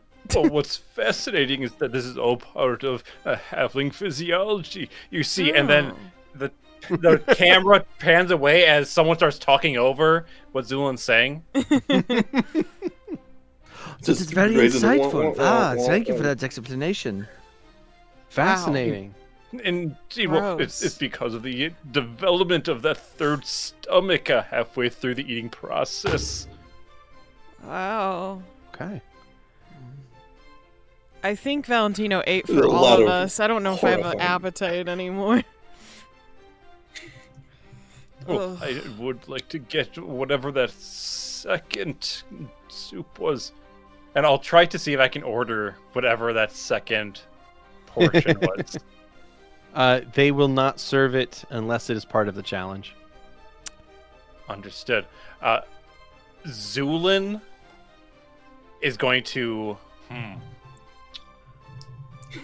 Zu'lin's going to run into the bathroom. Oh, Yeah! you're nasty! Yeah! And that's And You know what, everybody? Oh. I think I feel like we got to go out on a high note, Yep. and I think the idea of Zu'lin getting samples from the bathroom floor might be that high note. Oh.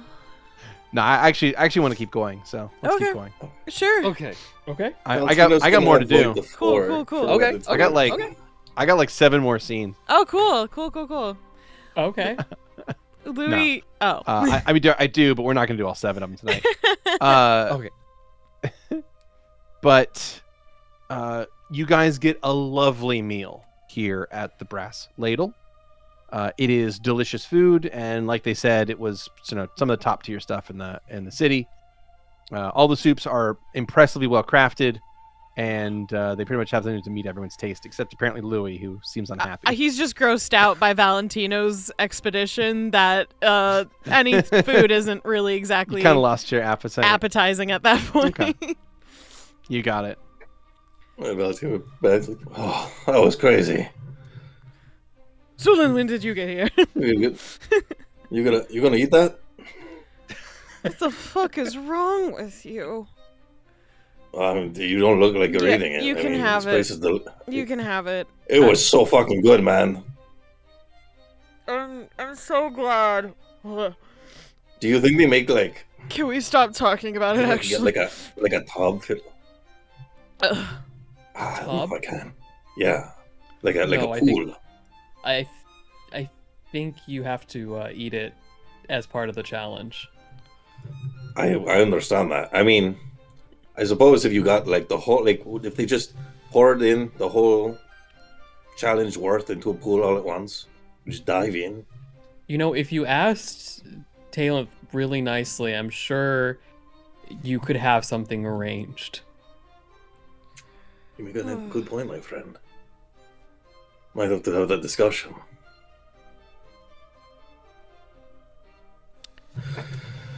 Well, time travels forward as it always does, and you guys finish your lovely meals at the Brass Ladle, and it is now the evening of the 1st of June. You guys depart the Brass Ladle, and I ask, where does the party go next? I don't know. Louie doesn't have a direction. Well, how late is it? I guess. It's about 8:30 p.m. Okay. I would like to say that Zu'lin, immediately after getting samples, runs to his alchemy lab and is going to start testing them. Good for him. Beautiful. If it's late enough, Louie will look over the party as we're walking outside. Maybe. I was planning on getting healed at the Prinia Temple tonight. I don't know how many of you wanted to stay with me during that period of time. Yeah, I already said I'm going with you, so. I can be there if you need me. I don't want to crowd you either. I could definitely use a nap. Well, you probably I feel need like your I could rest, sleep for days.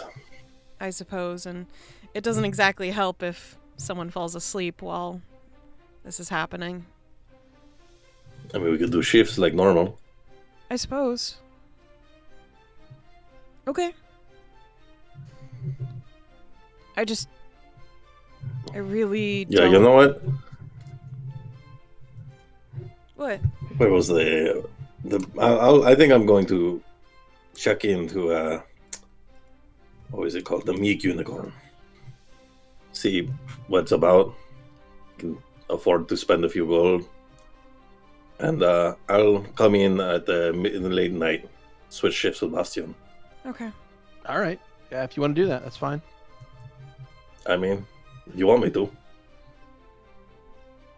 I Sure. mean, I'm sure Yeah, works for Bastion me. needs to sleep, too. Just as long as It'd you be nice to promise get some not sleep, to but- fall asleep while I'm being operated on, that would be great. Of course not. Do we even know what they're going to do to you yet? Like, exactly? Magic. Magic. Yeah, I mean, it'll probably be easy, right? Well, Mm, I don't know if it'll,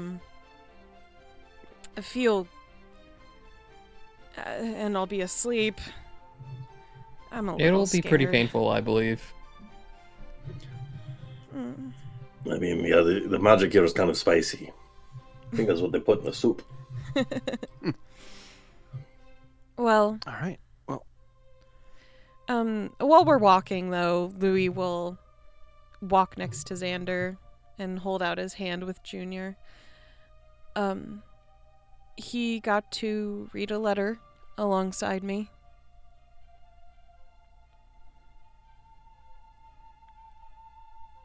That's wonderful. I'm glad the two of you were able to do that together. What kind of letter? A letter from Detlef.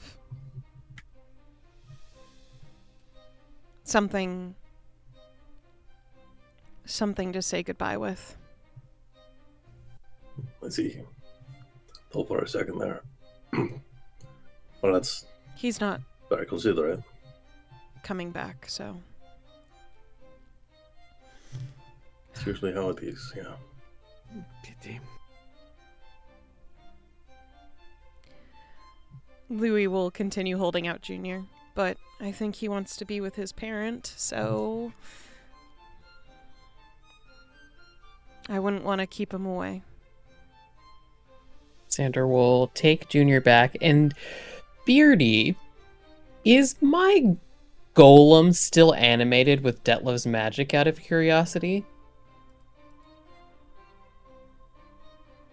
Yes. Xander is going to pull the golem out of the bag and just wave it in front of Louie's face and say, "You might be surprised at the ways in which people remain even after they're gone." Louie nods. I guess... Besides my sister, this is the first time I've truly lost someone.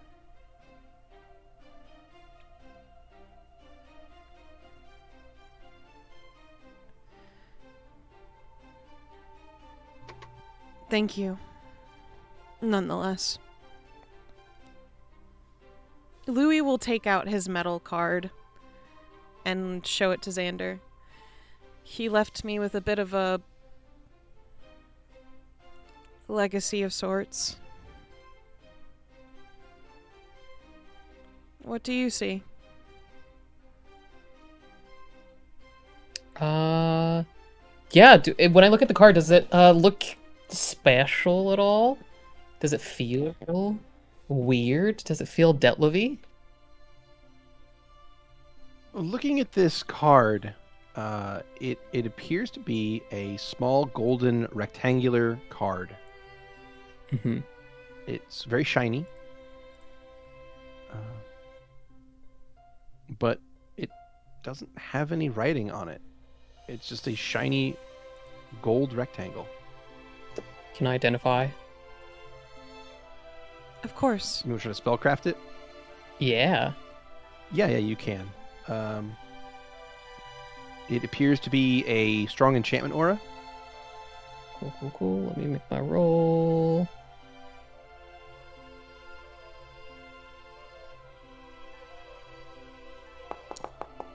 Ooh, that's a low roll. 33. Low roll, 33. You are easily able to identify this, or at least understand the purpose of it based on the magic it radiates. And you believe that this device is designed to look like whatever it needs to look like to charm someone into letting this person basically do what they want. It does seem to have a lot of specific clauses in the magic that it only works in certain ways on certain people and in certain situations. So you believe that it is designed specifically to allow access to books. So This it's is a magical very library Detlef. card. It is very Detlef. Was Xander saying that, though? Yes, no, he says that out loud. Okay. Louie nods. Quite something he left for you. He opens his mouth like he's going to say something and then looks off to the side as if he's thinking better of it.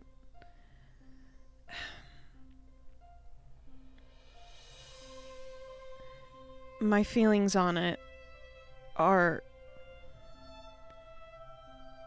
even though it was for a good reason, it still doesn't feel worth it.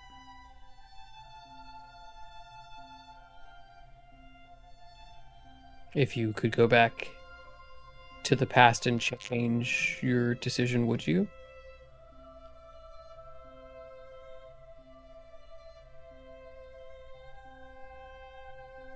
I don't think what ifs are really helpful in this situation.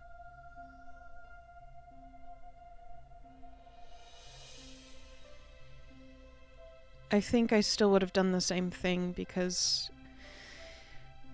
I believed it was the right thing to do. Now, if it changes at some point, then maybe, but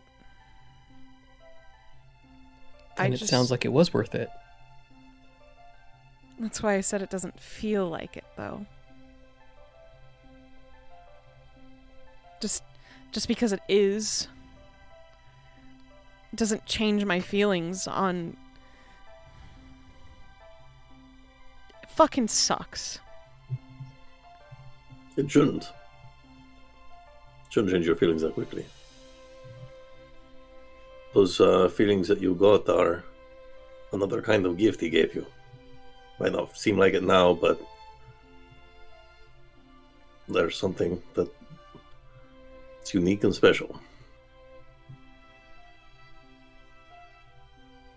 I don't even understand them. You don't have to. Just gotta feel them. You can see incredible, like, discomfort and, like, this sense of difficulty on Louie's face. I'm not very, used to staying present with such things.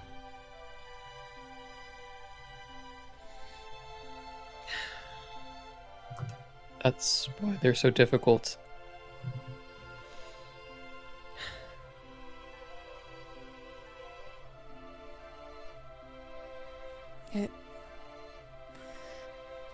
I mean, perhaps it's not obvious, but it does instinctively make me want to go away and not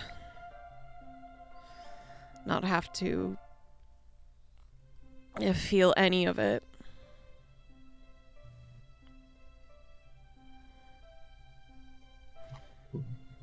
Sorry. You don't gotta be sorry. I don't know what else to be normally. Well, I guess that's fair. The only thing you have to feel is whatever it is you're feeling. Whatever you feel is right. That's because you have memories. Good ones. And bad.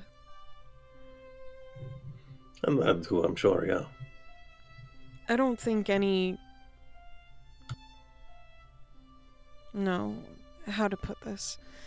I don't believe in perfection per se. I think it is an impossible feat, and I do not think even the gods can truly obtain such a thing, though perhaps that's a mortal way of looking at things. But I know, I feel deep down that all relationships are probably very messy. I can hope for good ones in the future, but sometimes it's hard to see them just because everything was so awful. I'm used to seeing things in an awful aspect. I don't even know what I'm saying anymore. Never mind. Let's just keep walking. Yeah. This All right. Well, talking you about guys could oneself is hard. It doesn't could get do any what? easier if you don't talk about it, though. If you do it a lot, it makes it a lot easier. Oh yeah, Valentino? I mean, I'm just saying. It's true. We make our way to the Prinia Temple. Yeah. Well, so you drop off folks at the Meek Unicorn who are going to go there. That's on the way. You then make your way through the Nobles District, back through the park, into the Temple District, and all the way down to the Prinia Temple. You arrive on scene, I'm scared. and be okay, bro. They seem like they know what they're doing, and like before you know it, you'll be healed, and like you won't have that ring stuck on your hand anymore. That will be nice. Yeah. It's just a small step. I need to get rid of old shackles. Hell yeah. Wow. Let's go give a big middle finger to that piece of shit and get rid of that ring, okay? Okay. Well, so those of you who are going with, who all is there? It's Louie, Bastion, and who else? Anyone else? I think Xander will join just in case. Okay. So the three of you head into the Temple of Prinia, which you see normally would be closed at this time, but there is like a little brick stuck wedging the door open. Stavik will be outside of the temple. And Oh, that's Stavik where went. we remain. Excellent. Okay. You make your way into the temple, and inside, pacing back and forth, is a Kadali cleric wearing bright silks and painted up with all purples and pinks, accentuating their scales, and they turn and see all of you enter. Oh, hello! Welcome back! Hello, Cesare. Hello! Are you excited? Scared? Oh, there's nothing to be scared of. Yes, well, This is really easy, I promise. May It'll I be just like taking a nap. warn you Yes? about something, please? Sure, what's to warn? When I sleep, I experience quite extreme night terrors normally. Oh, this is not the kind of sleep you have dreams in. It's more like a coma. Or, I suppose your word for it would be a hibernation. Oh no.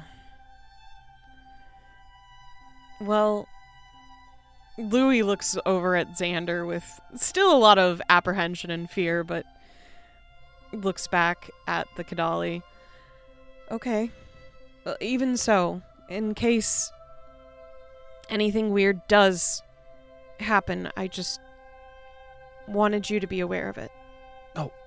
I won't be going anywhere. I'll be right there with you. Okay. I already have the mud bath ready. Mud? Hmm? Hmm. It's a crucial part of the process. Oh. Goody. It does have restorative properties.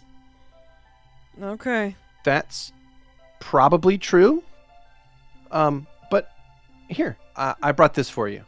And Cesare will pick up and hold out toward you a robe. It Oh. has, it seems to be mostly made of silk, and it has sort of puffy fur at the ends of the sleeves and like around the trim. But it's like brightly colored, and it's all pinks and purples. Delightful. You need to change into this. Alright. You don't have anything less girly, do you? I'm afraid those are the temple colors. It was mostly an inside joke It's fine. to lighten the mood. I'm afraid I don't have any others. No, it's okay. I can withstand such a thing. Well, it's important to not damage your actual clothing during the process. So go ahead and get changed. There's a side room. It's just a series of side rooms. Pick any one you want. They're all empty at this time of day. And just go ahead and get changed and come on back out here when you're ready. Yes, miss. I'll be back soon. And Please, call me Cesare. Sorry, Cesare. We're friends after all.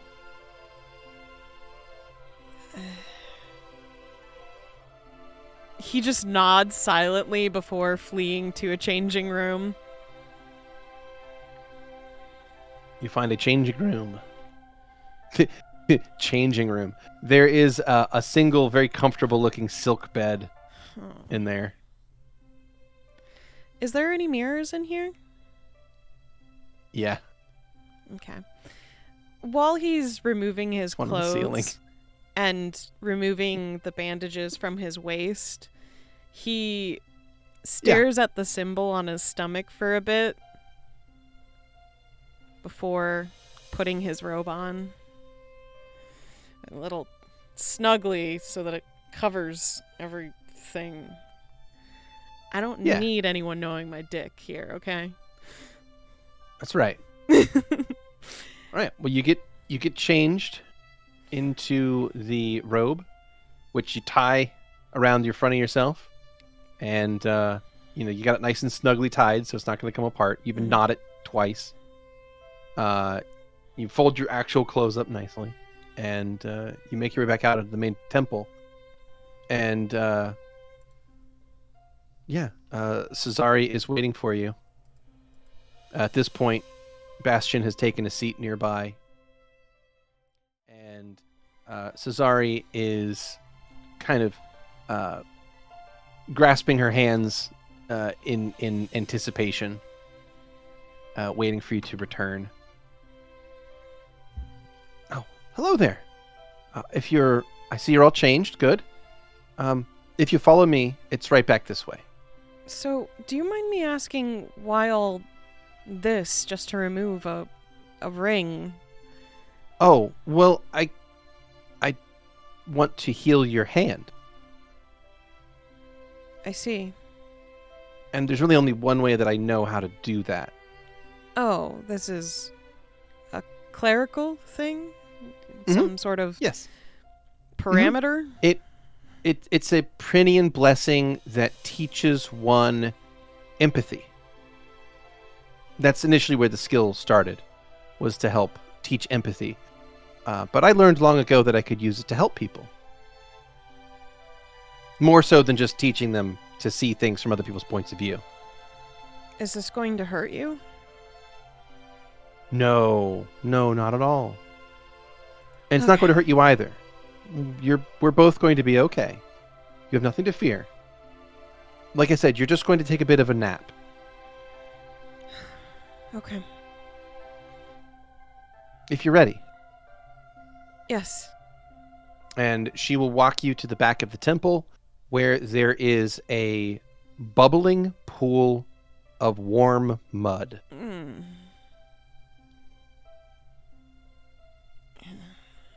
I promise you, it's going to feel incredible. Okay. It's not gonna be gross? Oh, not at all. Okay. All right. Here we go. What are you doing? What? Oh, you're not getting into the pool yet. Don't worry. What? Okay, just got. You would probably burn yourself if you got into the pool right now. Okay, you know what? You just tell me what to do, and we'll do that. You just. Certainly, of course. Yep. It's very simple. First, I'm going to cast the empathy spell, and then you'll get into the pool. Oh fuck. It's why I had you change into the robe. Okay. Give me your hands. Ouch. He holds out his hand. Sorry. That was a Beardy mistake, not a Cesare mistake. She takes your hand, and holds it in both of hers, and she is going to begin casting a spell. Much like she did with the lozenge she gave you before to help with the pain, which, by the way, has begun to wear off. She will hold your hand and begin incanting a prayer to Prenia, and once again, swirls of pink and purple magic are going to be swirling around her, and then also begin to swirl around you as well. Oh, God. And Louie, I would like you Oh, no. to describe what a Kadali version of Louie looks like. Oh, okay. All right. So it is. He's very short for a Kadali. Okay. That for sure is true. So only like 6 feet tall. Yeah, but he's still taller than Louie, but very short for a Kadali. Okay. His eyes, of course, stay this very vibrant purple. His scales are kind of this dusty, dull, reddish brown, but the ends of them are tipped with this very saturated violet purple color that reflects what his purple streak would be. Mm-hmm. He, of course, still has the wear and tear of his body. You still see very severe scarring. Perhaps the burns aren't as visual due to having the scaling, but the gashes of lack of scales in areas where his normal scars are still very prevalent. The Still very missing an arm, of course. tip of his tail is purple, and his belly region.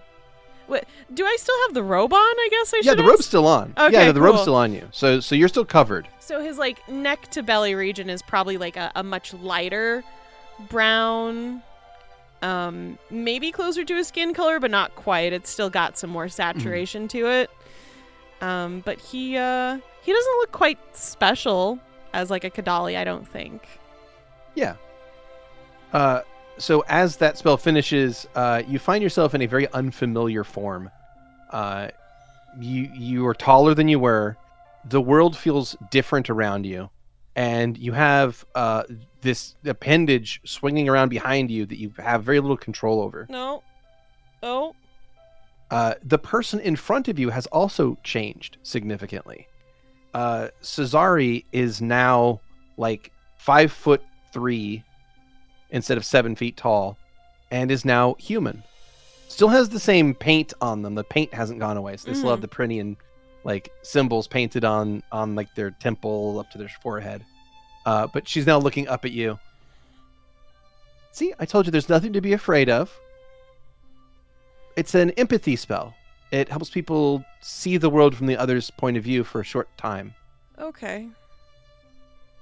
So we've just traded, that's all. This is quite a unique empathy spell. Don't worry. It wears off after a short time. But in the meantime, you can borrow my regeneration. I see. What is the mud for? Oh, that's for where you'll be sleeping. Okay. It's going to feel amazing now. It would have burned you before. Okay. All right. Go ahead. Okay. Step in. All right. You can take the robe off if you'd like. Otherwise, it's just going to get muddy. I'll turn around. Louie looks at Bastion and Xander as well. They're far. Like there's a separation there. They're not in eye shot. Oh, okay. Why? Should they be? Why? What? I don't know. Louie doesn't feel safe being alone. You hear Bastion call up. Everything all right? A Kadali. I gotta see this. Congratulations. Okay. Stop. Bastion peeks around the side. Holy shit. You're taller. Although I think I'm taller than you still. Oh, fuck off. That's weird. Okay, all right. His head disappears back around the corner. Louie will take off his robe and then go into the bath. You step into the mud bath. It is warm and bubbly and feels incredibly snuggly. Like a warm blanket you've just wrapped around yourself. It seems that Cesare was correct. This is incredibly comfortable for you. Still gross, but I guess I get it. She asks if you're in the tub. Oh, yes, I am in the mud bath. Guys, you can She come turns in. around. She turns around and looks at you and says, okay, next thing you need to do is just concentrate on the feeling of being wrapped up in that warm, fuzzy feeling. Okay? Your body will do the rest. I will try my best. Okay. Sure. Okay. So Louie is going to close his eyes, which is still kind of scary, and attempt to focus on being comfortable. You do. What I will take is a will save Oh. to see if you can properly focus your mind. 14. Success. Okay. You slink down slower and lower and lower into this mud bath until your eyes feel so heavy you cannot keep them open any longer. You fall asleep and sink down below the surface of the muck. And as you are pulled away into a comfortable, dreamless sleep, that is where we'll end our episode. Okay.